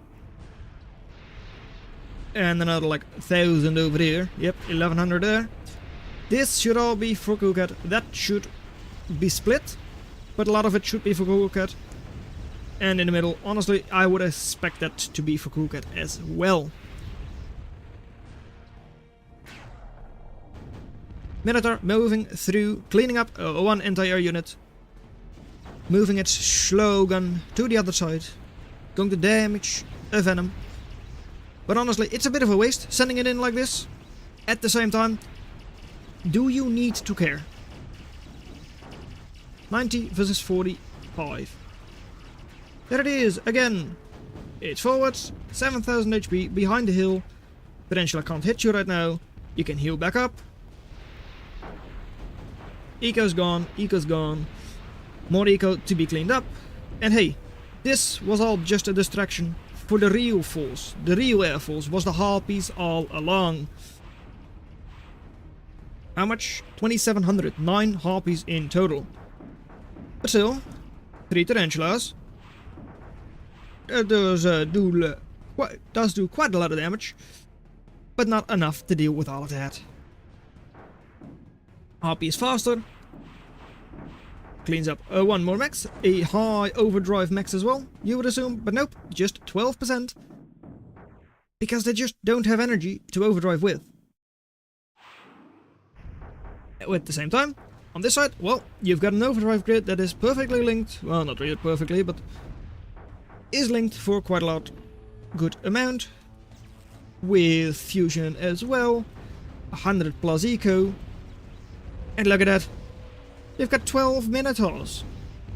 How do you stop 12 Minotaurs? That is 10,000 value, but also 80,000 HP. That's like a detriment multiple times over. And pretty rough for Spider. It sure is. An advanced radar is not going to save you.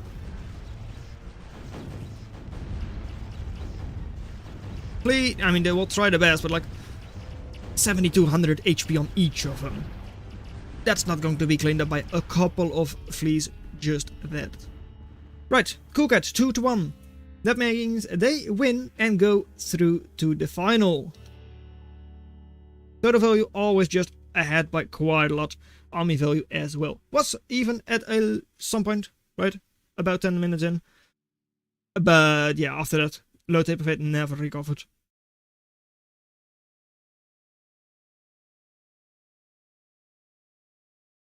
Okay, so that is Kukat taking game number 3. Submit. There we go. Technically, low taper fate does still have 1 match to go, but I don't think they're going to make that.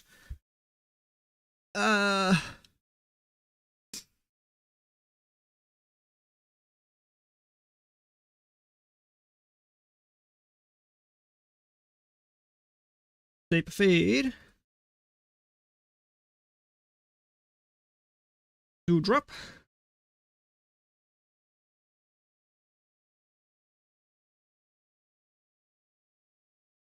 That's not where my Discord is. This is. It's more 64 certainly, but thank you, and obviously Stefan. Yeah.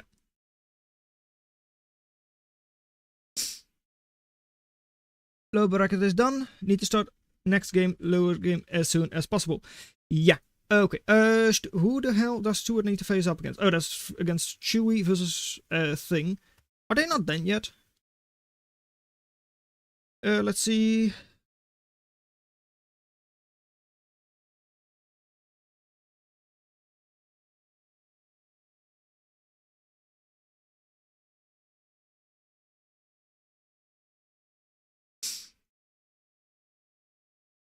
Okay, right, so Subterpew is going for show winners. Subterpew it is. Did you? Okay, yes, you did. Okay, good. Then I can now go into this one. It is Stuart Subterpew. Yes, indeed, it is. Okay, we copy that. There we go. Against, who is it? HJ Kia Chungoose. HJ Kia Chungoose, it is. Okay. HJ Kia Changus versus Stewart versus Subterfuge. Is it? Okay, I guess so. Subterfuge Stewart versus HJ Kia Changus. Okay, there you go. That one will be deleted. This one will be deleted. And this one will be deleted too. Okay.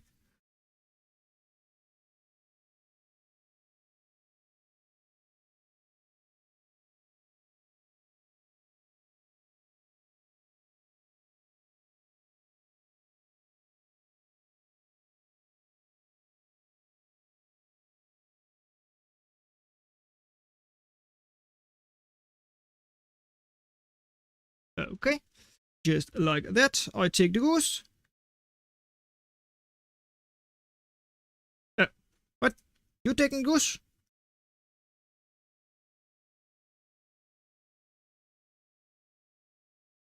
Zirke maps. Okay. Yeah, me too, Stuart. What was first ban?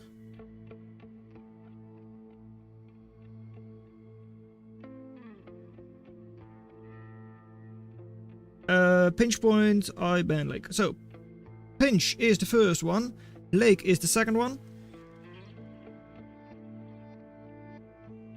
Is also banned. Oh, come on, hold on. Reset. Lake and Pinch were banned. Okay. Also Volcanic. There's that one.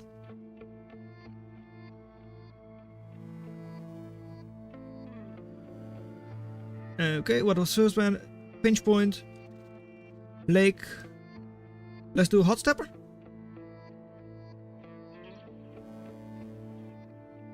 Hot Stepper ban number 4. Okay. Oh, Hot Stepper they meant us. Okay. Fine too, I guess. Hot Stepper is 5. But what is your second ban? I don't know. You have to choose. Come on now. I know you can beat Stuart. Yeah, you can. Oh well. We'll have to figure it out.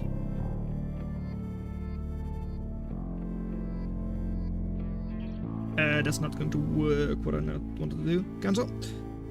Okay.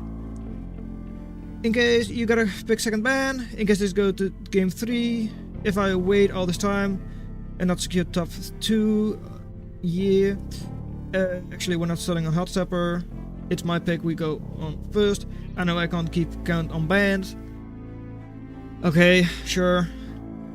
What do you want then? So, Hot Stepper is going to be number 6.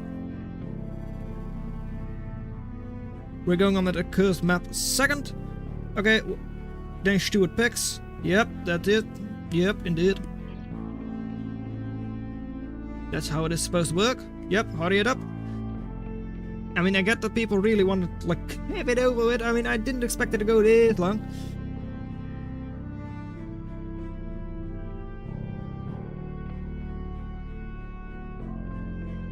If they don't show, they forfeit.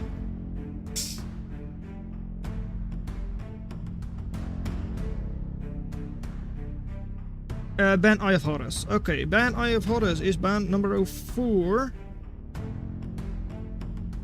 Okay, we're going to Barren Hills as the 5th, or like the first map. Right. Ew.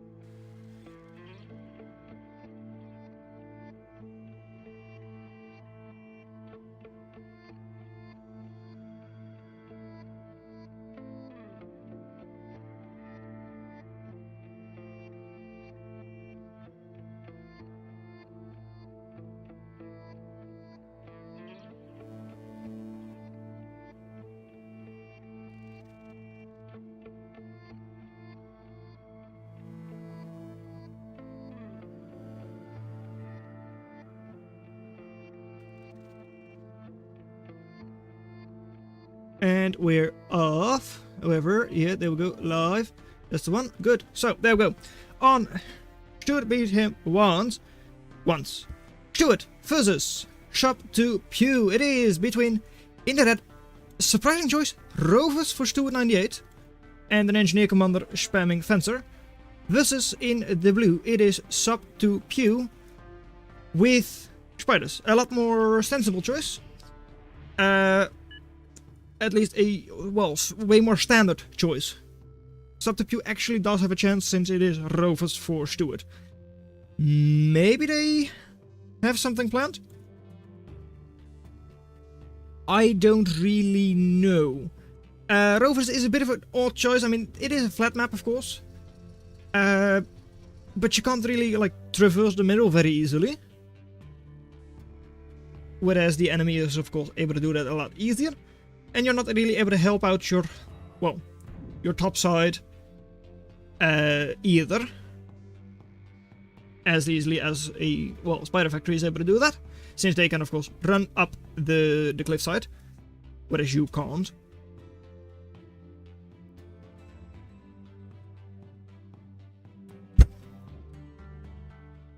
Couple of Venoms already moving out. This one is also maybe going to catch the dot. Though, of course, catching the dot isn't the most important one. But hey, still matters.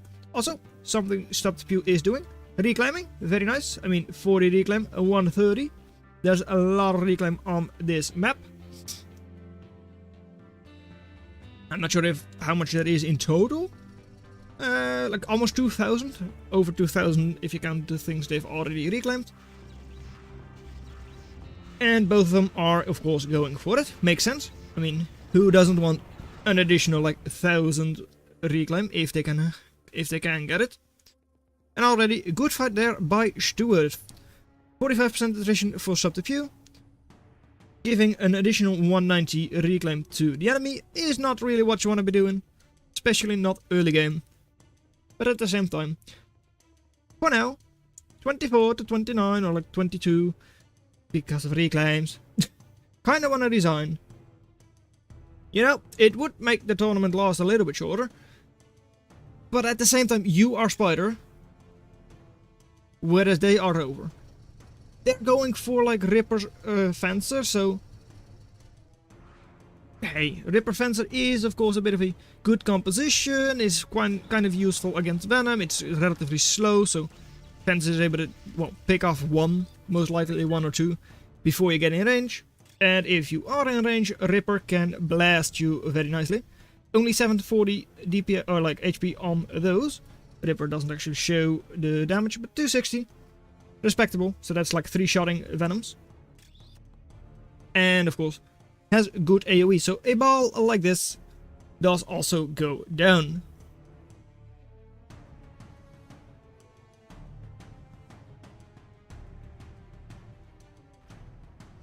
Over here, Dart is actually able to get a max. That's very nice. It's already slowed down, of course, because, well, 50% slowdown by the Dart weapon. And then over here, you are now moving in, are able to get like 3-4 units stunned at the same time. Stunning your own Venoms a little bit as well, not too badly though.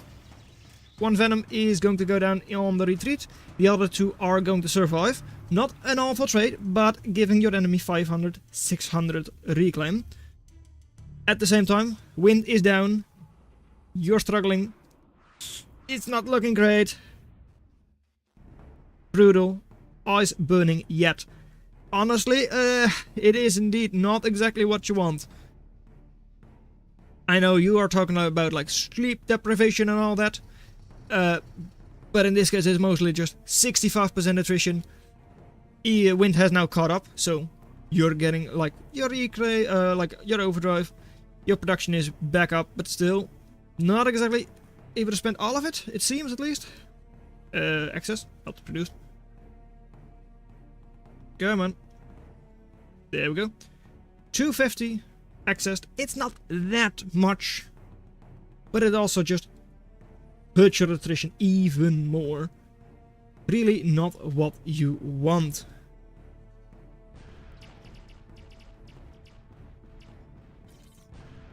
Couple of fleas, 2 of them. They are still alive, but hey. Slow down. Would go down to another dart. Not going to. However, dart is... oh. Not even slowing down the max. That is a bit of a shame. Does, however, survive and will now be slowing down the max. If it does take it down, it will die to the death explosion. But it shouldn't be taking it down. And Fusion Rush. Stuart going for Fusion Rush. Already 800 invested. They will be getting it up in like 10 seconds. Well, 2 seconds, that is. There it is, 6 minutes in. We've already got a fusion. While they are also probably ahead in like... well, everything. Will give their overdrive a nice little boost. 9-0 for now. Even though Subterfuge does have more wind generators.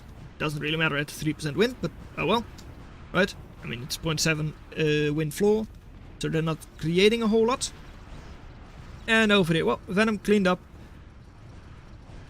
Stuart is making the rovers work. Recluse spam, GG. I mean, kind of, because, yeah, it is counted kind of easily. By, well, darts and scorchers. Mostly darts. And they say, next game, please. I mean, I can get that. Less than, well, just over 50% attrition. About 50% of the eco. They already said, I want to resign. I want to go to the next one. Valid. It really is. But at the same time, you still have like 2200 value just here. Do you want to give up at that point? Especially because you have your commander forwards, you are going to get quite a lot of reclaim. Is that the point you resign? No, it really isn't. Because, yeah, reclaim and overdrive. Yeah, reclaim, sorry, this side, reclaim and overdrive. All of a sudden, you were even on eco a little bit. Commander. You've got a good fight here. Not so good there, but yeah, somewhat a good fight. Commander, heavily damaged, 50%, 6% left, yep. But at the same time, Ravagers not really doing a whole lot. They're fighting against an immovable, well, an inactive Lotus.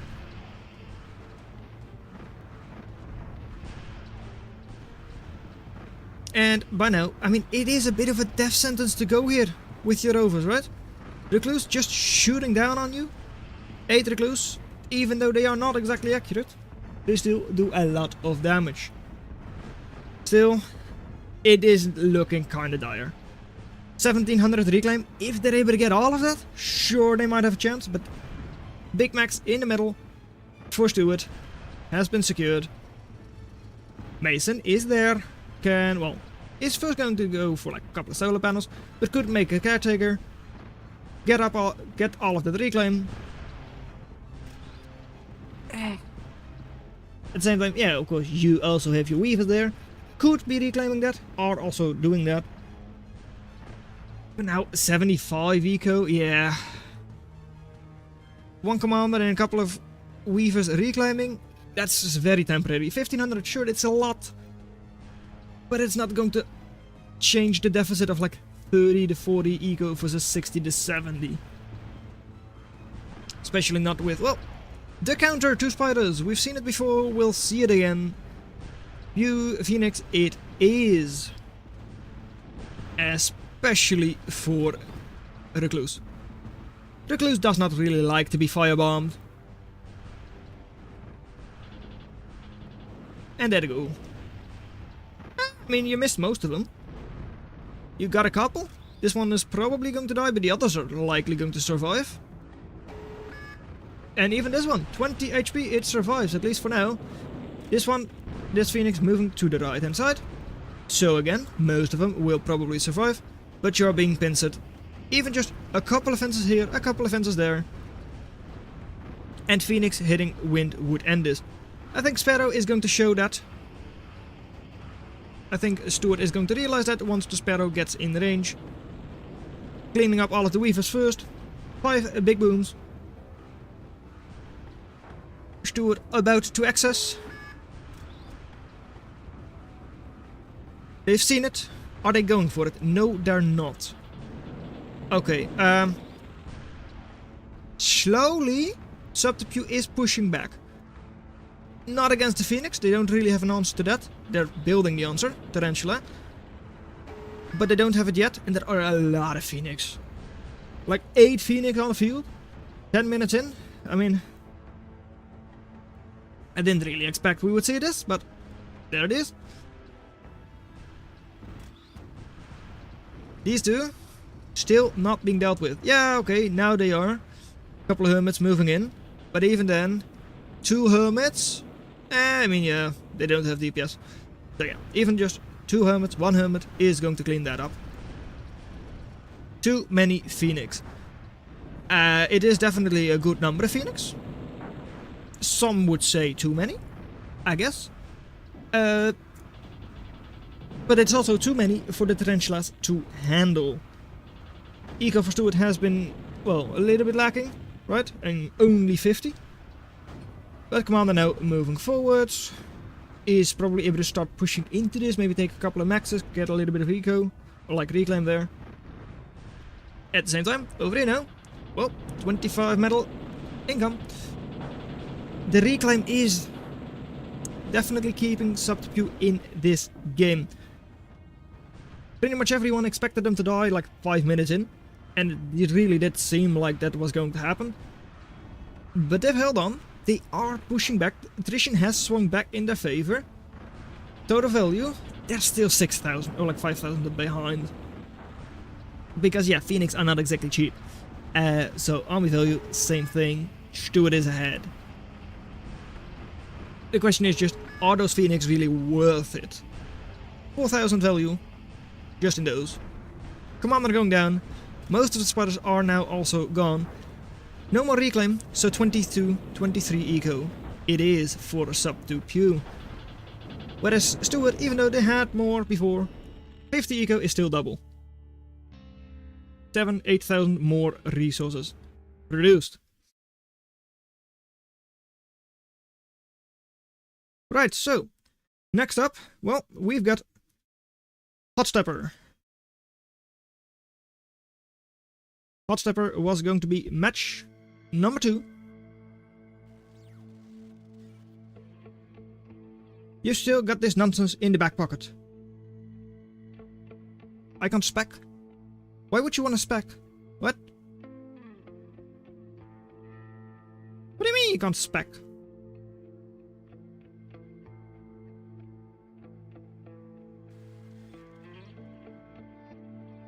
Okay, are you going to forfeit?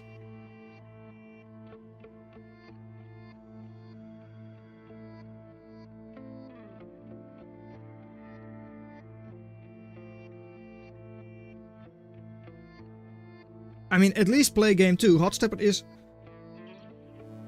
That was so gone. Hot Stepper is a map where you can kind of come back, right? Not because it's like a comeback is possible, it's just a... It's a weird map. If Subterfuge actually knows how to play it, at least a little bit. Change to Hot Stepper. There it comes, Hot Stepper it is. We're going to Hot Stepper. Match 2 is happening.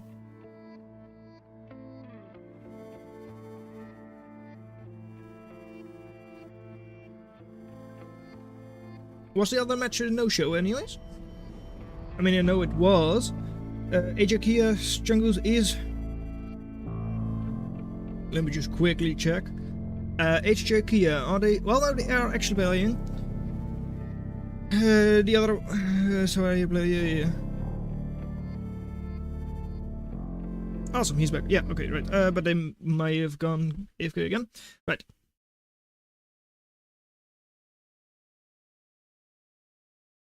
So, it's a map with a lot of geothermals, where you're unlikely to see any geothermals being built.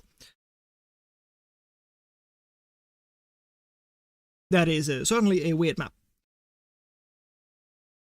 So I think I know what the optimal strat is, except I also think I know what counts is. Whack AF. You know, if that's true, show us. Show us what's OP. I would actually expect like just a Calm Rush to be pretty strong. That's kind of what I feared. Total meme, absolutely fine by me. Sounds good. That sounds perfect even. Because that was the entire idea of this tournament, that it wouldn't be like a standard 1v1 tournament, that it would be a bit of a meme. That's the thing.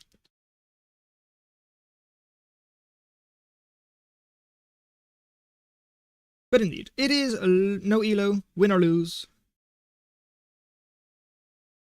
It's Hot Stepper. It's 3.8 medal maxes for each of them. But it is mostly a free-for-all map, and it actually does work a lot better for that. I had just kind of hoped it would work out, but I feared commander pushes would be strong. Starting in 3, 2, 1. Let's go. It is time for game 2 in the series between Stuart98 with Hovers in the blue, with Mace as their blueprint, versus in the red Ampbots for Subterpew, who's going for scallops first. Interesting, and a bulkhead printer, of course they are. Going for wind, 0.4 wind floor each. Not that strong. And not expecting us to spawn with radar on each other. You know, that's actually kind of funny that they do have that. Does that throw a wrench in your plan? Probably not. But we'll see. I mean, your Mace is going to take 10 more seconds. At the same time, they are not moving forwards. Your commander is now going to, help out. And prevent the Scallop from doing any damage. Right. Is it over? Is Mace out? GG. It could be. Right? I mean, Mace outranges commander. So it can just 1v1. You can, if you want to, send your own commander forwards as well. It kinda looks GG, and you know what? Not anymore. The buoy is out. The buoy, the Baba Yaga, or whatever you wanna call it. And you did not realize what was optimal. You know what? Mace doesn't seem so optimal anymore. It's heavily damaged. The counter is out. But at the same time, you're healing it up. And the second Mace is out. So even buoy, if it's not really able to retreat, then you still have a bit of an issue. Still, even a tiny bit of reclaim can get you another buoy. Or at least close to it, right? 21 eco for Subterpew because they have the southern maxes. They're way ahead in eco. They should still be getting a little bit of energy eco because they are currently not ahead because of it. They really need to be getting either solar or wind, anything but this, because it, a 7 metal lead is effectively thrown into the wind by losing your commander. When yes, Exceedus, you have the metal, but you don't have the energy. 7.7 energy only. Are you even going to try? No. They're just making maxes, and you know, that means GG. All of the other things that could have meant GG didn't mean GG, but not making energy certainly is. You had this in the bag, buoy OP, but buoy heavily damaged. Couple of daggers moving in. This is one-shot range for a dagger, though it does need to hit the correct one then. There it goes. And GG, once again GG. That's the 4th time, I think. But honestly, it kind of is, because the constructor is still not making energy. And the E-stall gotta be a real problem. In the base, GG. It was GG in the end. A lot more metal, but no energy to back it up.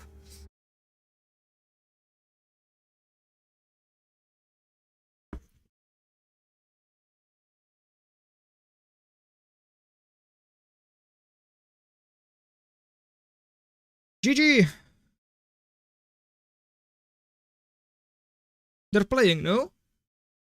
What?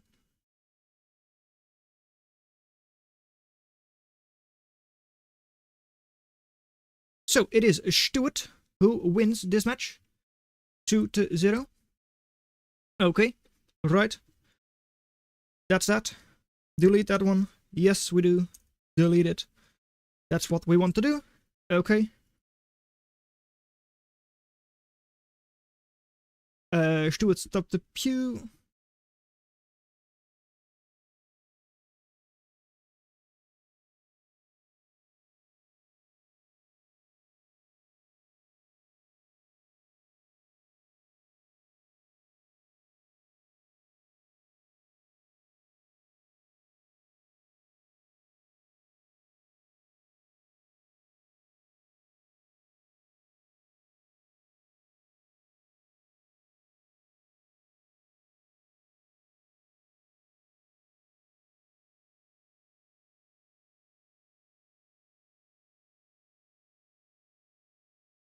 Could be best of one. How long have they been playing? 9 minutes already. Okay. It should be best of one.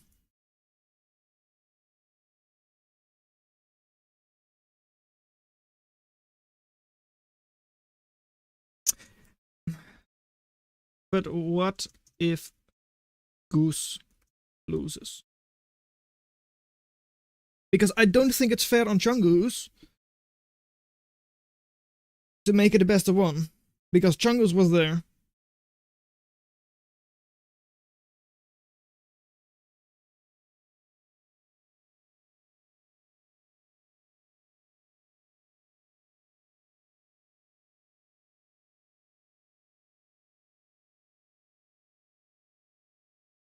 That's the thing. If Chungoose loses, I mean, I don't...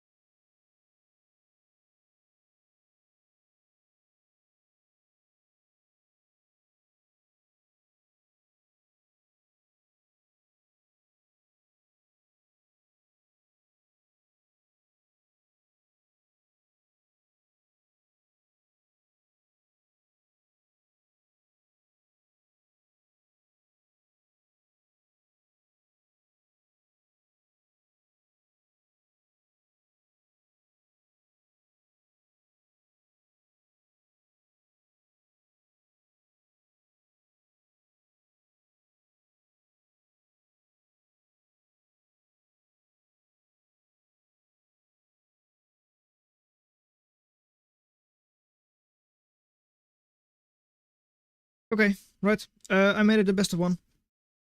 That's it. Okay. The cool cat is now...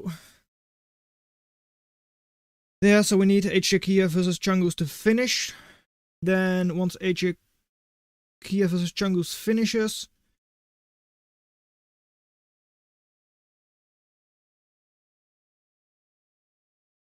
yeah, once HJ Kia versus Chungoose finishes...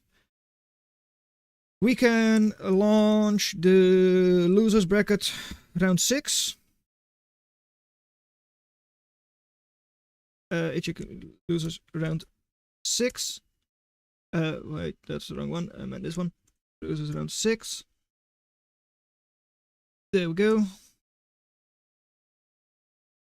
Okay, he's winning anyways. I will just say the sanctions, but...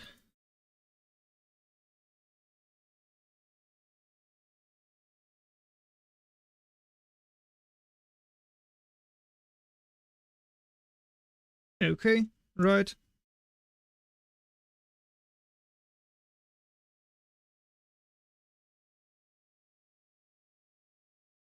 Yeah. So Chungus wins. Then it's Stuart versus Chungus. Then Stuart Chungus winner versus Low Taper Fade. Then Low Taper Fade versus Cool Cat. If Cool Cat wins, they win automatically. Yes. Okay. So it is the, let's see, this match. I have set up for, that's that one. Oh, that's this. Yeah, okay, right. This is round 7 then.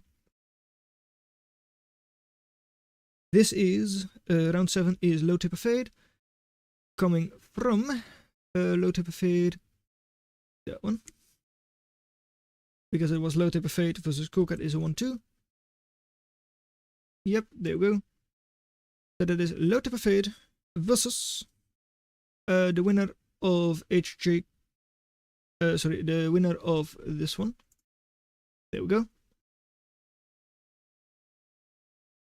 GG.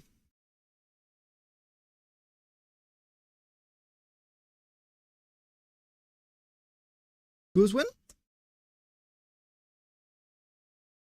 Yes. Okay, good. Chungus won.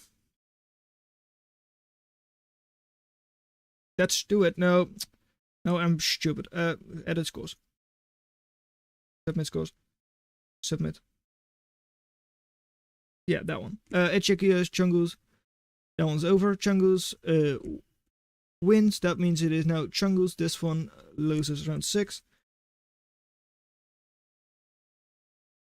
Create battles. Okay. HJ Kia versus Goose. Delete. Force join. Join. Yes, because now it is only that one. Then we do Low Taper Fade. Then it's Cool Cat again. Right.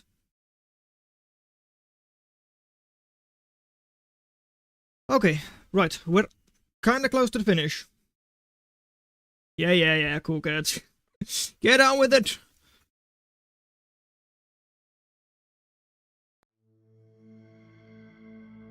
So, we have a banned Pinch Point and Tundra.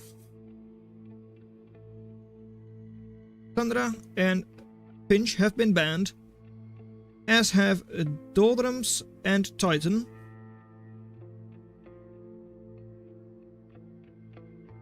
And the pick for the first one is Horus. Okay. Is Goose also going to pick immediately? You pick.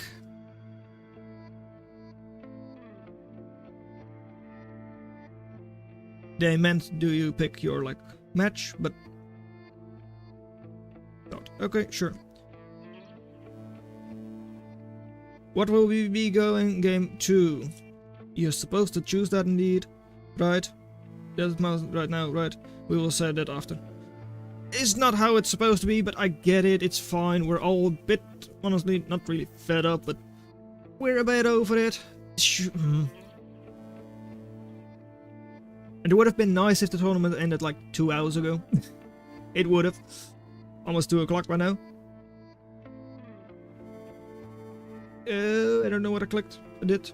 Oops, my bad. The first game. Right. Sure. Main live. There. Good. Chungus versus Stuart 98.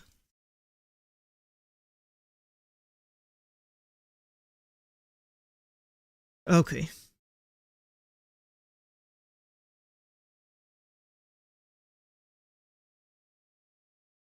It's almost over. Low Taper Fade. You're up right after this. And then if you lose, it is, well, the last thing. Yeah.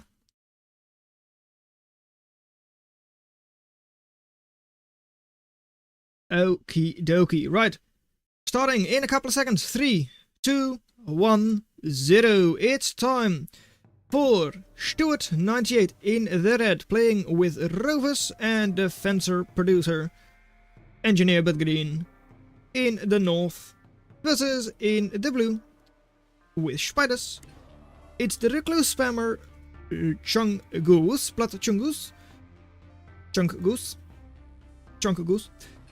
with the Bailat, Engineer Commander. Rover vs Spider, a matchup we just saw on Baron as well. That time between Stuart 98 and Subto Pew. That ended up being in favor of the rover player, but of course that's a completely different map. Although in reality I would probably say this map favors rovers more than the other one. But hey, we'll see how it plays out. Flea also already doing a little bit of damage. Not yet able to get a kill on anything. Commander over here should be able to get a kill on the Flea. It does indeed. Flea moving out, going to try and deal more damage up north. Should be able to do at least a little bit of damage. And over here, indeed, Dart should be trying to do the same thing. Free max, at least slow it down. It's a 2.9 metal max. That's a free Dart. As is this. It isn't. Okay, good. They take it away just in time. And over there, another free Flea, but yeah. Once again, Flea doing good damage, but it does go down. It did still keep the rovers in their base. That's not great, not ideal, not what you want if you're Stuart. But it also isn't the end of the world, right? It doesn't hurt you too much. It does allow your enemy to expand a little bit more freely. But hey, that dart is still going to be annoying, and it's going to slow down the metal extractor. Only 1.4 metal on that. 7.5 build power on the Weaver, so it will be getting up the loaders quite quickly. So Dart has to run out, but still, it costs you like 30, 40 metal damage, probably. Maybe even more, I don't really know. Didn't pay attention to how long it was slowed down for. But it certainly was costing you a little bit. Chungus already reclaiming something, probably what they were building, I guess. Because I don't know really what you would be reclaiming otherwise. Because I think the answer would be nothing. Logics can type? Logics can type?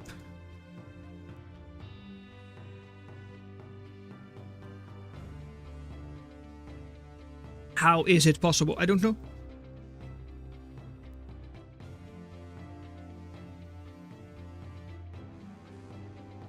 Anyways, over here, well, we've got a couple of units in the back. Stunned by Venom. And 2v1, Venom easily cleans up that Scorcher. No issues there. Eco for Chungus better than that of Stuart. Able to expand over here already. Going to be getting a couple of reclaim bits over there as well, I would hope.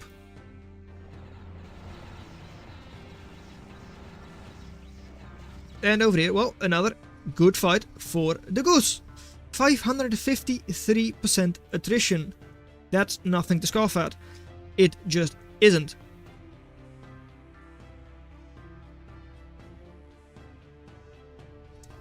On the other side, well, couple of rovers driving away. But these Venoms, even if they do not get caught by the Scorchers themselves, shouldn't be able to do a whole lot with double loaders being there. Though these loaders are far enough apart that you can take one of them at a time. Over here. Not stunned yet. Do you get stunned? Yep, you do. You do get Venom stunned. So Ripper is going to go down. At the same time, both of the Venoms do as well. So it's not actually too bad for Stuart there. On the top side, well, Venom versus Lotus. And that is another dead Venom. 500%, huh? Now it's only 65%. A little bit worse than it was before.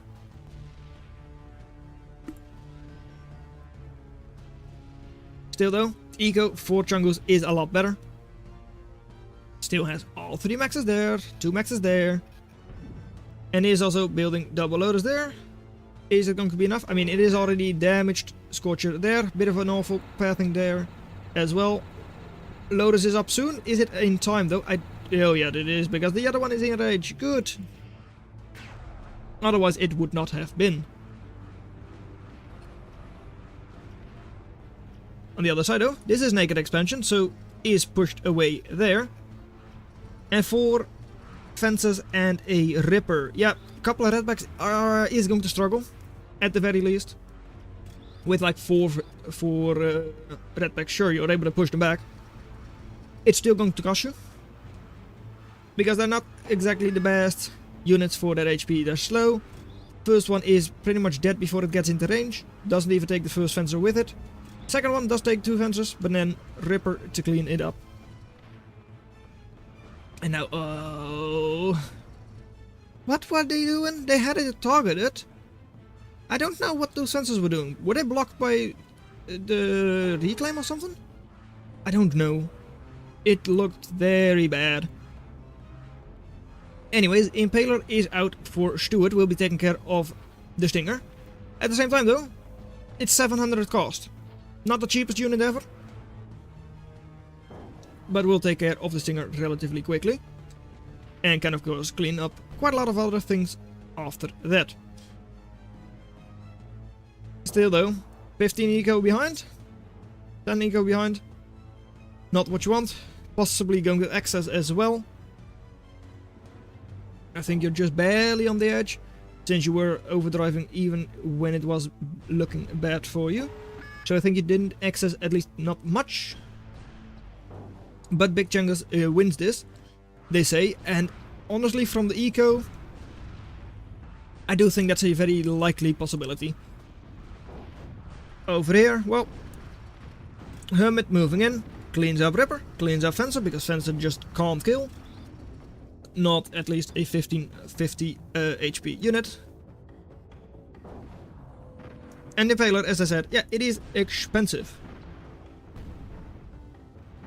So, yeah, you might have even got good army value. The actual strength of the army isn't that good. And perfect movement. I mean, that's the benefit of being spiders. You can go around. Still, 80 eco being pushed into fleas. That has like a slight delay whenever you build a unit, right? So was actually accessing a little bit there, even though they have technically got enough caretakers. And are cleaning up those Ravagers. Not very quickly, but hey, they've still got good DPS on those. So they will clean them up before they do too much harm. One Ravager gone, the other one already heavily damaged. And over here, well, that's 3 Redbacks. Are they able to get into the mountain regions fast enough? I don't think so, with the loaders being there and all that. So they are being cleaned up.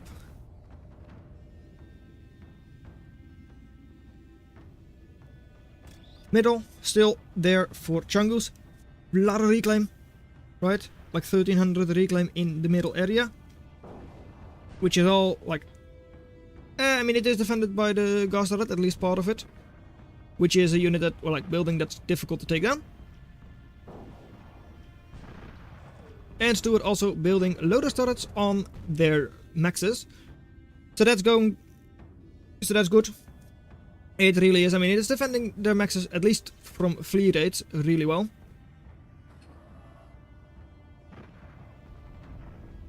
And they really don't want to be running into a Ripper with their fleas, so don't do that. Good. And over here, yeah, that's 4 Rippers. And you're running in with fleas. That is a recipe for disaster. That you really just do not want to have.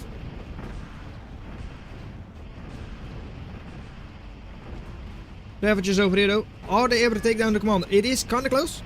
And it does certainly look like the commander is not surviving. But it doesn't. Good. Resign, Stuart. After they get a commander kill? No. No, I don't think they will.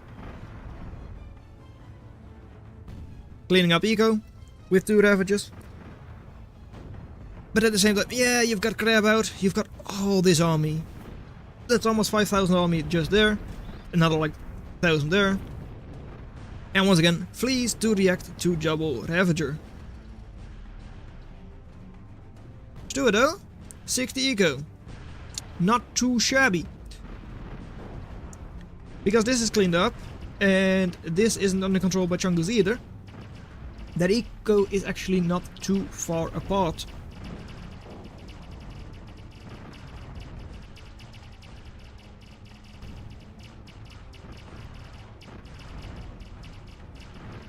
Over on the eastern side, couple of fleas trying the best, but hey, Lotus there, so can't really engage that.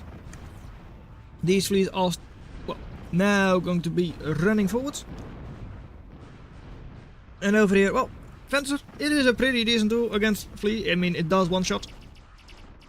And has a decent rate of fire. So hey, it did very well. Look at it, it made so much cost. But, look, spiders, in your base, you have to build a way further back stinger than you would like. At least your Impaler is still alive, I guess that's a good thing. And you're now going to switch into Cloakbots.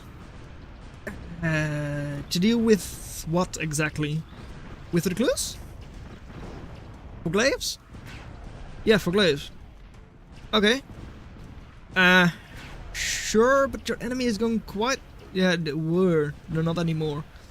I was like, they're going quite heavy into... into Redback, but nope, that was before, not anymore. Pretty much the last Redback on the field. It is the last Redback that makes 0 Redbacks left right now. Commander, Engineer with Green is going to survive as well. Able to both outrange and outrun. Or barely not outrun, but like effectively they are able to outrun Hermits, at least for a long enough time. And there they come. Well, moving forwards. Fences are not going to do anything. Because of course they are still running. But are on attack move now, so they are going to stop. Okay, good. And Crab, 50% done. 50% HP left only. It's static, so the Impaler, not used against units normally, it is still good enough against Crab. Does it get another shot off? It does not. Too bad. Still, Crab, armor up, in range of the Stinger. Stinger does not target it before the armor's up. So yeah, you tried your best, though at the same time you kind of want to have the Crab focus on it.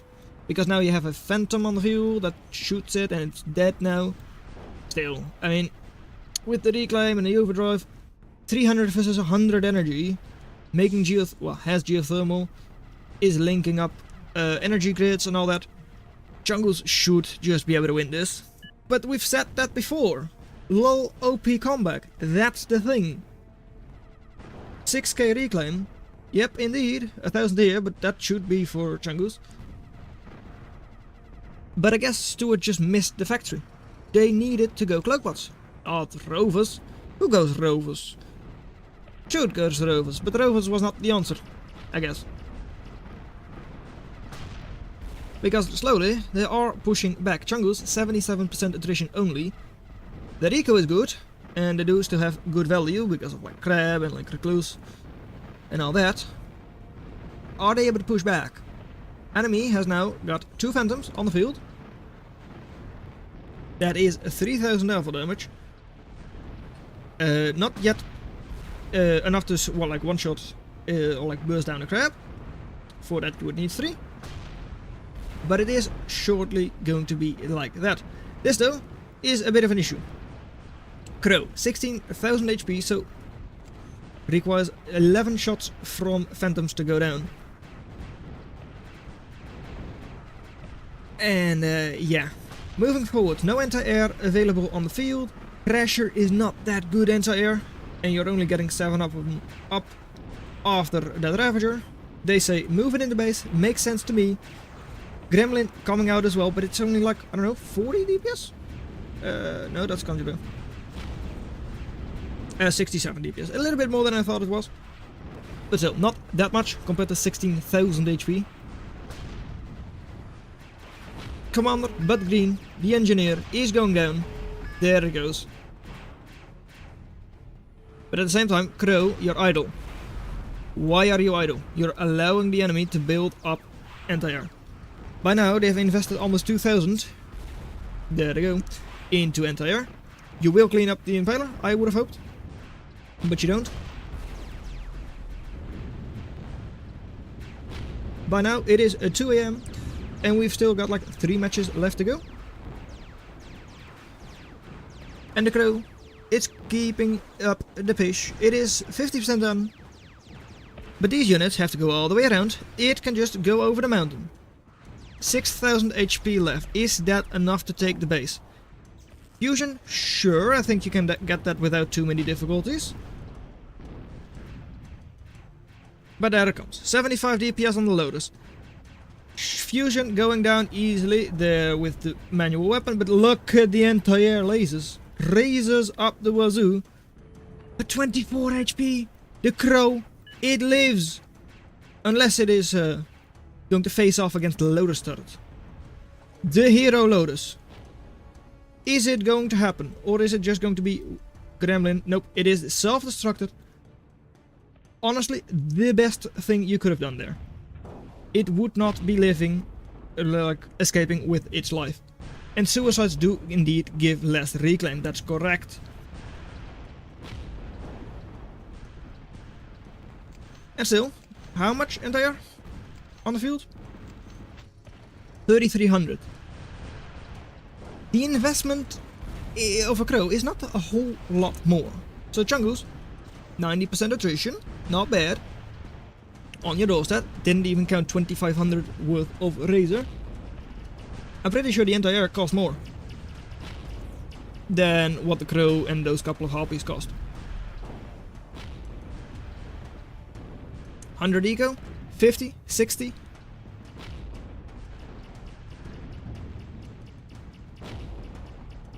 All of these maxes are not there. Reclaiming it all, 5.5k on the field. Drag. I mean, I don't want to call it yet like you're dragging the game out, but at this stage, you're in the corner. You're defending this with like a couple of loaders. Your main forces is anti-air. Just do it. Move on to game 3. I don't see it. You've got a second fusion though, but eco difference and just all that army, that should easily be enough. All of the reclaim going to Chungus. Look at it, 20k more, like 50% more value, army value double. Should be an easy win.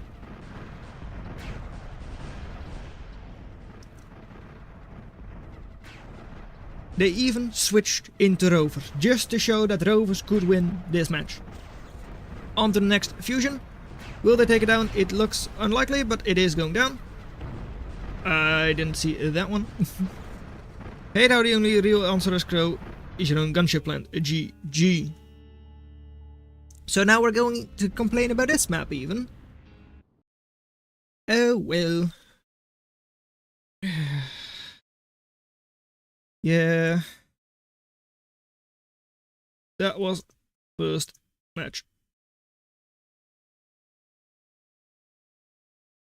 What's your choice, Chungus? Well, what is their choice?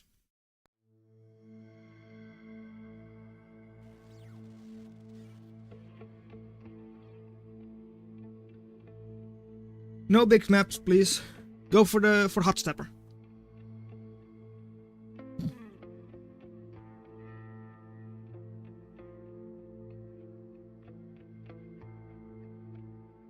Hot Stepper Turnian. Those two are both small maps.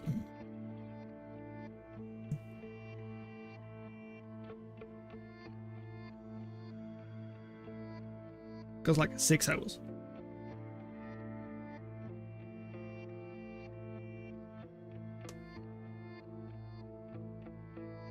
Bracket reset will be best of 1. I mean 6 round. What?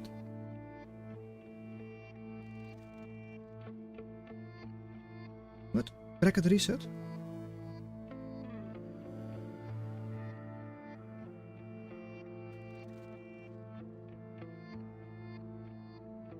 Oh, I guess you mean if they if Cool Cat loses, then it's best of 1. I choose Hot Stepper. Hot Stepper it is for match number 6. Cool Cat. No, not Cool Cat. I am kinda done. Just like everyone else is, I'm pretty sure. Oh well, it's been over 6 hours, it's 2 AM, but we've still got matches to cast. We've got 1, 2, 3 at least. Well, 3 series, including this one.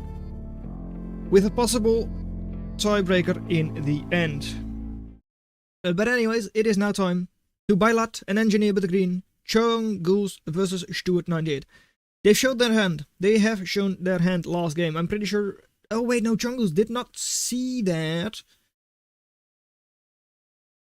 Yeah, Chungus did not see that because they were still playing against... was it? HJK? So yeah, they don't know about it. Same strat? No, it is jump pots this time around because they might expect the hover switch. Or like the hovers from Chungus.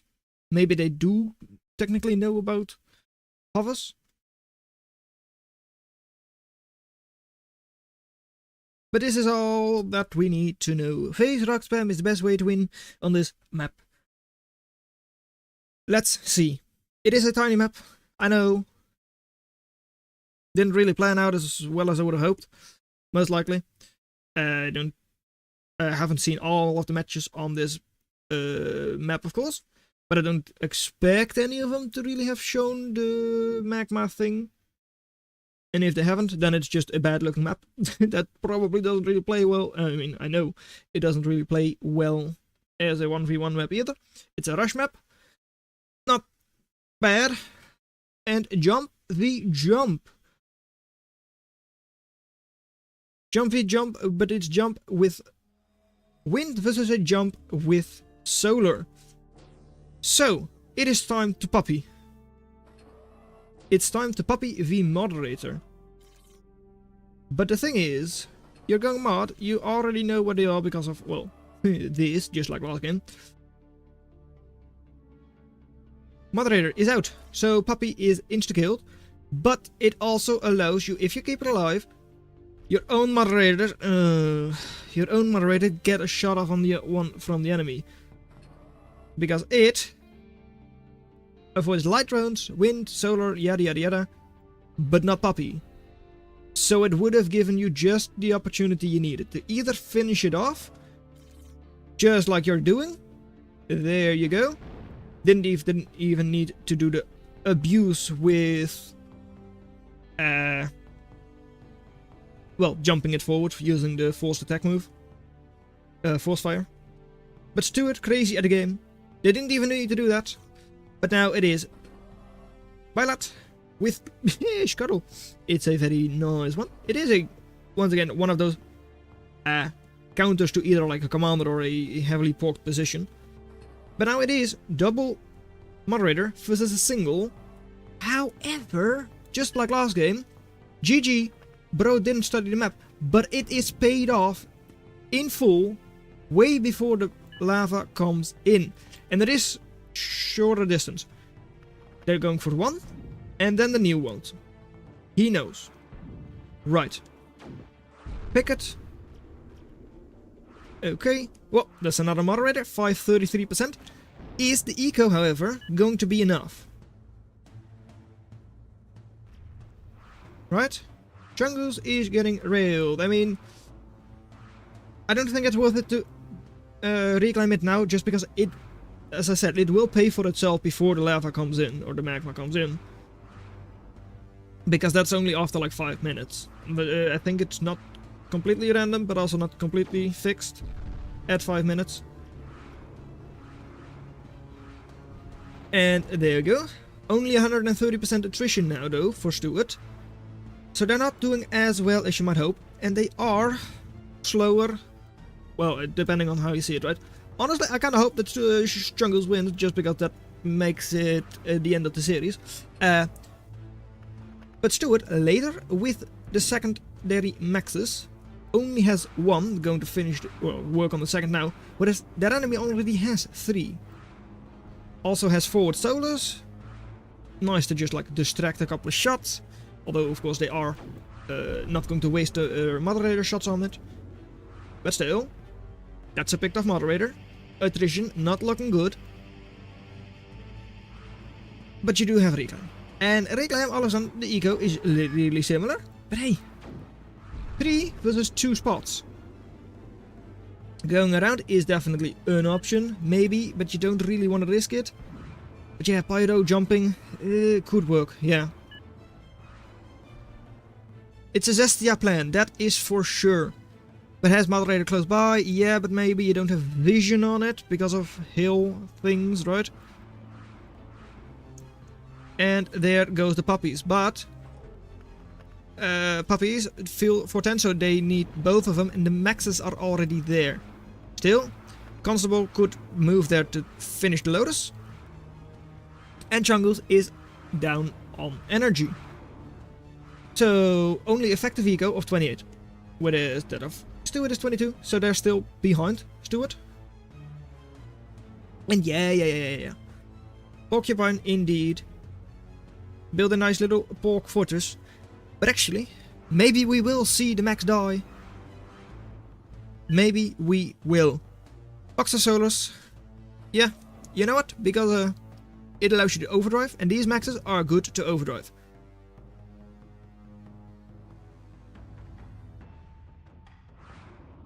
Stuart is armoring up over here. Could have really... Oh! You're going for it? It wasn't even your blueprint. You just built one from the factory. Okay. 15 energy per second though.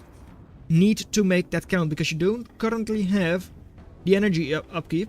Unless you have it sit still, of course. To deal with it. Right. There goes the Pyro. Into the enemy maxes. We'll secure that. These maxes unprotected. Okay. And it's also past the 5-minute mark. That means we could, very shortly, see a Jack go down. 6000 HP is nothing for something that insta-kills. But there it goes. Jumping just in the nick of time. Jumping through. Is the Scuttle the thing to deal with it? It kind of isn't. Commander was a better choice, but do you even have... I mean, yeah, you do slow it down, so DPS is halved. Is also not always in range, so yeah, Factory will just barely stay up. Oh, it is very close, but 300 HP. Factory stays up just in time. Max from Chungus, gone down. 4 maxes for Chungus have gone down. And yeah, you still have a Constable, but not anymore. Scuttle has jumped. Okay, sure. Is moving around. You're down on eco, or like energy. But if you just have it sit, then you will not access. And having it go around, either hit the commander, hit the factory. Technically worth it, both of those targets. Commander is the, well, more expensive target. And over here, well, Pyros in your base. Prying your factory, though it will stay up. It does show that there is an opportunity to go around. Taking down another max. So they're reclaiming. And that's all they have in terms of eco. But they are here to return the favor. At least it seems like they will try that.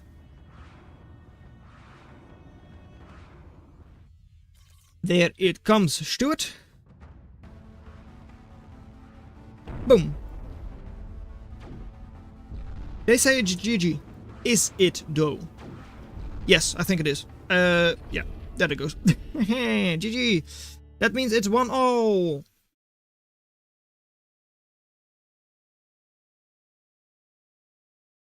One all. Let's go next.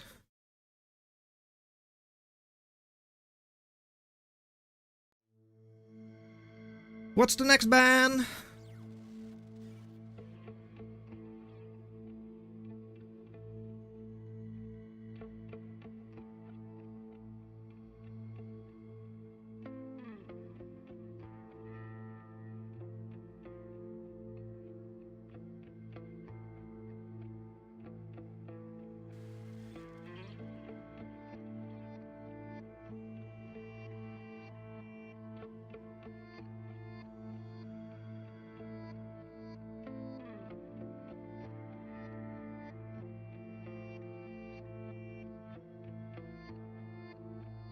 Oh, right.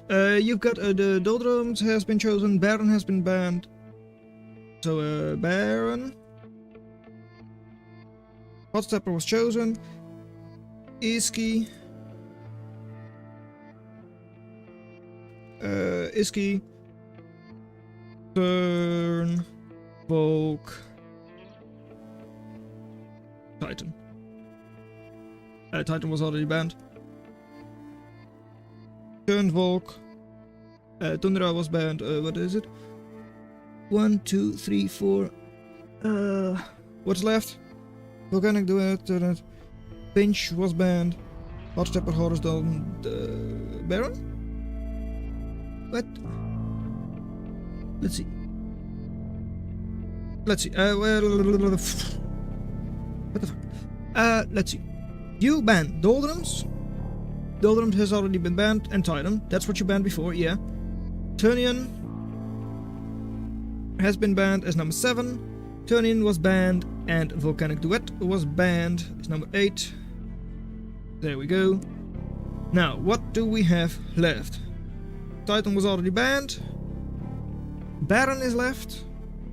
Iski is left.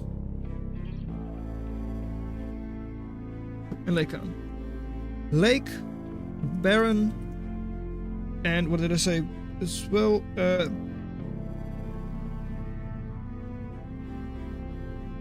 Lake. Oh my god. Lake, Baron, and Iski left.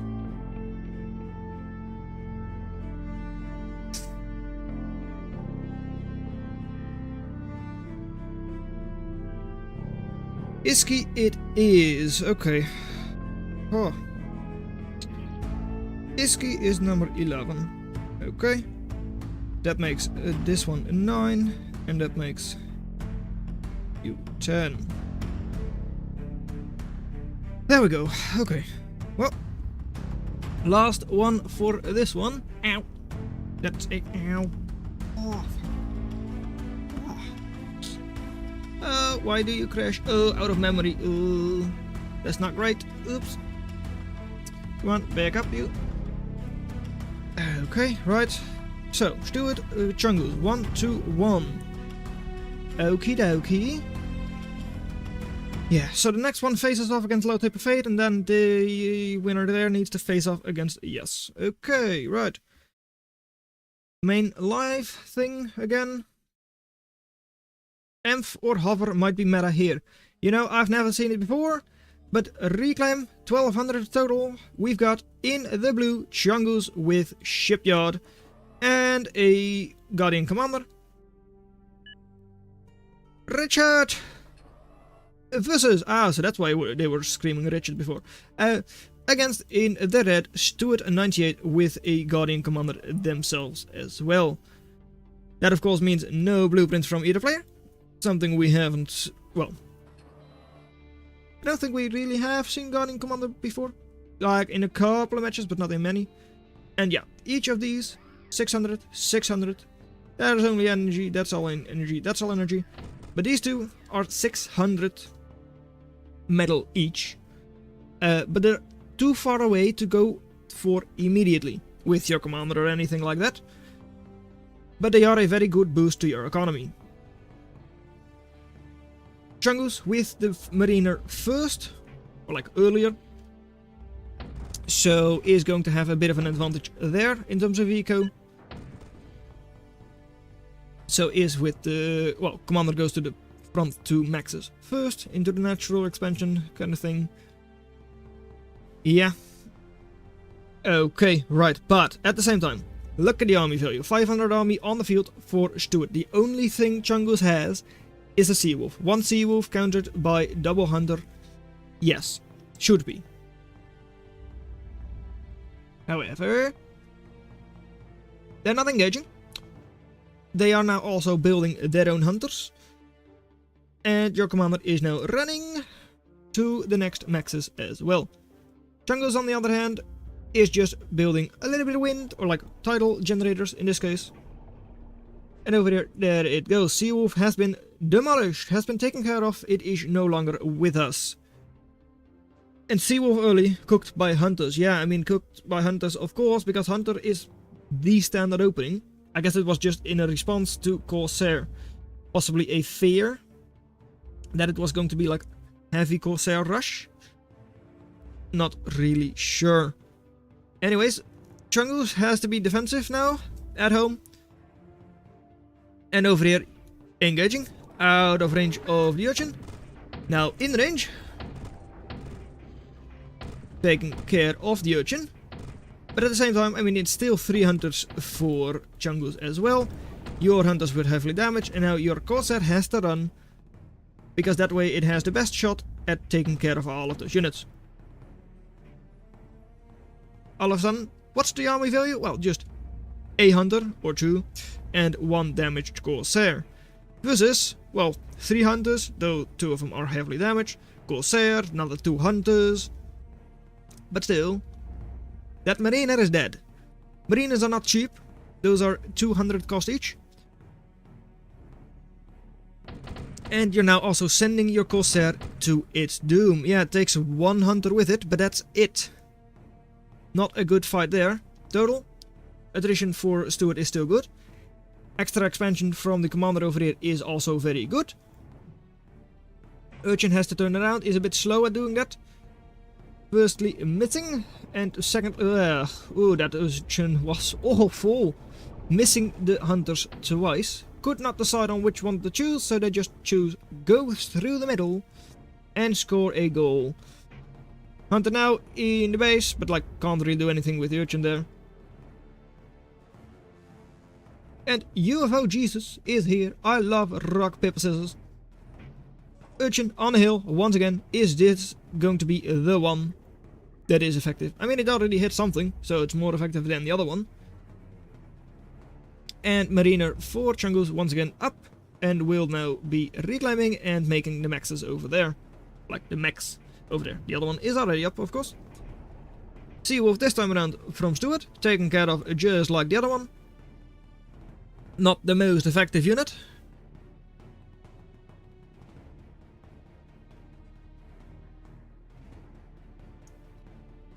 And once again, army value, well, looks good for Chungus. But at the same time, yeah, they can't really use it all that well. Over here, Hunter could do a lot of damage. Has been spotted, or at least they are going there. Maybe it's back, just pure coincidence, but they are going there. Over here, it is Lotus versus Urchin. Urchin is not able to hit land. It's trying its best, but it should not be able to. As in, like, it technically can, but unlikely. The game doesn't really want you to do that. And Seawolf does take a 1 damage Urchin with it, but is already heavily damaged itself. And Caretakers, not in a prime position. Urchin not really able to help out as much as you would want. Next Corsair is not yet produced. Already halfway dead, and the other 2 can be countered by Seawolf. So 1 Seawolf that will actually make cost, or at least most likely make cost. Does assume that the Hunter doesn't clean it up though.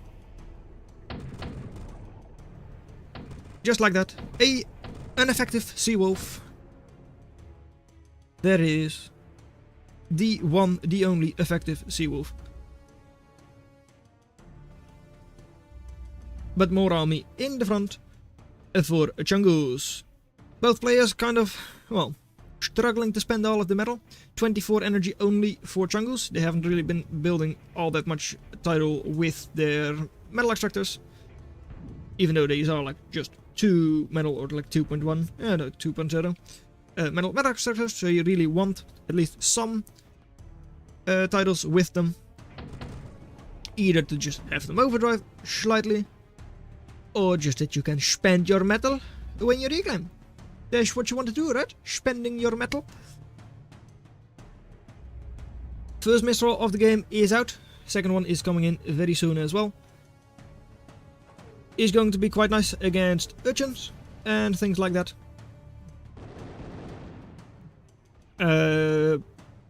Yeah. Is however also completely countered by Seawolf, so you really do want to have your Hunters there with them. And of course it is also countered by Hunter and all that. It's countered by a lot of things. from the shipyard. And Urchin there is not really going to be going up very soon, but yeah, these units are also idle, so it doesn't really matter much. And Hunter sent to its doom. Does take another Hunter with it, the enemy Hunter. But I can't really do a whole lot else. Over here, double Urchin should be able to take care of Corsair without any issues. But that's the thing about Urchins. Yeah, sometimes it is a bit stupid.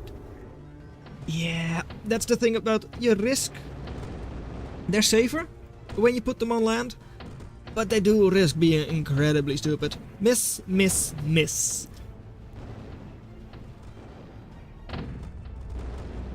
Corsair will be cleaning up at least one metal extractor there, at least it should be able to do that. And over here now, what was I saying? Well, yeah, you want a couple of hunters with them, because otherwise you're vulnerable to Seawolf over there, an effective Seawolf. And here you're vulnerable to them too. Seawolf coming in right now.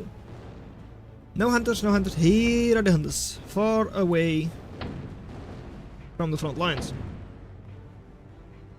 Do you even need the hunters? The Seawolf in this case? Doesn't really seem like it. But hey, it would have been able to attack the Corsair without taking any damage. But now it is also too late, because Seawolf will just be cleaned up by a couple of hunters. No big deal for them.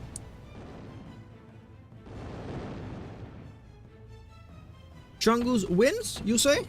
I mean, there's a good chance. Chungus was ahead in eco, and like they're expanding over here. Urchin will probably be there in time, because Seawolf doesn't have amazing DPS. And one more shot and the Seawolf is gone. There it goes. Meaning that they will be getting the side maxes. Max here has been destroyed there too. But at the same time, they're also reclaiming, which is very important. Stuart is probably also going to reclaim after building all of this. Yeah, it can take it there for reclaim. And doesn't really have anything to rebuild maxes, well, the max over there. Whereas Chungus, commander there, reclaiming, should be able to get 2 more maxes there as well. Assuming they want to get up more maxes, and I would assume they do.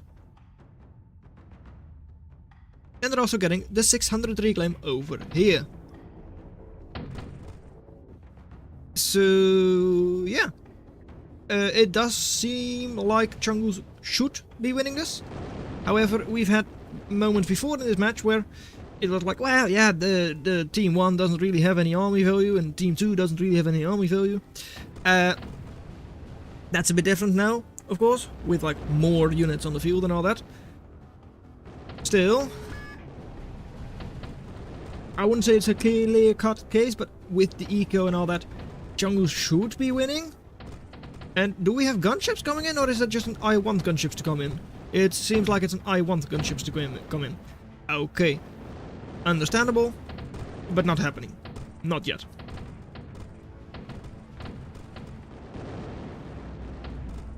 Seawolf, once again, going to try its best, takes down 1 Corsair. Takes down 1 Corsair, no it doesn't, it does not really do anything, it damages a mariner somewhat. Bad target switching for the Seawolf, I guess. Sad, sad, sad, sad, it really is. I mean, it could have done some damage there. Were no hunters nearby at that moment. But it didn't materialize. Too bad. This time around you do have hunters close by, so Seawolf should be cleaned up before it can do any damage. And still, Chungus with the better eco, 90% attrition only. They're not being that efficient with their army. Trixie! 119 out of 120.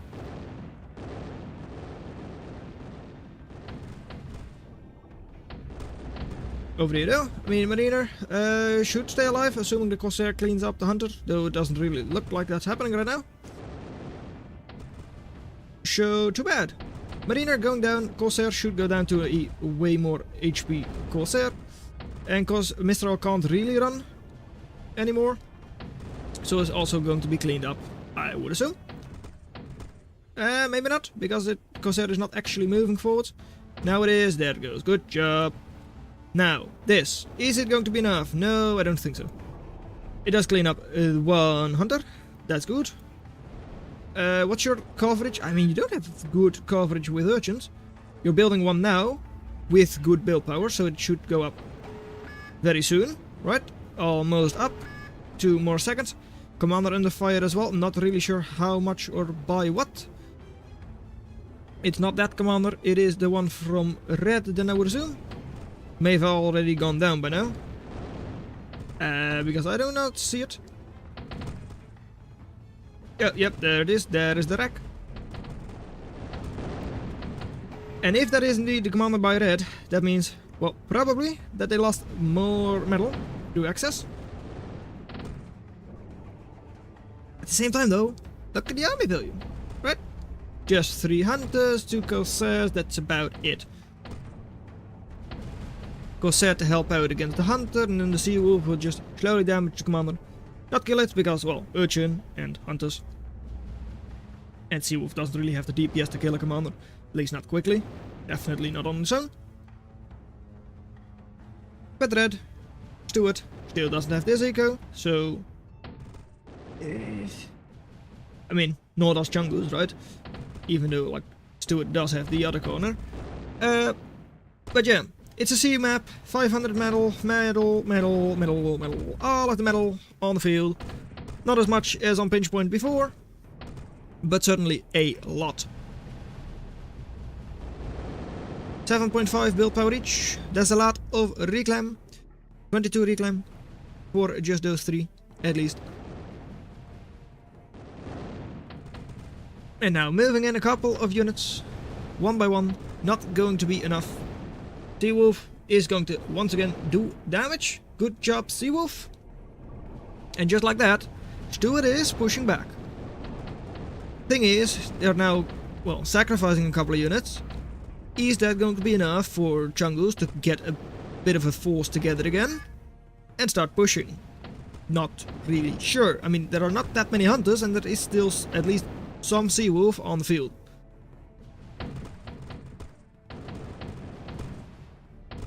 Hunter is gone. That means Corsair. That's the Corsair from Stuart actually. Means Mistrals are vulnerable. You are now investing into Fusion. Good for overdrive, of course it is. At the same time, it is expensive. But if you think the match is going to last longer, it is good. Yes, it is. Right, I mean, you want the overdrive if you can. At the same time, Stuart is doing the overdrive a little bit differently. Doing it just with wind, like tidal generator lines. Linking up the maxes as well, because of course you only have 3 maxes in the grid at most. Currently only 2.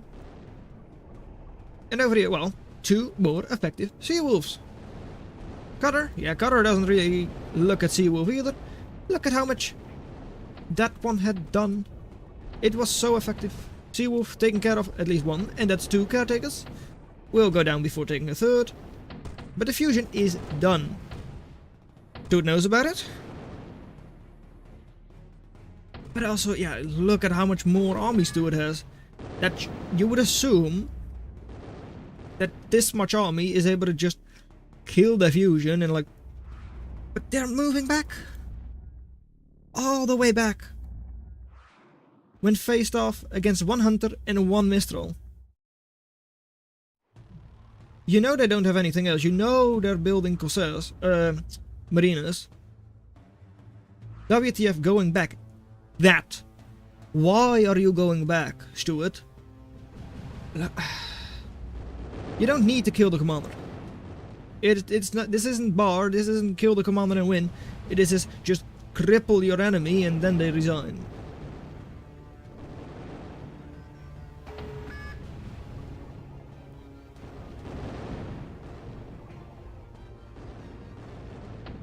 So yeah. Okay. let's just say we hope that it's over soon, because honestly I do think that Stuart should just be able to win this without any issues. Like, Chungus, yeah, you've got the energy, but hey, look who's more energy. That's right, the one who has linked their maxes with wind has actually got more energy. Commander is running for its life. AoE from the Maestros isn't able to do it. But now it's standing still. And that should mean GG with the Corsair moving in. Chungus drag, surprising. I mean, maybe they hoped the fusion would pull them back into the game with all of that reclaim. It just doesn't seem like it. And Stuart, that's not going to go up. I hope it's not, let's say that much. I'm going to intervene before that thing goes up.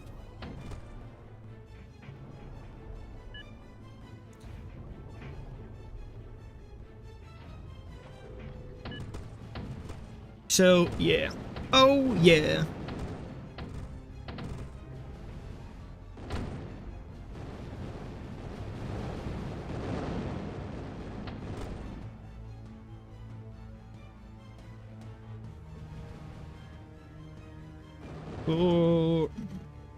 Or that goes up.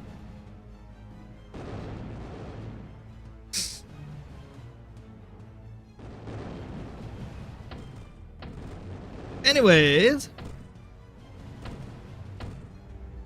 Stuart, still slowly but surely moving forward.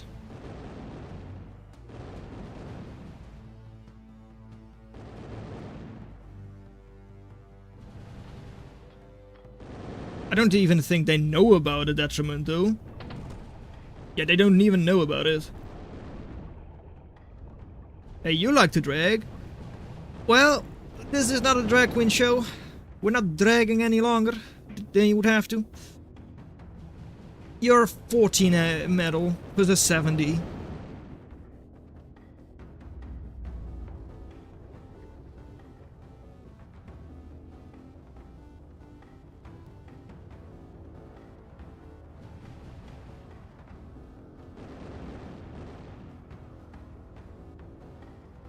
Goose, it's enough.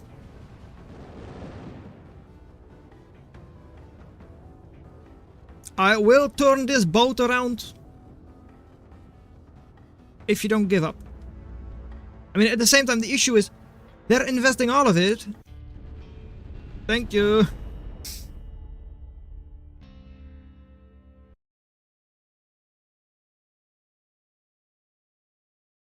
There really wasn't a chance.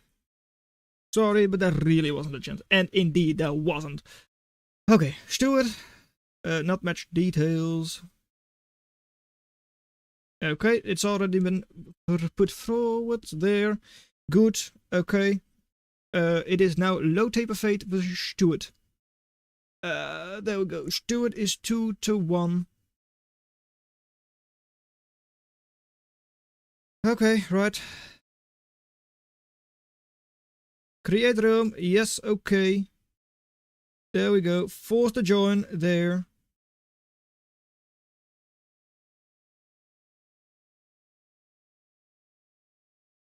Yeah.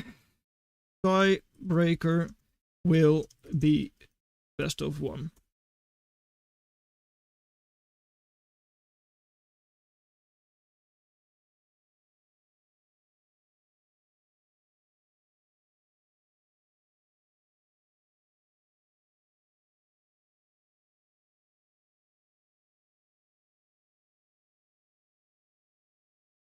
Right, custom game. Losers, round 7. Plot versus you. There do we go. Good.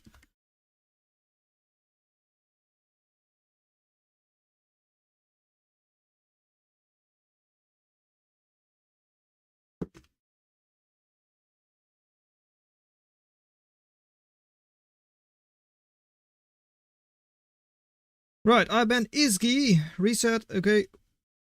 You ban Iski as the first, and Eye of Horus as the second. Good.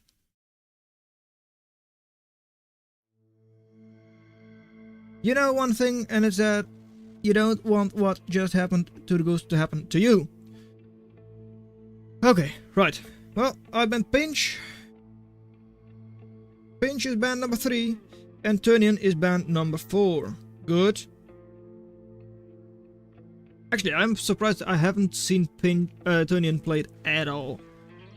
Banning Pinch Point. Loser activities. No, it's saving time. Saving time activities.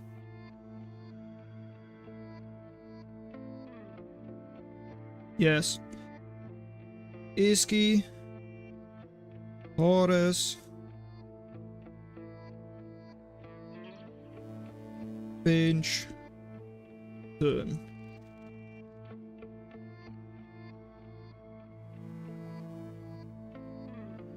Okay, so who are well, it's Low Taper Fate who's picking? Cookhead, come on, let's go guys, we can pull through. Making it Lake Khan. Lake Khan is going to be the first map we're going to play. Okay, well, RNG map they say, it doesn't matter what they say, we're going to play it anyway. It is going to be Lake Khan, the lake in the middle.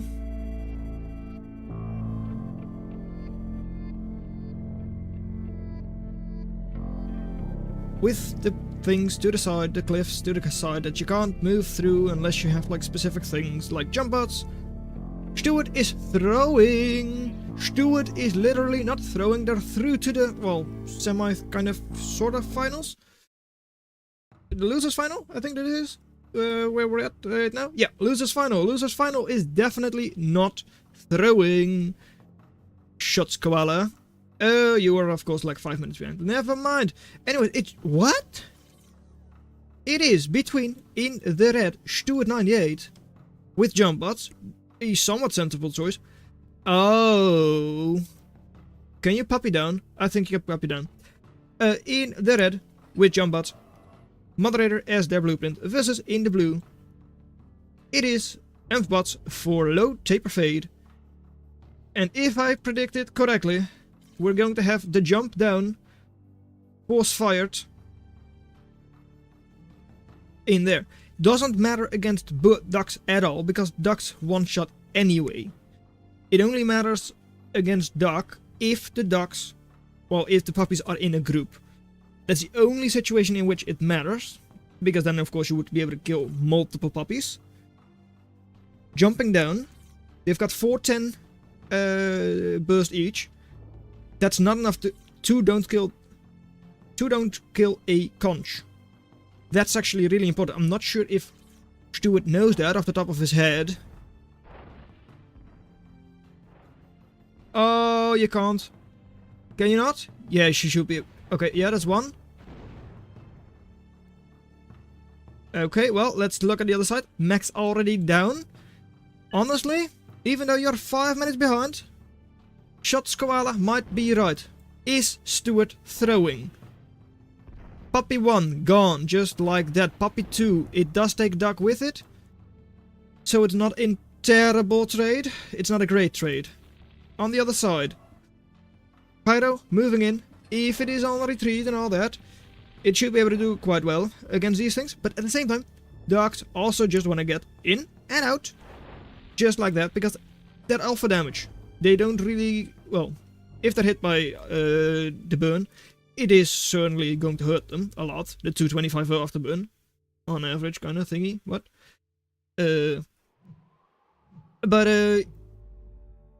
Yeah, because they only need to be in range for a short amount of time. You can burst down a pyro pretty easily, somewhat-ish, I guess. I mean, it's not easy. Definitely not for the cost. To just burst down a pyro without dying. But at the same time, that's 3 shots, that's 50% for 1. Even though, like, a pyro is worth almost 3 ducks. Get these into the water, heal them back up. If you submerge them, they also set the fire out. And at the same time, oh, woo, round 7. Are you that far behind? Okay, right.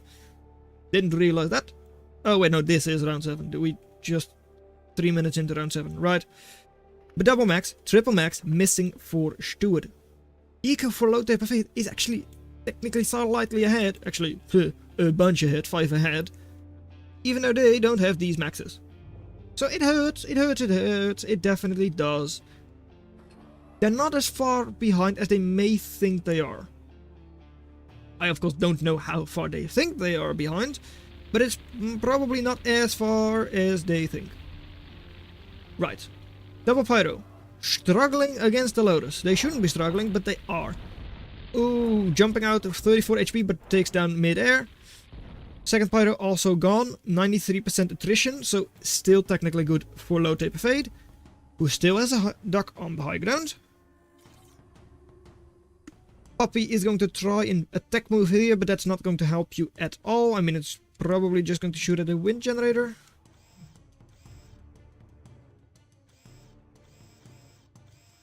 Can I actually affect that? I hope I can't.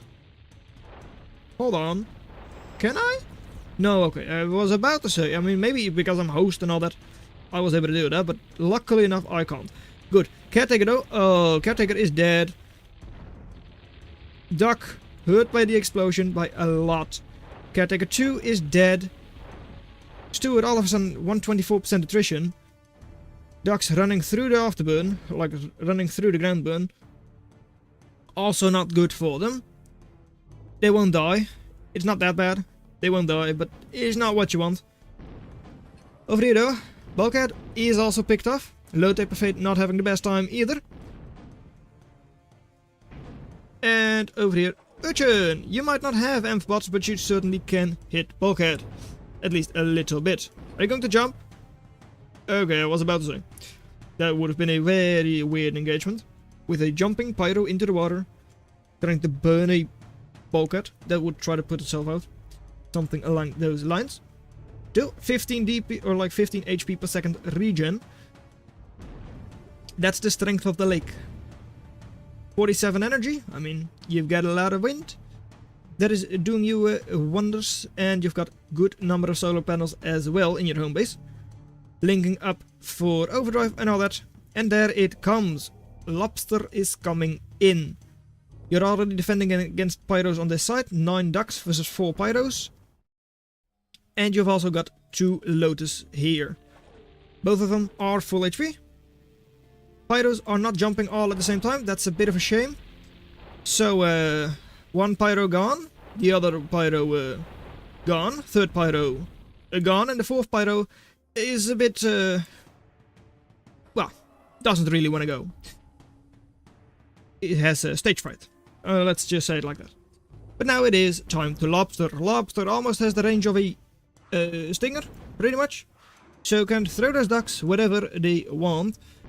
Right on top of these moderators, for instance. Would not be the worst thing ever.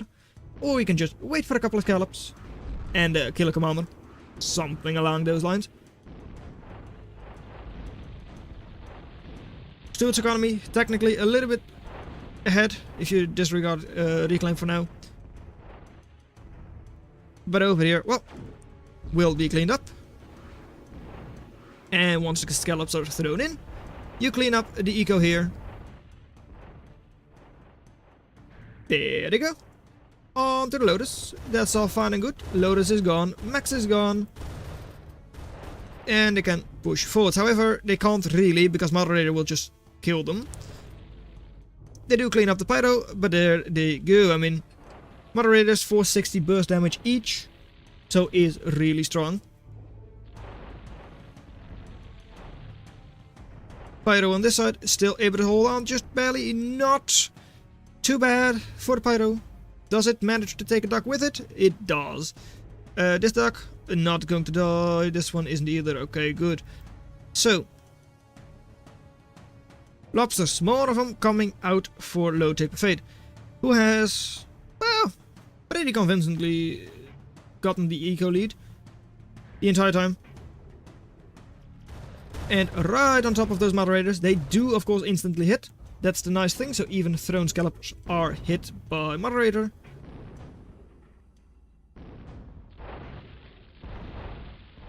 And on this side, well, Once again, Pyros being decimated by those ducks, but at the same time, the burn is going to take a couple of ducks with it.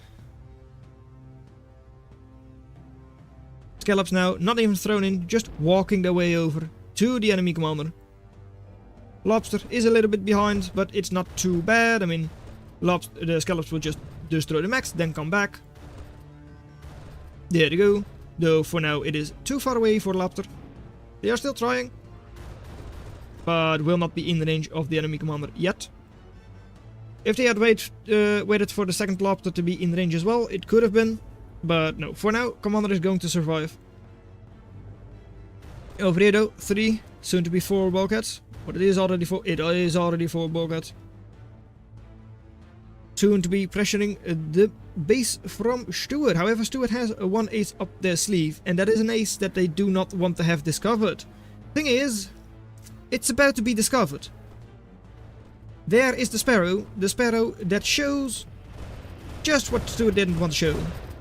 At the same time, Scallops already accomplishing their goal by taking down the enemy commander. Sparrow does go down in the end, but at least they already know Low Taper Fate can prepare anglers in order to deal with Revenant. What? Are you going Envoy? Did you intend to go Envoy? There is a chance you intended to go Envoy. Commander. Is it going to go down? It could very easily, especially because Caretaker is not healing the commander. One Revenant down, but still managed to get part of a shot off, and the second one definitely did. So, commander down for both sides. That means Stuart, a little bit of access because of the commander kill and all that. But for now, it is still a better game for Low Taper Fate by a long shot. Going for their own gunships, possibly for Charon drops of Scallops. Would certainly not be a bad choice. And Revenant over here, 39 HP. And it goes down, possibly even to a bulkhead. I'm pretty sure this is about where you say that it's GG. Big ups to the Stuart. Stuart definitely did try. But I think Low Taper Fate is at least going to take game number 1. They've got all of this eco, they've got this all cleaned out. They've got so many lobsters, they can just throw them at you. And the Revenant, one Revenant is a, well, technically a heavy raider, right? But look at that. Oh, 1800 bursts just like that. More bursts coming in. And sitting there is not what you want. Stuart says GG. Probably why it was just sitting there. And there it goes. Played really badly after start.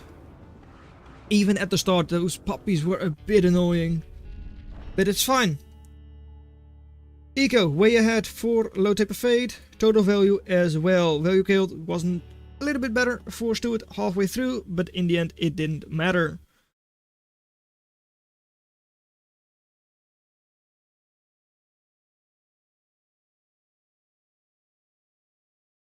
Okay, before I go there. Circa map. We choose the next map now. You can't play. My intuition is that jump is favored, but it was really slow to expand. You can't do anything. Okay, well, what's going to be map number 2? Okay, right. Picket is so strong in this map. But that's why you go bulkhead. To take care of the picket. Map. Stuart chooses map. What is the map that Stuart chooses? The answer to that question will be answered after the break. Except there is not going to be a break because we have to hurry up, guys. It's 4 AM soon. You're an hour ahead of us. Okay. Doldrums? Okay, Doldrums is allowed. Submit. There we go. Doldrums it is. Honestly, I'm really surprised that we have been able to hold on to like well, a low point of like 7 viewers, but like most of the time we had like 10 plus viewers. Really kind of surprised about that. We have 2 sides. EP and sleep is for the week. Oh, right. It's not done yet. It round number 2, game 2, not round 2, that would be a bad thing. It is Low Taper Fade in the north with Cloakbots. Going for, well, Engineer Commander for Ronin versus our own Rover main. It is Stuart 98 in the south with Rovers, of course. And an Engineer but green to spam those fences. On Doldrums. First time we see Doldrums today, at least for me. And Doldrums is a bit of an interesting map. Look, over here, we have nice little welder structure kind of things. 200 metal, 100 energy on each of those. Well, not each of those, because you also have like this, which is 100 metal, 200 energy. Pick your poison. You can choose whatever reclaim you want. Over here, they decided to go for the 200 metal, 100 energy, because that's what you usually want. More metal than energy. Anyways, good amount of reclaim on the field. 200 there, 200 there. And it's also a map with a double geothermal. But yeah, I'm not sure if we're going to see those yet. Stuart going to the geothermal side to expand first. Whereas Low Taper Fade went for the non-geothermal side. I'm not sure if there is a real reason for that. Maybe to like have the opportunity to go like geothermal later on and still get the reclaim from that side. I don't really know why they might prefer to go to the western side, both of them, compared to like, well, Stuart going to the east. Maybe it's also just because pathing for Rovers is better on this side, because you don't have as many, well, what you call these? Salt? Piers? Flats? Things? Hills? Let's just call them hills. That's good enough for today. And the ancient relics, Cloak OP. Cloak OP, says our Rover main. I mean, you can still just kill the Conjurer. And interesting choice. I mean, it is a little bit more expensive, of course, to go, whatchamacallit? Terramax, rather than a normal max. So it does slow your expansion down a little bit, and you can see that in 15 versus 17 ego. No, that's also partly just because of overdrive and all that. But yeah, it does slow you down a little bit.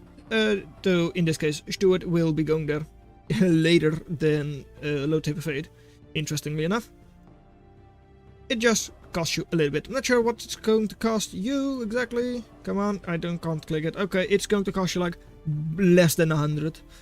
Let's call it that much, right? It's probably like 10, 15, 20, 30, 40, 50. But yeah. Over here, well, Glaive out of range of loaders, but decides to step in the range because that way it could avoid the rover a little bit better. But it didn't end up mattering because it still goes down. Does that put it in range of the like caretaker reclaim radius? It might very well do. Over here, well, soon to join the reclaim, it is the Mason, not the welder itself, the Mason, adding another 48 metal to the reclaim pile. Meaning that there is now more reclaim here than there was at the start. Almost 240. Triple Glaive still here and also still completely healthy. Moving in. And what is the singular Lotus to do? Yeah, not a whole lot. Ripper is going to be too late. I mean, Caretaker can be taken down before that is even there. At the same time, you don't want to do that. Losing those units like that just to the Caretaker explosion, not exactly what you want. And over here, triple Rover Scorcher, normally enough to take down a commander. And in this case, they do as well. A little bit of support from the darts and all that. Wasn't enough to counteract the effect of the loaders and a couple of the glaives that were close by. On this side now, well, glaives moving in, but can't because of Ripper. And have to go back, can kill another max, can easily overwhelm the loaders as well. Could not overwhelm that commander. Not anymore at least. They could have, with the numbers they had it been an exposed commander without any support. But that's not the case, so they can't do that. On Doldrums, you also, something we didn't really mention yet, you also see imps used quite often in the terrain over here. But we haven't seen them used by Low Taper Fate at all in this match yet. Even though normally, because these are nice little choke points, especially against rovers. But even against cloakbots and all that, it's nice to use them. And if you just stun one Scorcher, or like, yeah, you take down one Scorcher worth of metal more because of the Imp, it's worth it, because, yeah, Scorcher is 130, Imp is only 125. Though, of course, taking down one additional Scorcher is not exactly a good trade. It's also, like, not costing you any metal. Over here, well, there's a lot of reclaim, 240 reclaim for Stuart. But Low Taper Fate manages to snipe another Constructor, runs out of there, prevents this eco from going up for like next minute? Maybe not that long, well maybe, because this one is going there. The eco that was the night before. And yet, 28 to 20. And that is also because of reclaim, and we should not underestimate that. But still, eco is not too much worse for Stuart. Their base eco might be, but what they are actually able to do with it is not. Over here, Low Taper Fate also reclaiming, slowly but surely.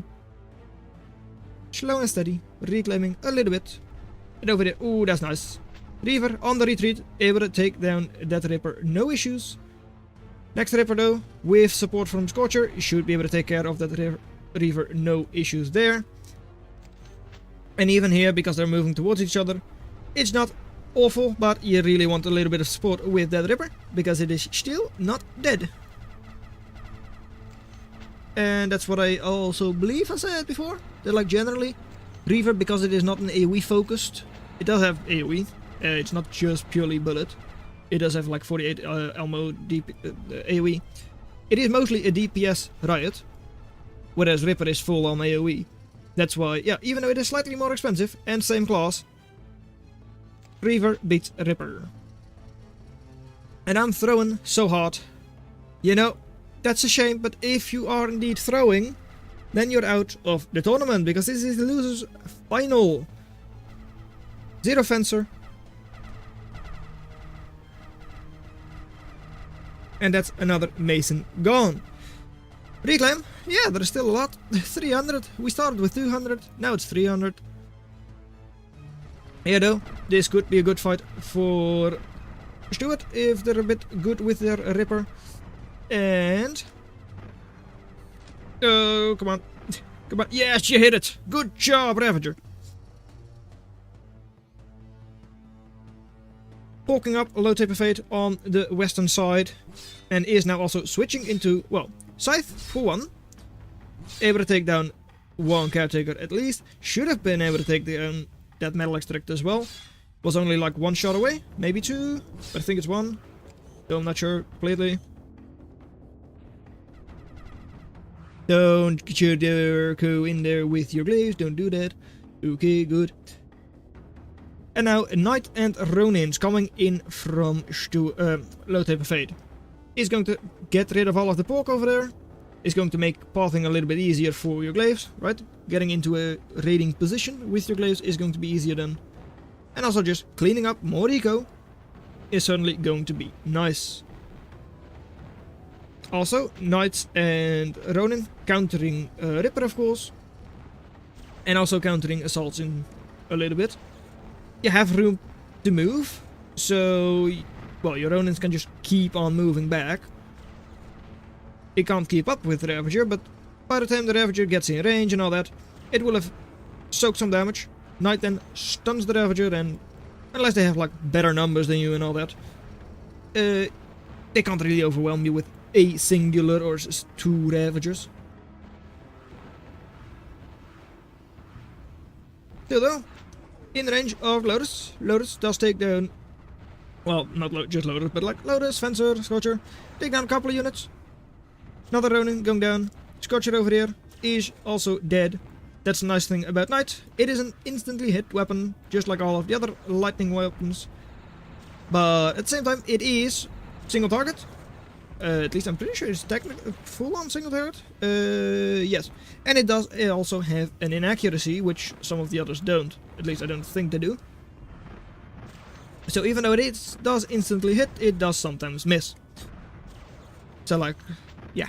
What has priority? Instantly hit or instantly miss? I don't know. But it does certainly miss. So it is indeed the instantly hit that is not really taken care of. Because it doesn't instantly hit. It only instantly hits the times it hits. And, oh, come on now. Take one glaive and kill it. And back and forth and back and forth and back and forth. And yeah, you did it.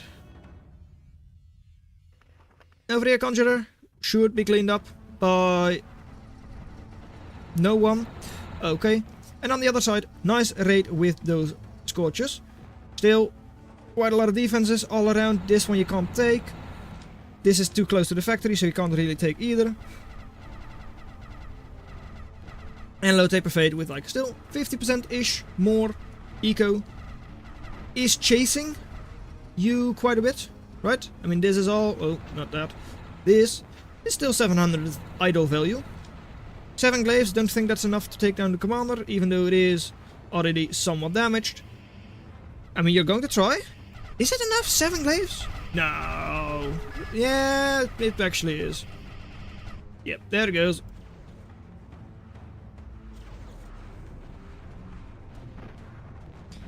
Just like that, commander cleaned up from Stuart. 17 eco, 14 energy eco. Wasting metal, because of course you don't have storage, so all of that reclaim that you can't instantly spend is wasted. And this should now be a win for Low Taper Fade. Just 12 minutes in, so I'm not going to admin call it. Not going to do that. There's no point. It should end within a couple of minutes. Fusion on the northern side is up, does give you a little bit of extra overdrive, of course. Not too much, because, well, it's only connected to three little maxes. Does overdrive this max by a little bit, and this one as well. Having the fusion. Because they just now spend maximum amount that they can from these 4 solos. Like 2 solos and those 2 solos. And over here, well, once again, raiding with your glaives. Easily enough to overwhelm a singular Lotus. There they come. And there it goes. And I hope that if, once they lose these couple of units, Stuart is going to give it up. That's what I hope. Or maybe if they lose the factory. When they lose the factory. No, it actually is an if. Because, Baller Glaive versus Ripper. Yeah, not the very smartest thing. But last Ripper over here. Last forward Ripper is cleaned up. The base from Low Taper Fade looking very clean. With the nice little solar walls and all that. It's a lot of fun. And yawn. I mean, it is over. So please, hurry up, finish it. We have like 2 more games. Yeah, it's over. GG is called. Let's go. GG is called. Played like shit after I killed your commander. GG. Okay, good thing that's done. I mean, I don't want to hate on people, right? I mean, that's not what we want. But Low Taper Fade wins it. That means it is now Low Taper Fade versus Coolcat. Okay, Low Taper Fade versus Coolcat is already the thing. So this is finals.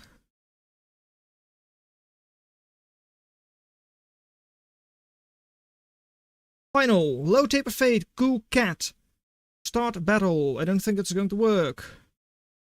Indeed it doesn't, but because I forgot to take care of that. Final! Final between Low Taper Fade and Coolcat.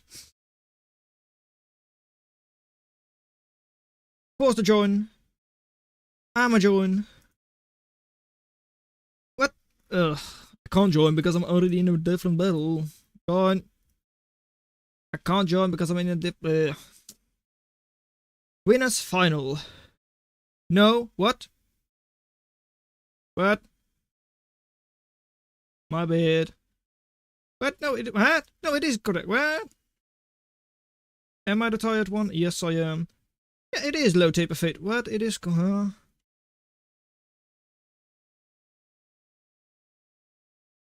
Final.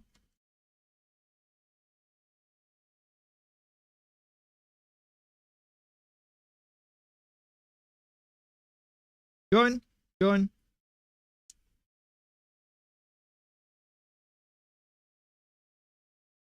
Zero K map.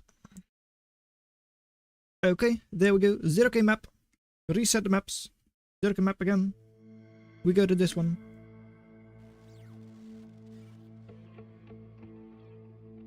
Grand final.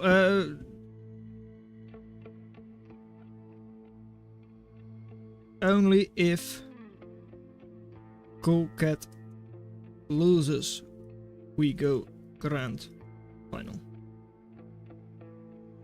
It's not low, you just suck. Is he... That one's banned, Iski is banned. Okay, Eye of Horus is banned. And Titan Duel is also banned. Just like that, we've got 4 bans. People are finally starting to learn it. We go grand final. Yes, okay. So.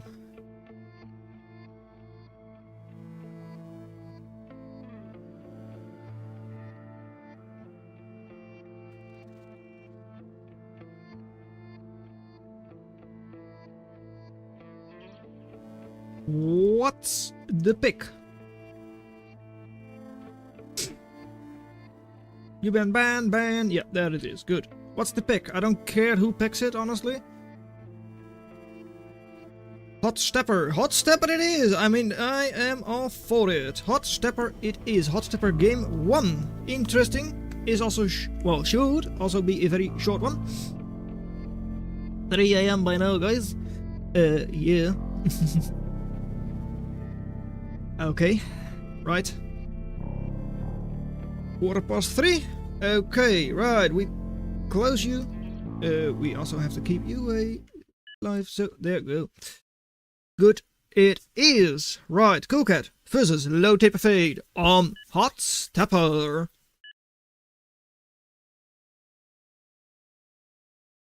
Chomo X Logix Dias Desfapital Schloppis Sausage Menscher. Once again, a very close Hot Stepper map with players right beside each other in radar range to start. And it is double shield. We've got a shield bot mirror match, I think. No, it's not the first mirror match. Between Low Taper Fade in the red versus Cool Cat 1239 in the blue. Who's going for Rogue as blueprint, and they have Guardian Commander, so do not have any blueprint, of course. This is the final. Best of 3. Cool Cat goes in with advantage. Since they, well, Low Taper Fade comes from the loser's bracket. So if Cool Cat wins, it's over. Then it is also automatically the grand final.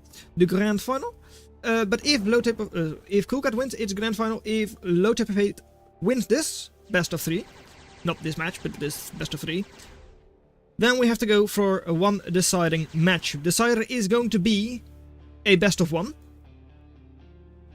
That was mostly just decided because of time reasons.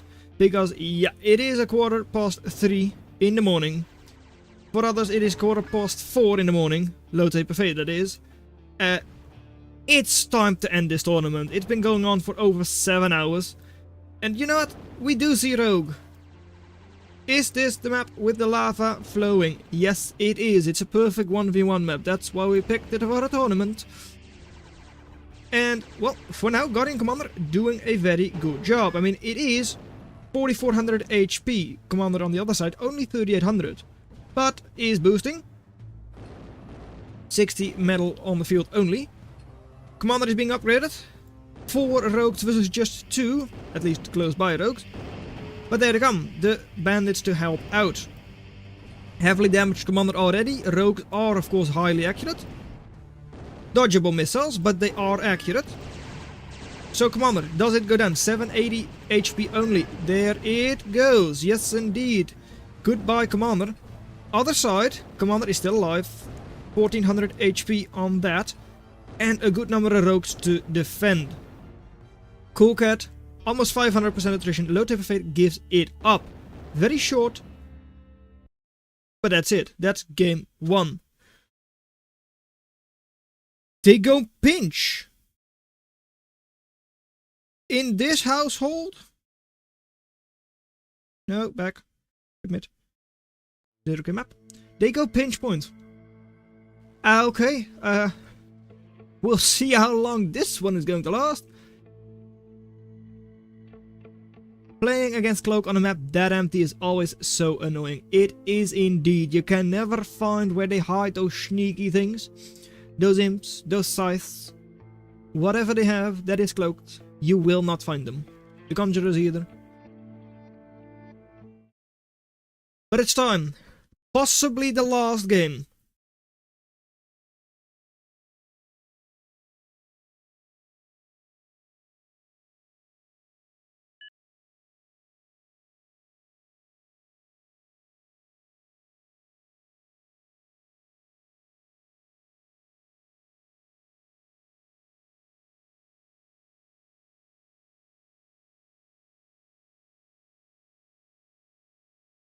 It may just be. If Cool Cat wins it, it is over. The tournament has concluded and Cool Cat wins. Otherwise, we have to go to a game 3 and then possibly a game 4 in order for the Low Taper Fate to win. Of course, it is possible that Low Taper Fate wins this one, then game 3 Cool Cat wins and it's still over. But hey, pinch point. A map. People have tried to ban and ban and ban. They didn't want to play. It's so big. It's too big. It's a team map. It has awful maxes. And yet, possibly, the deciding match of the tournament is going to be played on this map. We've got Cool Cat going to the back start. Low Taper Fate as well. And we've got a gunship planned for Cool Cat 1239 in the red. With Blastwing as their blueprint, versus in the blue also going for the gunship strat. It is Low Taper Fate with a Master Sloppy Sausage with a Gnat as the blueprint. A bit of a change. The Stun versus the Fire Bomber, and going for Wasp first versus a Wasp first. However, this Wasp is going for Big Max and then Reclaim. Whereas the one from Low Taper Fate is going, well, for these maxes. The secure maxes, where you can have very good wind generators, because those have a 1.0 wind floor, but they're not building those. They're going straight max, and then straight mega max. 4 of the big maxes in the middle. If they're able to secure those are close together, it will, I wouldn't say win them the game, but it will certainly give them a large advantage over the enemy. Just because, well, they might be able to get 1 Big Max, but you might be able to get 4 Big Mac. Right? That is certainly an option. Of course, it's also a little bit closer to just get these at first. Whereas they have to walk, or like fly over all the way here. 1 more second, only now have the max constructed, whereas you are already building your second one and are halfway through. Still, right at the start, it is an advantage for Cool Cat with, well, for metal. Cool Cat also going for wind, even though these are the 0.3 metal wind, not nearly as good as the ones up top. Whereas on this side, more stable, way more stable, 100% stable unless they are shot at. It is the solar panels for Low Taper Fate. At 10% wind, that is certainly an advantage to them. Overdriving a little bit, though not a whole lot. And also, yep, as I said, when armored up, yeah, then it does hurt you. That's 6 energy, not awful of course, but 6 energy, still shut down for like 12 seconds.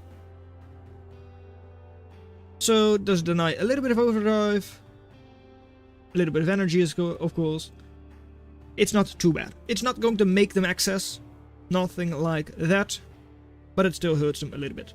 Right, radar, also fun because of how large this map is. It covers such a tiny radius.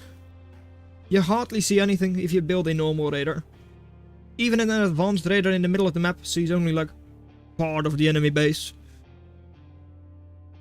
And even then, with the insane radar shadows these hills and cliffs and all that give you, it's very difficult to see everything that's going on. Does of course also allow for a lot of raiding. And that is something we have seen before. A lot of naked expansion, a lot of raiding going on this map. And, well, Blastwings now coming out for low type of fate as well. But Trident, 3 of them are already out on this side. Homing missiles, high burst damage as well. One-shotting Blastwings with each missile. Because missiles are like 200 damage a pop. Still though, for now, sneaking through. Do you just barely clip it? No, you don't clip it. That means that these 2 Blastwings both sneak through. Yes, Picket is a good way to deal with Blastwing, but is it good enough? Probably. Nope, there we go. 1, 2, possibly 3. Yeah, should be 3. Yeah, 3 wind generators going down. Is that a good trade? No. 139% attrition for Coolcat. But still, it's not a bad trade either. Does slow them, or hurt their energy eco a little bit, right? 26 eco, 36. And by the time now, right? By now, having the Big Macs in the corner, Big Mac in the middle, eco ever so slightly ahead for low taper fade. Also has like double trident here. This is double trident from the enemy, third trident coming in faster than the one from the enemy. But here, double Big Mac for Coolcat as well. Eco already 4 minutes, almost 5 minutes into the game. 50, 60 eco respectively. First couple of raiders, true raiders, coming in. And you know what? No defenses around there at all. Gunship plant idle is going to make entire. But still, Trident is a bit expensive, 270, but will be up in time. But does not one-shot Locust, or like burst down a Locust. For that, you would need two Tridents to burst down one singular Locust. Still, triple Big Macs for Coolcat in the middle. Struggling to spend all of the metal.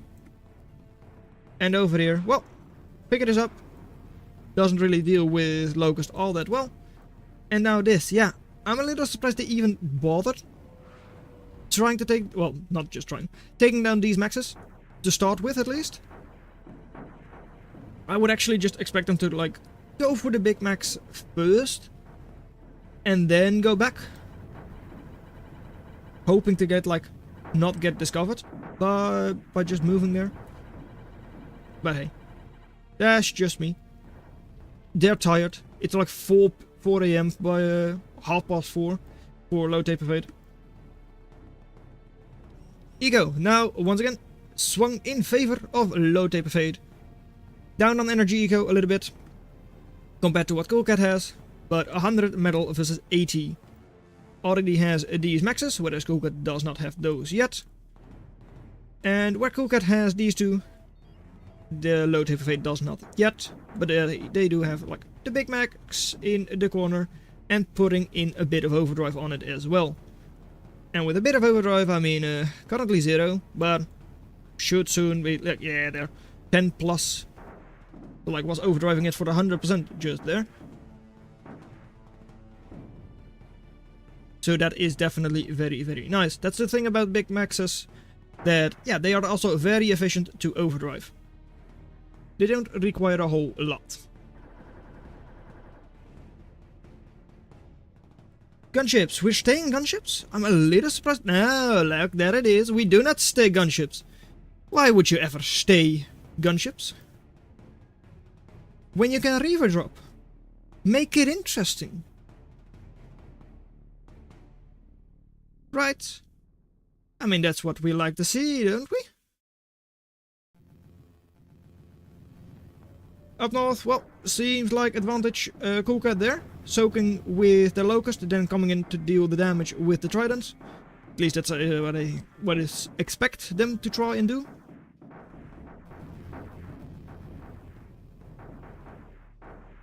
And, well, moving Reaver. Up north, still, actually, now good at fight actually low taper fade, it seems. Better than I would have expected. But over here now, look at the rating. All of it exposed. Chainsaw is going up, but it's not up yet. Wasp is 1500 HP, so he is also able to soak a lot of damage from low DPS things like a Locust. So might be able to get the Chainsaw up, but not with that many Locusts nearby. And there they go. The expedition, 15 Reavers. Enemy has also gone into Cloakpots. However, has not been going for, well, the funnies, the memes, the Charon drops. Nope, they are just going for some classic old, well, let me just get a glaive or two. Maybe a gremlin every once in a while, just because I'm facing gunships.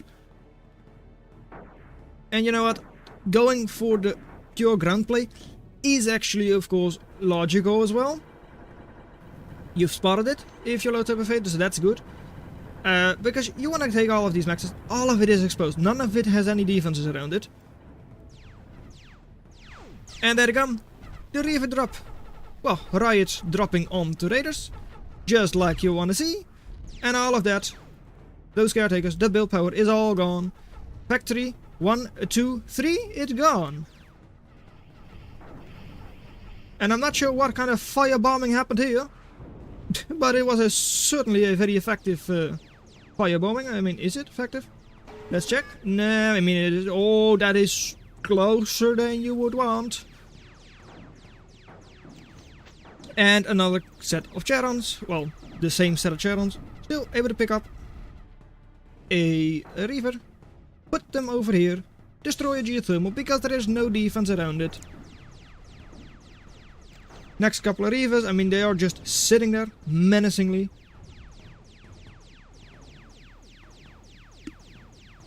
But at the same time, yeah, Cool Cat isn't really able to do anything against them either. But I feel like you can definitely feel the players are tired. I mean, I would think they would normally play better than this. And a lot of units here for a lot of Tridents, a lot of Cloakbots for low taper fade. Attrition is not in the favor of Cool Cat. And army value, I don't think it is either. There you go. Double for low taper fade. Accessing 4,000, accessing 2,000. Yeah, that's not what you'd usually see by like singularity rank players of like over level 100. Normally you don't, but this time you do. Lotus is, besides the geothermal, so is actually just going to defend that with its life. So yeah, Reaver wasn't actually able to take that down. Would have been really nice. Of course, 500 value is good to take down. And wouldn't have been out of the question, because there wasn't a Lotus there before. And Cool Cat with, well, 4... make that 5, because I can't count. Fusions, at least. Versus just a couple. And there's also like 4 from low taper fade. Overdriving, a bunch. Overdriving 16, overdriving 16. This grid is, however, way more optimized. It's not spending as, well, overdriving them as hard. They're spreading the energy better. And still, with reclaim and all that, Cool Cat with the better eco for now. Of course, with those 6 maxes missing in the back for low taper fade, it's also not really working out well for them there.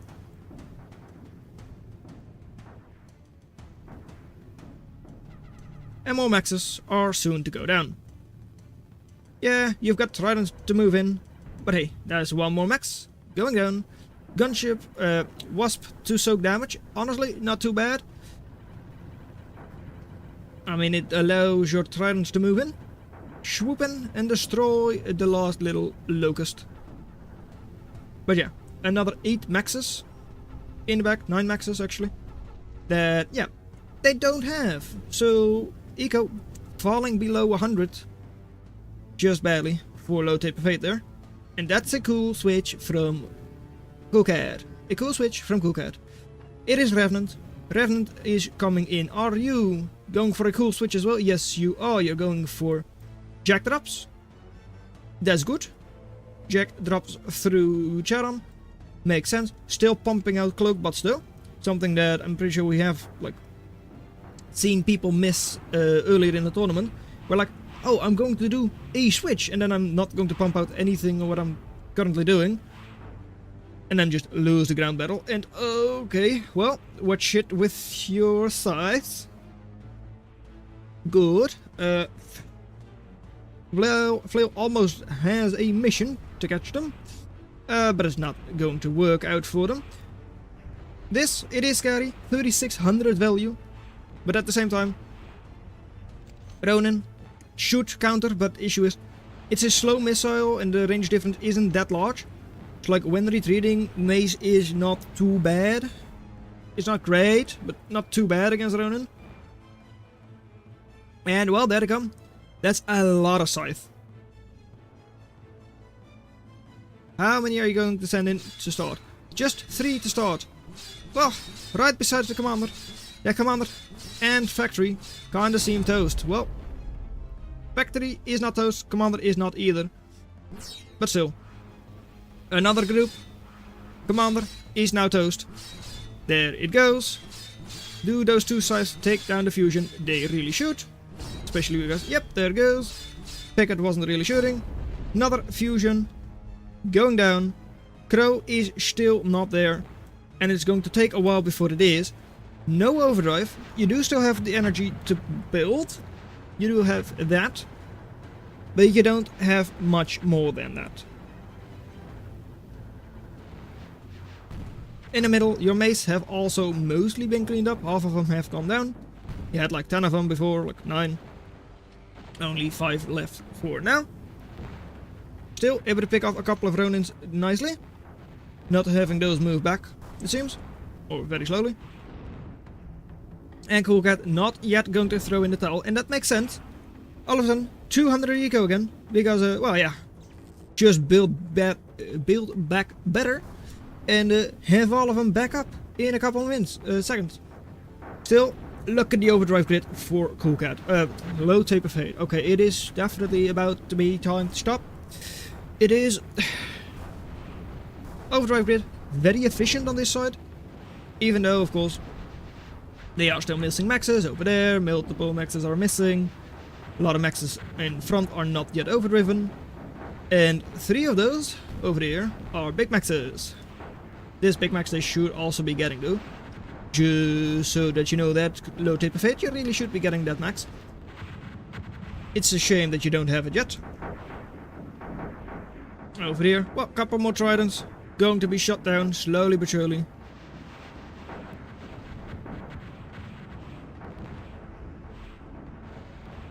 What do you ping? You pinned the Revenant, right. Yeah, Revenant going down. I mean, it did take down 3 more maxes, it seems. And 3 more maxes is a good idea to take down. But there they come. The Jack drop is incoming. Down south, I mean, also those channels are a bit of an issue, I would assume. Are they an issue? No, these are decoys. Oh, that's good. The Hey, what?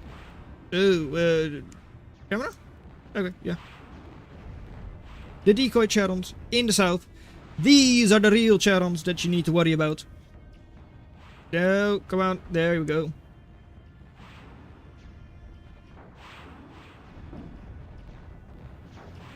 Channels moving in, 5 of them at least on the right hand side, onto the enemy Nth factory. 4 fusions, right for the pickings. 300 DPS on each of those jacks, not being slowed down either. In any way, so they will be doing a lot of damage. HP of them, 6000, so they just explode, but I don't care. They take the explosion, they tank it, and they just keep on going. Factory over there is going down. Well, more jacks moving in. We've said it before with like Hermit. Yeah, Fencer doesn't really do enough damage to take care of assaults, let alone 6000 HP assaults. And Crow, just don't manually weapon over here, because that would have ruined you anyways. Just like that, Low Taper Fate takes game number 2. Was behind a medal, but they pulled it off. They did the thing that the tournament was supposed to do. Make things that look epic. And you know what? Pinchpoint has delivered in at least this match. Right. GG! More bands. Right. Doll. Drum. Eye of Horus was banned. Iski was banned. Hotscapper was played. Lake. Sun. Titan was banned. Tundra. Volk are left.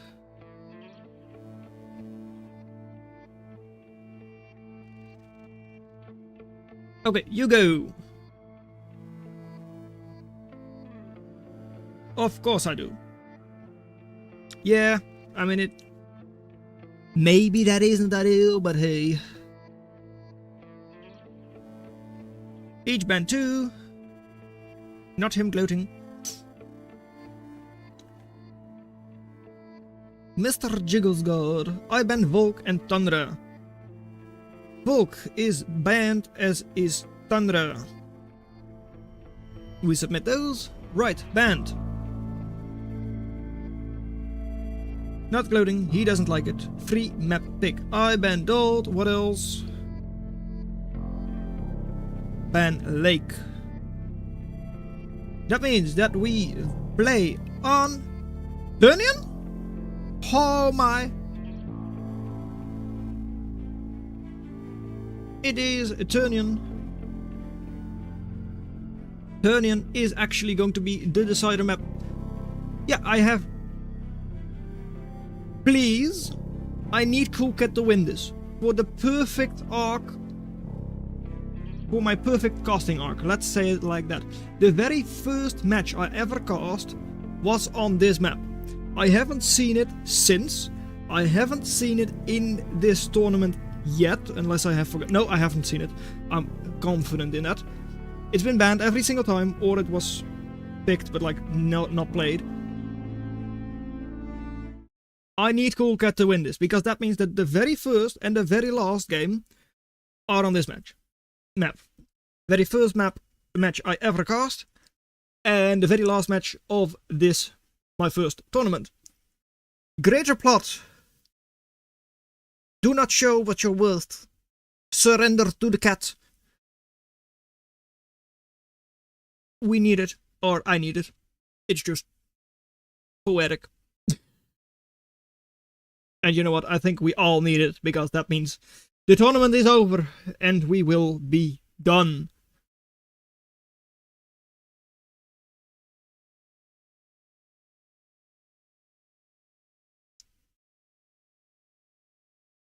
And honestly, I think there is a good chance Low Taper Fate is going to take the prize money for like best clip anyways, though I have of course not seen, well, probably not even half of the no, I'm sure, not even half the matches.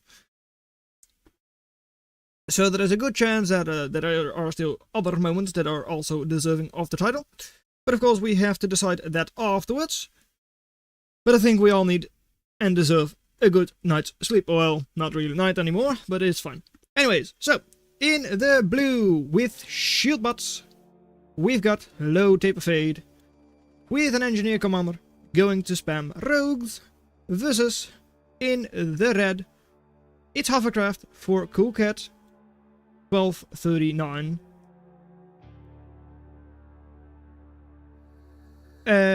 Going for Engineer Commander as well, and Scalpel is their unit of choice. On this map, because I haven't actually seen it in a long time. 1.9 metal maxes here, quite a lot of reclaim, both energy and metal. All over the place. And there aren't that many maxes scattered around the outside. So if you have the middle controlled, you have a very good chance of winning the match. Geothermals on each of the small pockets, on each of the small islands for overdrive, but honestly I don't expect us to see those being used. I don't think so. Not sure how much energy and all that. Yeah, 3000 energy, 300 metal in center.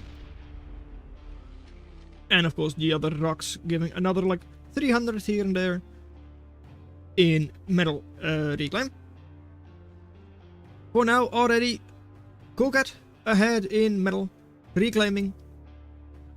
Something that, well, Low Taper Fate is not yet doing, but they are rushing to the middle, whereas, well, Coolcat is also going there. But it's probably going to show up there slightly later, though it doesn't really matter who shows up the very first moment. The very first second doesn't really matter all that much. This is not Zero Walls where like you need to step in the middle area first to get the bonus. It's not. But Quill harvesting their resources over here. Rocks have been, well, are being harvested there. And I do see, yeah, they are going that way immediately after.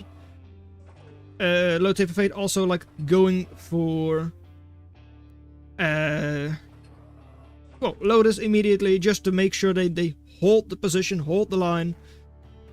And especially against Harvest that is nice to do because Dagger they just don't deal with the static defenses at all because they have a 0 DPS and their burst damage is like not really enough to take care of a Lotus in a short amount of time, at least unless you have like enough of them. A dagger or 2 or 3 is not really going to take care of a Lotus.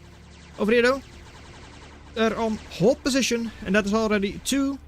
Soon to be 3, possibly, no, not 3. Going down. Over here though, Low Taper Fate in the middle, harvesting the big rock. Though it is, of course, same metal income as the rest of them. And yummy, well, not really the rest of them, but like, in total, it is 300.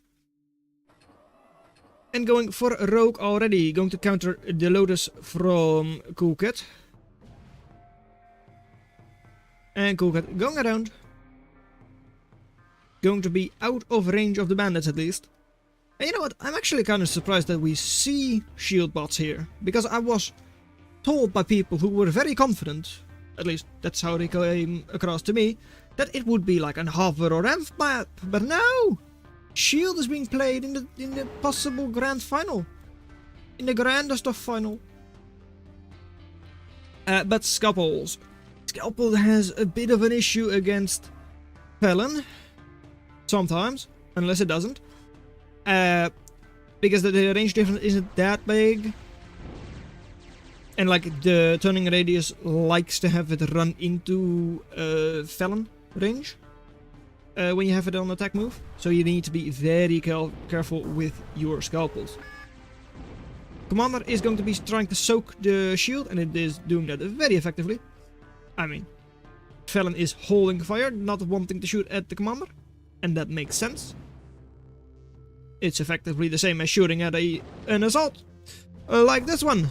An armored up assault, so even worse for the Felon. But if it is inside of your shield, you really do need to shoot at it. Well, hello there. Felon in the trees. And goodbye to you, good sir. Commander should not go down. I mean, they are 125 DPS, Hellbots. I believe so, at least. So, pretty good DPS, especially for like a 210 assault. But not enough to take care of a commander in just 3 of them. Then they would need like 300 DPS like a Scorcher. But they don't have that. And when not armored up, they don't have too much HP. Just less than 1500. On the northern side, well, little bit of expansion being denied there with those daggers. Low Taper Fate was trying to go for like the second, well, starting base area. but that's not going to happen. Not soon, at least. Cool Cat also going to try and, well, take that, but I find it highly suspect that you're going to go for mechs first, when you already know the enemy has a bunch of forces there, to try and persuade you to go somewhere else. Or give up your life. One of the two. Right. But bandits, yeah, are able to hold the line until the mace arrive. And mace, you know, mace are strong enough that they can actually just push into loaders. Yeah, Riot is not supposed to be an assault or something like that, pushing into a static defenses. But mace does have 1400 HP, almost as much as your halberd has unarmored up, like without armoring up. And it has 326 DPS, so a lot of that to boot as well. On the other side, bandits all cleaned up. A lot of reclaim here now, 375. And it's a good fight for Cool Cat in general. Middle though, all of those maxes, I mean there are, how many? 7 maxes? 6 maxes. In the middle. The rock was not that tasty, not that yummy. They didn't really like it all that much. But 6 maxes in the middle, 1.9 each. Yeah, just to keep up with that, these maxes all need to go to Cool Cat. And then they're still behind it with 2 maxes. So then they would need this one, that one, or this one and that one as well. That's the issue with this map. The middle is very strong. In a free-for-all that doesn't really matter, because then people from all 3 sides try to contest it and no one really has it. And if one does, then you can just gang up on them. But yeah, no, that's not happening in a 1v1. So the solution? Go for the base. 25 energy eco only. I'm a little surprised we don't see any title generators from Cool Cat on this map. Right? Yeah, 50 minus 59. Easily titleable. Those are of course more efficient than solars, and well, because you can put them out of range, they're actually safer than solos in this case, because you're facing off against shield bot. If you were up against Amp for maybe hover yourself, sure, don't do it, but in this case, yeah, they can't hit you, especially because you have this corner, which is like the furthest away from land that you can possibly get. But it's fine. I mean, they're not going for it yet. They're first just going to be reclaiming and all that.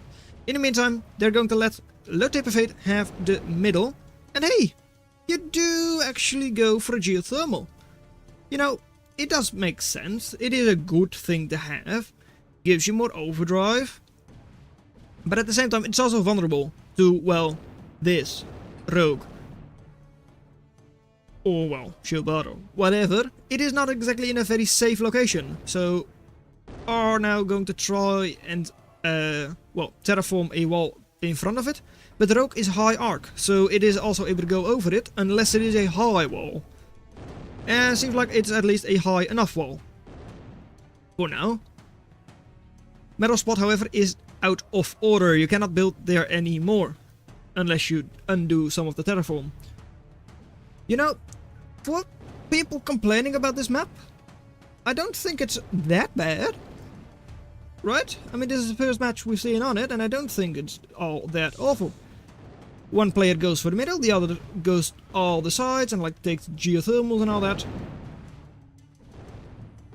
And, well, reclaim, good for Low Taper Fate. Because of that, of course, eco as well. And now they are switching into amph pots as well. Going into buoy.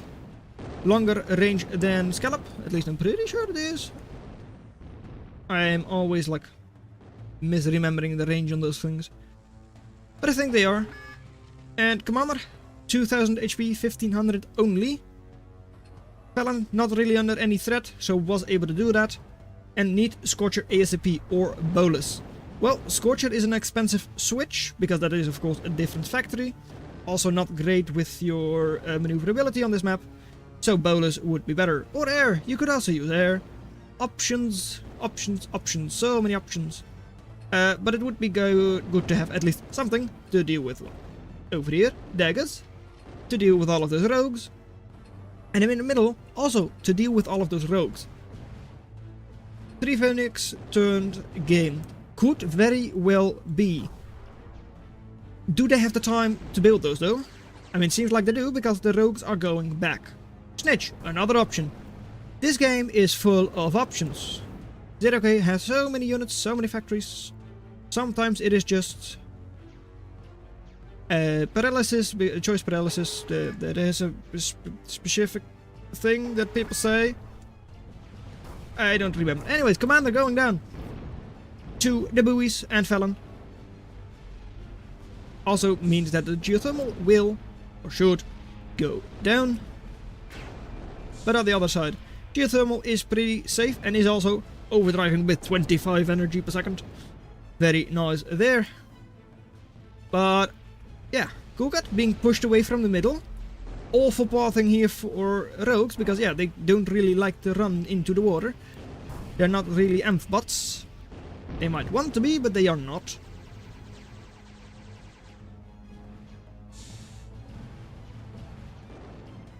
But slowly but surely, Low Taper Fate certainly is taking this game home.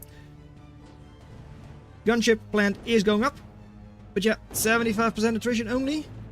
22 versus 65. Sure, that's 40, 70 metal reclaim. But still, right? He's using his water mobility to his advantage. You mean this? And GG. So sad. It is going to be Cool Cat, Low Taper Fate, one more match. Low Taper Fate was able to take this game, so Tunyon is not going to be the last map played.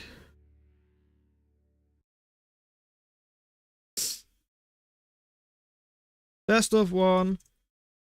Just stay here for tiebreaker.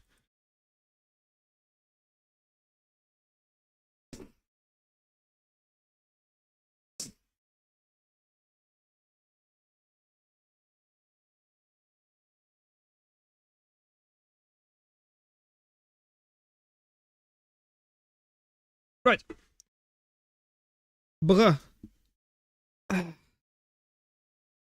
Like, we all want to rest. All the marbles, Cool Cat. This is the grand final. Black Ops 1? Yes. Just shoot him.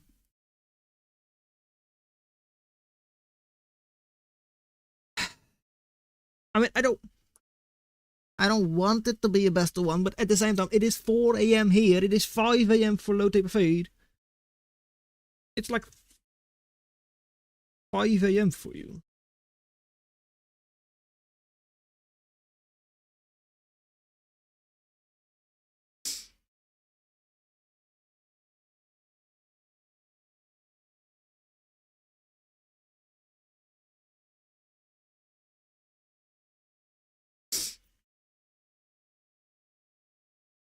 Here is fine, because then we don't have to create a new room, and we don't have to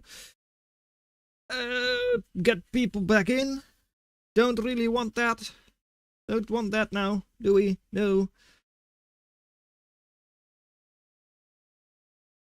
I don't know.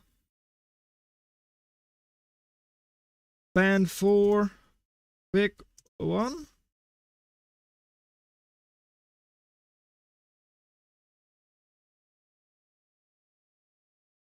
I don't know, band 4 together, pick one.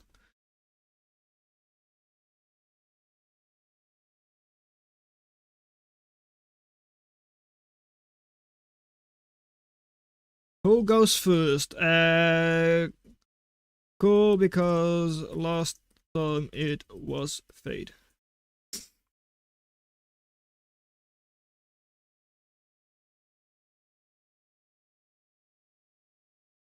But just, yeah, just go. Rigging the game, yeah. Oh yeah, band 4, just figure it out. Choose a map together. If it isn't even in the map, or I don't even care anymore. Band 4, wow, gosh.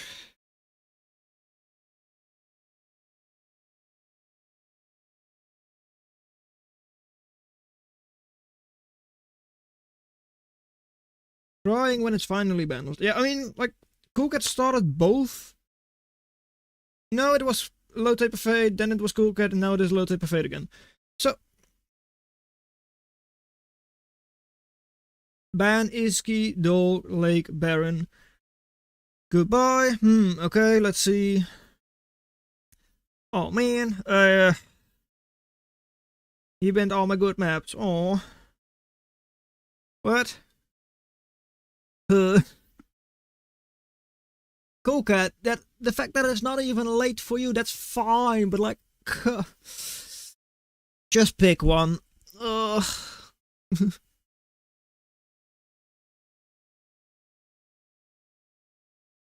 Shut the fuck up. Let me think.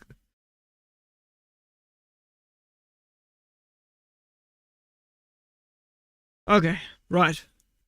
We're almost there, guys. Almost there. Oh. There. First map. 40 minutes.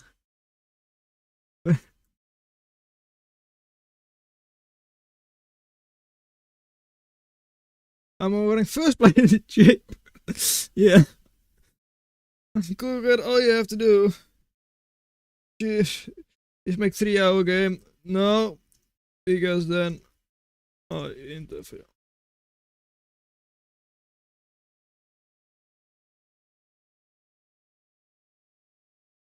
If you wait 3 hours, you will win $15 more. Money, money.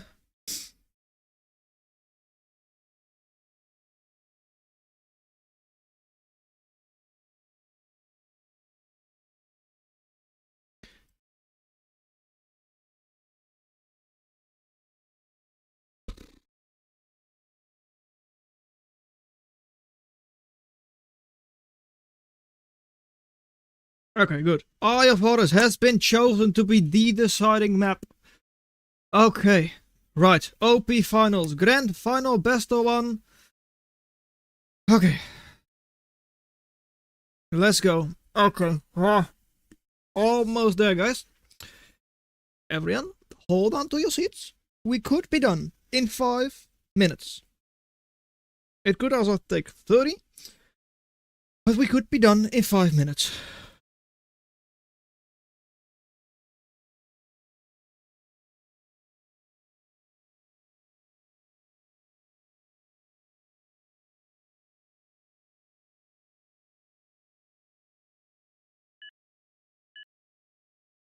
Okay, right.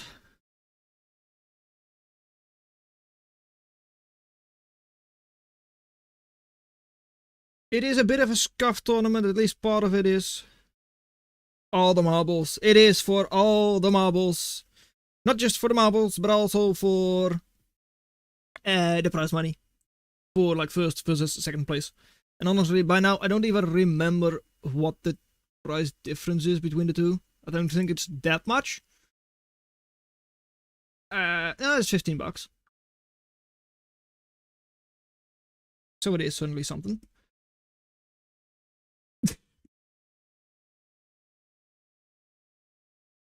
Let's all pray. Pray for the end of the tournament.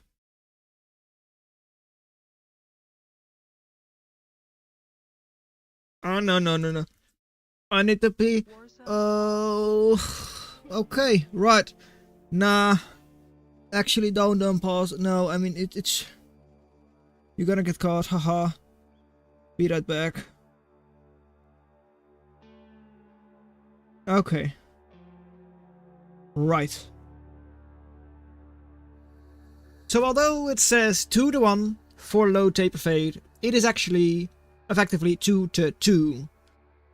Because Cool Cat, of course, should have had like an additional like 1 win already. Because of the fact that they won their first, the semi-final? Final? One of the two. I think it's technically the semi-final that Cool Cat won.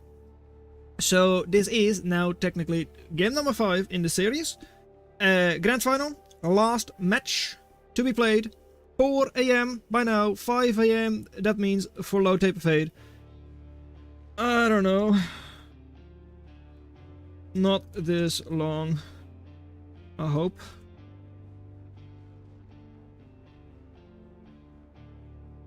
Been 8 hours. We win! New record! Oh! Is it? Oh, then it is like, okay, that is, Hit caught? Uppy? Is it time? Unpause already. Okay, ready? Well, okay, okay, go. Good. Your mom is nice. Good.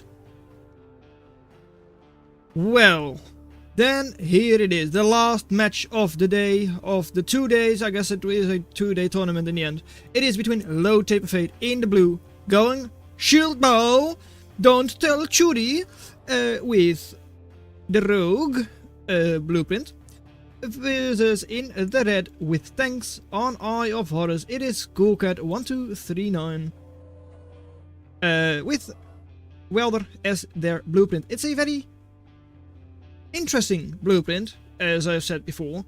Normally people like go for something that either takes care of a stinger, for instance, or take care of an enemy commander. But they actually go for a constructor, which I find, well, a weird choice, honestly, but, you know, a welder isn't fast, so if you can get a welder up somewhere and you can push in the additional build power, it has a little bit of damage as well. Yeah, maybe it is actually something that, well, is useful. I don't know.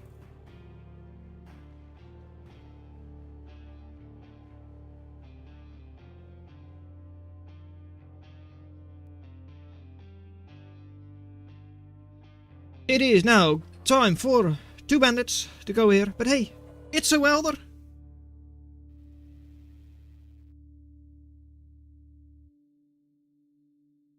Welder is coming in.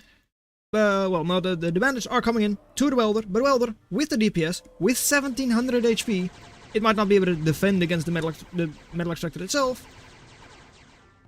But hey, it should at least be able to hold its ground, but I guess not, because it is going back. Sure? Is it just versus 1 that it's able to hold ground then? Over here though, good fight there for Low Tip Fade. 170 versus 75. Over here, that is another Coolcat Kadachi moving in. Convict is going for a nice little wind strip once again. A wind of 0.6 on the top floor of the mountain. And over here, well, sneaking their bandits through the mountains as well. There they come.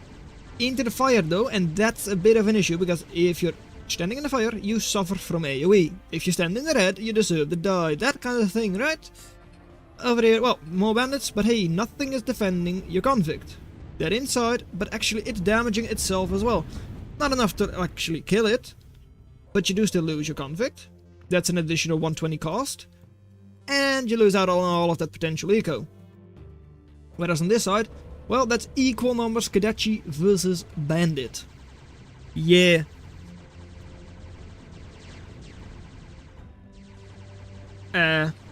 Goodbye to the bandits. Still though, 3? Only 3 survived. That's 340 cost lost. 2 Kadachis went down over there just because Bandit's range is good. And when the Bandit is the one retreating, yeah, Kadachi can't really hit it all that well. It's not the fastest projectile ever. It runs over its own ground burn if it shoots forwards. And it is, of course, outranged by Bandit. Don't know if it's also at speed, actually. I don't know for sure. I mean, I don't think so. No. Bandit is the slowest raider. Together with something else. Might be Duck. It was slowest with someone. A couple of updates back, I believe. But anyways, so Kadachi is able to catch up. But still, well, bandits hold their own very, very nicely. Over here, one bandit is not going to do that though. It is going down. Over there, well, Commander not damaged at all, not in the slightest. He's going to get the Stinger up. Couple more seconds.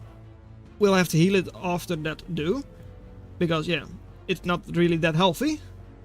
And the other side, well, Chomo X Logics is just moving away. They're not going to fight the Commander from Low Taper Fate. They're just going to move past.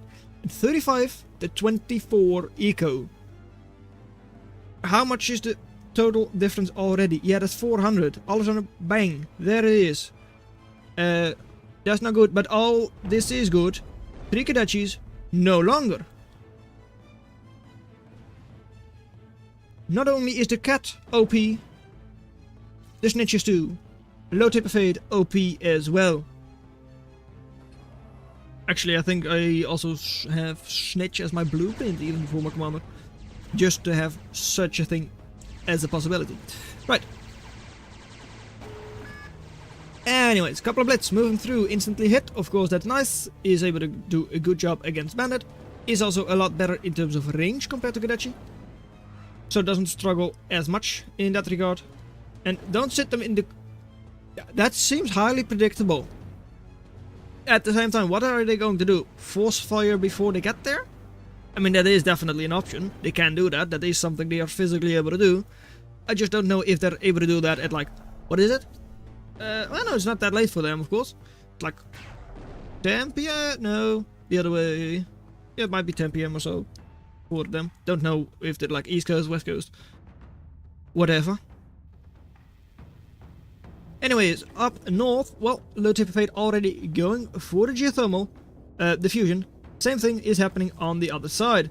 Here, boom, but that doesn't kill. And if it doesn't kill, it's not really worth it, because it can still go into your eco. Yeah, you damaged it. But like, even if you had a perfect hit, you don't kill Blitz. You didn't have a perfect kill, right? Like perfect hit. But so, yeah, if you don't kill it, is it really worth it? I mean, it could simply retreat and take the like 170 cost that it just made as a victory. But it's actually moving through. Maybe in that case it is worth it to damage it that much, but I feel like just having your bandits go after it is probably better than, well, damaging it with a snitch and then having to clean it up anyways. Over here, well, one little blitz, engaging. Only 150 cost destroyed, so like 2 bandits. Whereas they have lost 300 already. Now though, bandits engaging one by one. And look again, no, Coolcat winning on macro. And look again, well, I mean, look again, I mean 76 versus 47 ego. Sounds like Coolcat should be winning on the macro. But that's possibly just because of, no, the additional overdrive is certainly not the thing. Base extraction, they are better, yep. Overdrive, they are better, yep. And only reclaim, they are not. Stefan, I don't know what you mean. Well, he stole some metal. That he certainly has. And there it comes, Cyclops. Normally very expensive, leaves you vulnerable, because you need to get it out before, well... And in the meantime you don't really produce anything.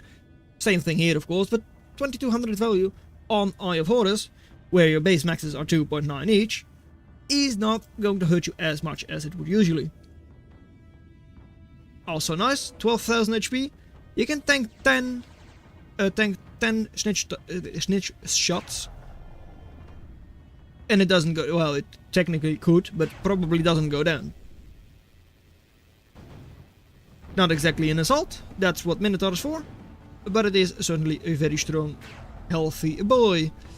Commander digging down, 1600 HP on it left. It does make sense to do that. And Coolcat access classic. Are they accessing? Not right now, they may have accessed in the past. Didn't really see it if they did. And more snitches, I mean, they're certainly trying. Maybe trying to go for the best clip. But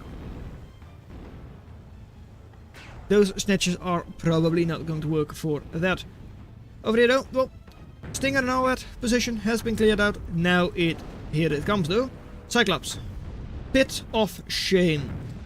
Cyclops one-shotting those rogues pushing all of this back. Commander. Could, possibly, come back into the fight. Once again, yeah, you damaged things.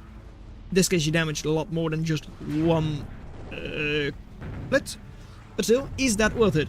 Just damaging some units. I don't know if it is. And 3-speed nerf. Oh, no. We're not going to talk about the 3-speed nerf. I mean, it's ruining Judy. They lost so early because of it.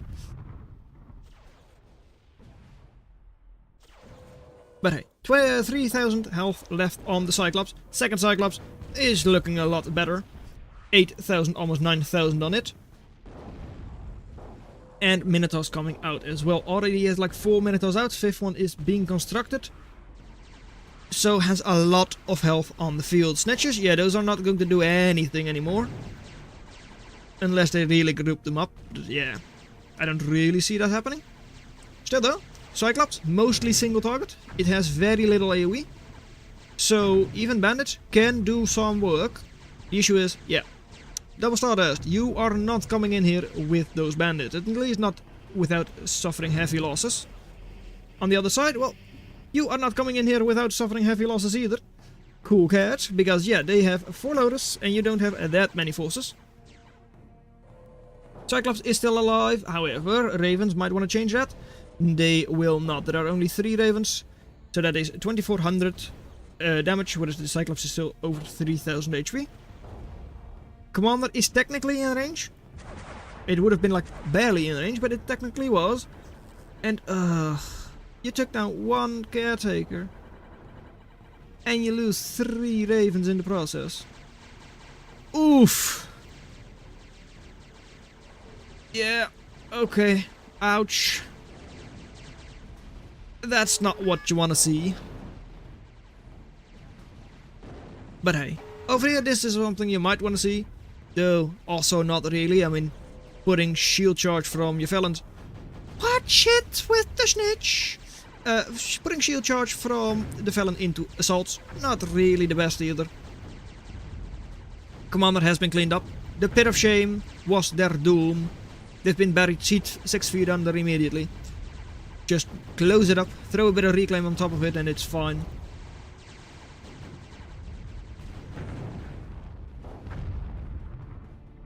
And on this side, well, there, those shield bar. Shield bar is still working. Couple more Minotaurs. I mean, yeah, that should be able to push in, right? Look at how much HP it has. 28,000 HP, almost 29,000. This side, same thing, right? 35,000 HP. The thing is, Racketeer is a very good counter to Cyclops. Single target, high disarm, burst damage of 2,500 each. So you need 5 of them to stun a Cyclops. Initially. And then you need like probably 1 or 2 to keep it stunned, I would assume. Not really sure on the math there. But now you're going for cloaked imps. I mean, Iris with cloaked tanks. Imp only 2,500 burst damage. So it can't even stun, well, except for the ogres, your own team. And the Odin, is it going to do anything? It is certainly going to do anything. The issue is they have got a second factory already, so it isn't a big loss if or when they do lose the factory. Sure, it's 700 cost, but it's not as if they, well, they shouldn't access because of it. Factory is indeed gone, just like that, and they shouldn't be accessing, but they are, because Kokad. Why are the excess? Why the excess? May want to build up a, well, tank foundry once again. Though on this side it doesn't look like tanks are very good, right? Countered by simple little bandits. And last Minotaur over here is going to go down soon as well. Does clean up at least some bandits in the process, but hey. LOL. Stunned by what exactly? But your own imp, I guess. And the raiding Cyclops. The tank buster, heavy tank buster, moving in. Still full HP. Over here, another one, but this one is only 4500 HP. And the second tank foundry is indeed out. Cyclops over here is shooting at the bandits, but as you can see, very little AoE on him. So even though it is a fully slowed down bandit, yeah, it just doesn't hit him. Okay, it will hit the group, that's not the issue, because there are just so many bandits in the group. But it's not going to hit a specific bandit, it's going to hit a bandit. Yeah, or you're like right inside of the Cyclops, then you're going to hit it. But hey, Cyclops could easily go down to that many bandits. At the same time, Kadetchis are going to try and help out. AoE on those is good, of course. So a lot of bandits do also go down there. In the end, it is technically still a good fight for Coolcat, at least the part it shows. But it could have been a lot worse. Has been pushed back, so all of the eco does survive. That is, for me at least, that is a significant factor as well. Because the potential eco from that would be devastating as well. Eco for Low Taper Fate is currently slightly ahead, somewhat even, though a lot of it is in reclaim. So, yeah, Coolcat also has some reclaim going on, of course. Tankbuster, I mean, it has no business being here, nor does that, like, Ogre and Minotaur. But I guess it is fine. The Coolcat Scorpion, are they going for it again? That would be good. Would be fun to see. But also, they are going for Glaive. Into all of those bandits, into the Racketeers, into all of that. But I do not see it. I do not see the Coolcat Scorpion. Unless you mean like a Scorpion as in a semi-Scorpion.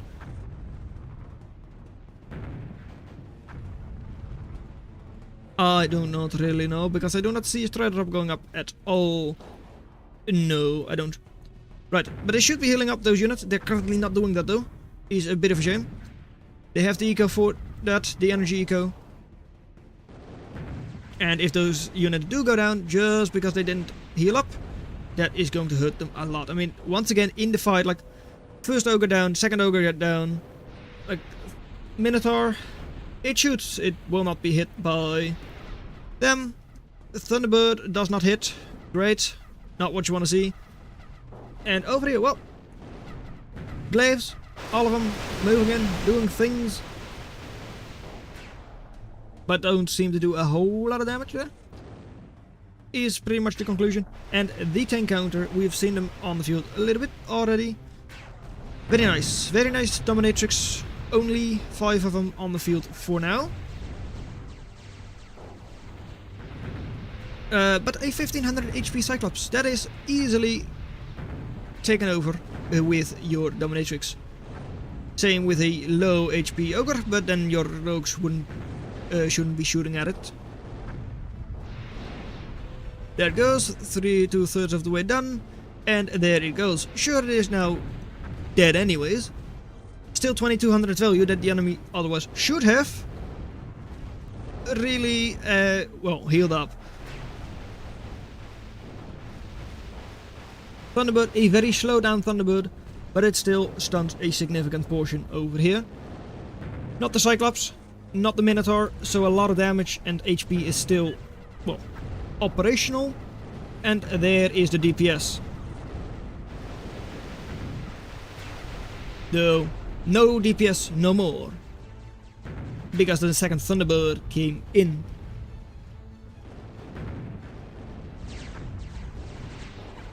Iris taken down. This time around with the Ogre here as well. Bandage shouldn't be able to do a good job to the Cyclops. And all of those convicts should also go down. I mean, just send in the Glaives. Watch out with the Ogre, but send in the Glaives and they should all die. At least the ones that aren't protected by the Ghost turret. This time around though, who has the Air Force? It is a Coolcat. Going in with 4 of them, but also a bit spread out. Not ideal.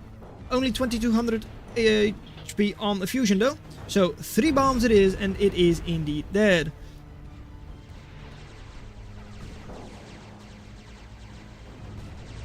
Minotaur should go down, but the glaives, oh, it hurts, but the glaives should have been able to clean it all up. But they're on hold position, not using the game to its fullest potential. The game AI, the unit AI and all that. And there it is, the Cool Cat Scorpion is spotted. So it is here.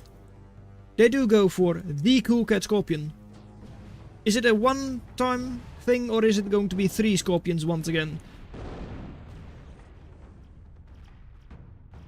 Well, the only thing is, like, Racketeer stuns it. Just like with Cyclops, you need the same number of them. It is also 12,000 HP. It is also having to face off against Dominatrix. You don't have that many of them on the field anymore. You do still have a lot of them on the field, but not all of them are forward. And what is the Scorpion itself specifically, like, tasked to do?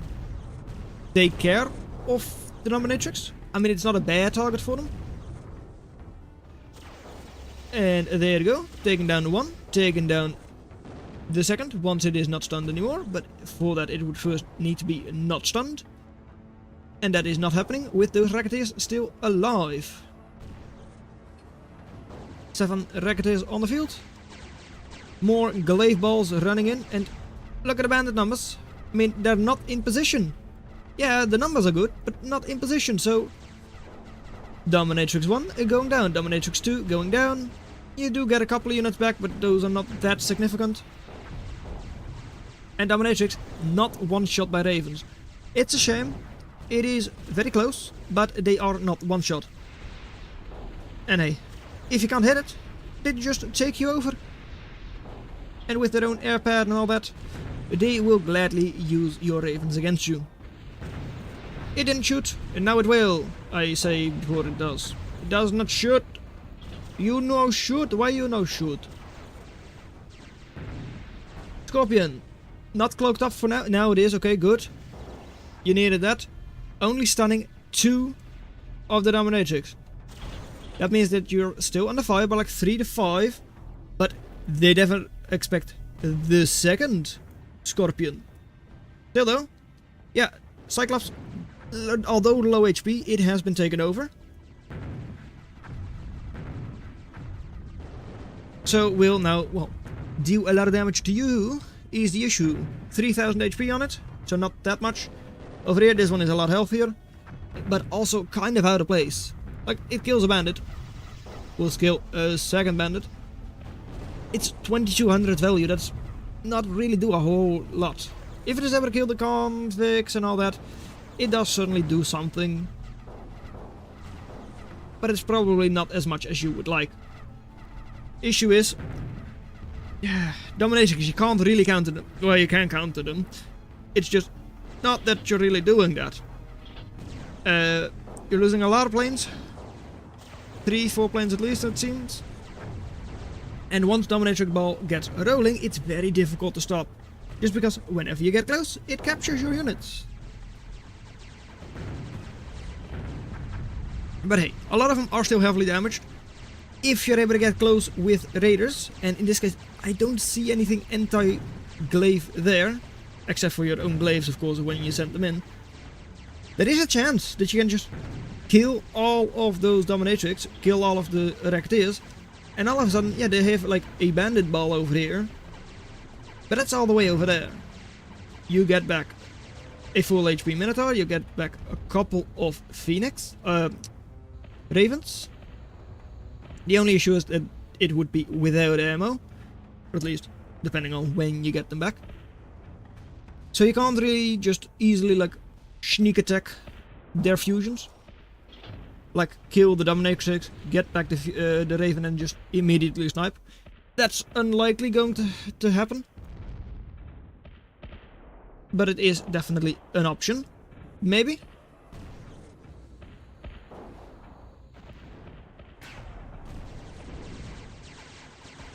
And Bandit once again raiding on the western side. Still though, look at the eco. They're missing these maxes, they're missing those maxes. They're missing all of the maxes. Middle is not captured by low taper fade either. This is 100 plus eco. pumping out scorpions like it's nothing. Soon they're sending the scorpions as if they're glaives. 2800, 1000 reclaim, 600 reclaim. Still a lot of reclaim for both players to get. But for now, it seems like the main player getting that is Coolcat. Also, Overdrive Grid, better for them compared to what Low Taper Faith has. Seems to be building a couple of energy pylons to get the grid linked up better. But is getting it is not yet here. Whereas over here, yeah, there's a big old ball of scary units. If the glaives are able to distract and get in range, I mean, I still don't really... Ah, no, you do have rippers in this case. Rippers are certainly the thing that, well, would kill all of your glaives in an instant. But still, the 3 Scorpioneers are... Oh... 200, I mean, it's not exactly the scariest thing ever, but even just losing it, it hurts. 29 HP. And one last shot and it's dead. That goes. Thing is, there you go. Going to try and capture, but hey, the other way around, it is go ahead and try and stun. And it's over. Coolcat wins. Scorpions Supreme. Way better eco. Total value always ahead. And Eye of Horus is the deciding map. Your champion.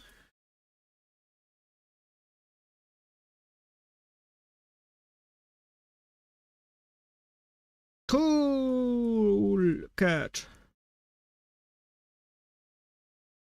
GG. Let's go.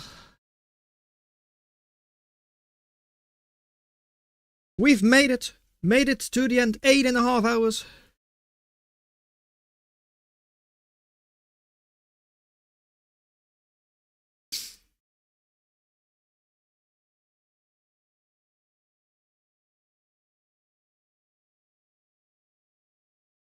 Might need to retire, you know. Wrist hurts. I thought I was winning in the middle. You were winning at some point, at least it seemed like it. Whew.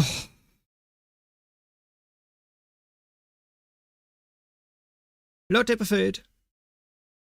Coolcat is the final winner. Tournament has finished. Standings are all complete. End the tournament.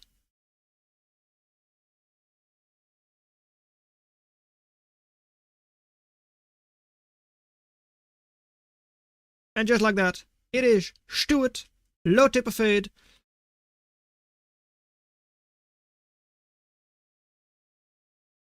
Sorry? Do we want people to say... Yeah...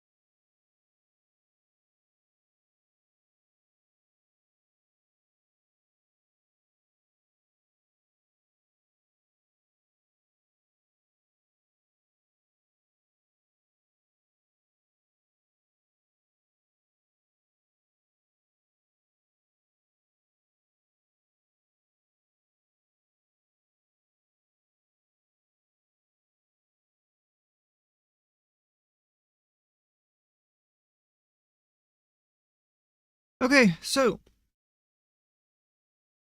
Okay, good night, good night. I need to shower and have a lot of voicemail. Okay.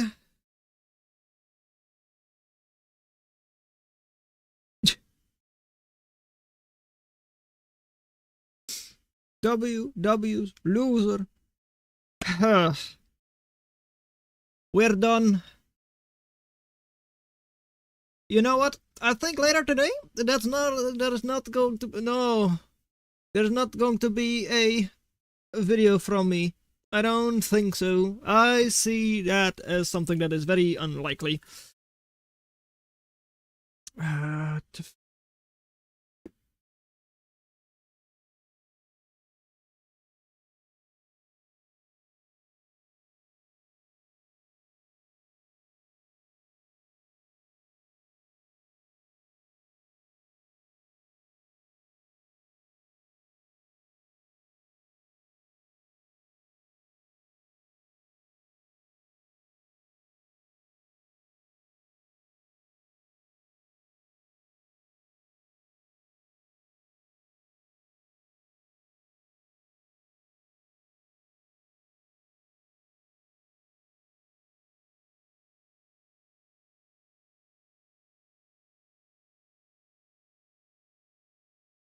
Just wait to get a result for that part of the tournament.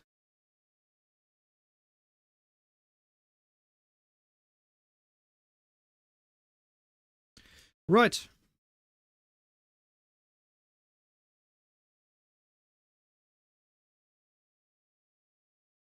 WW's, wait, what? Why is Stefan bridge down? Also, no, it's not. No, I don't give it to you. That plasma gun up there, MVP. Right. Anyways, for the stream, that is going to be it. I truly have to go because it is late. It is 4:30 in the morning. It is time for me to go to sleep. Results will be there in the morning. Well, not in the morning. Oh, I didn't say that. Will be there at some point later. But, yeah, no, that's not going to be there now. Certainly not. We'll have them later. At some point. I don't know when that is going to be. But I hope to have it, like, at least, I don't want to say this weekend yet. Because that would mean today, later today. I'll have them at least this week. Let's just say it like that. Final results and all that this week. We'll also be reaching out to the winners. In how they want to be paid. How that is going to work out. Because that is something that's going to depend on who, of course, receives the money. But that is going to be it for now. Yes, I think I have done everything I need to then. Don't think I've missed anything. The bracket. Yeah, that one can close, that one can close. Yeah, I think that's it. I'm going to thank all of you for watching. We've been consistently above 10 views, pretty much, even though we haven't really had any chat, because that's, of course, difficult with a 5-minute stream delay. But yeah, it is time for us all to go stop with the 0k, at least for today, for now. And I have to say, good night.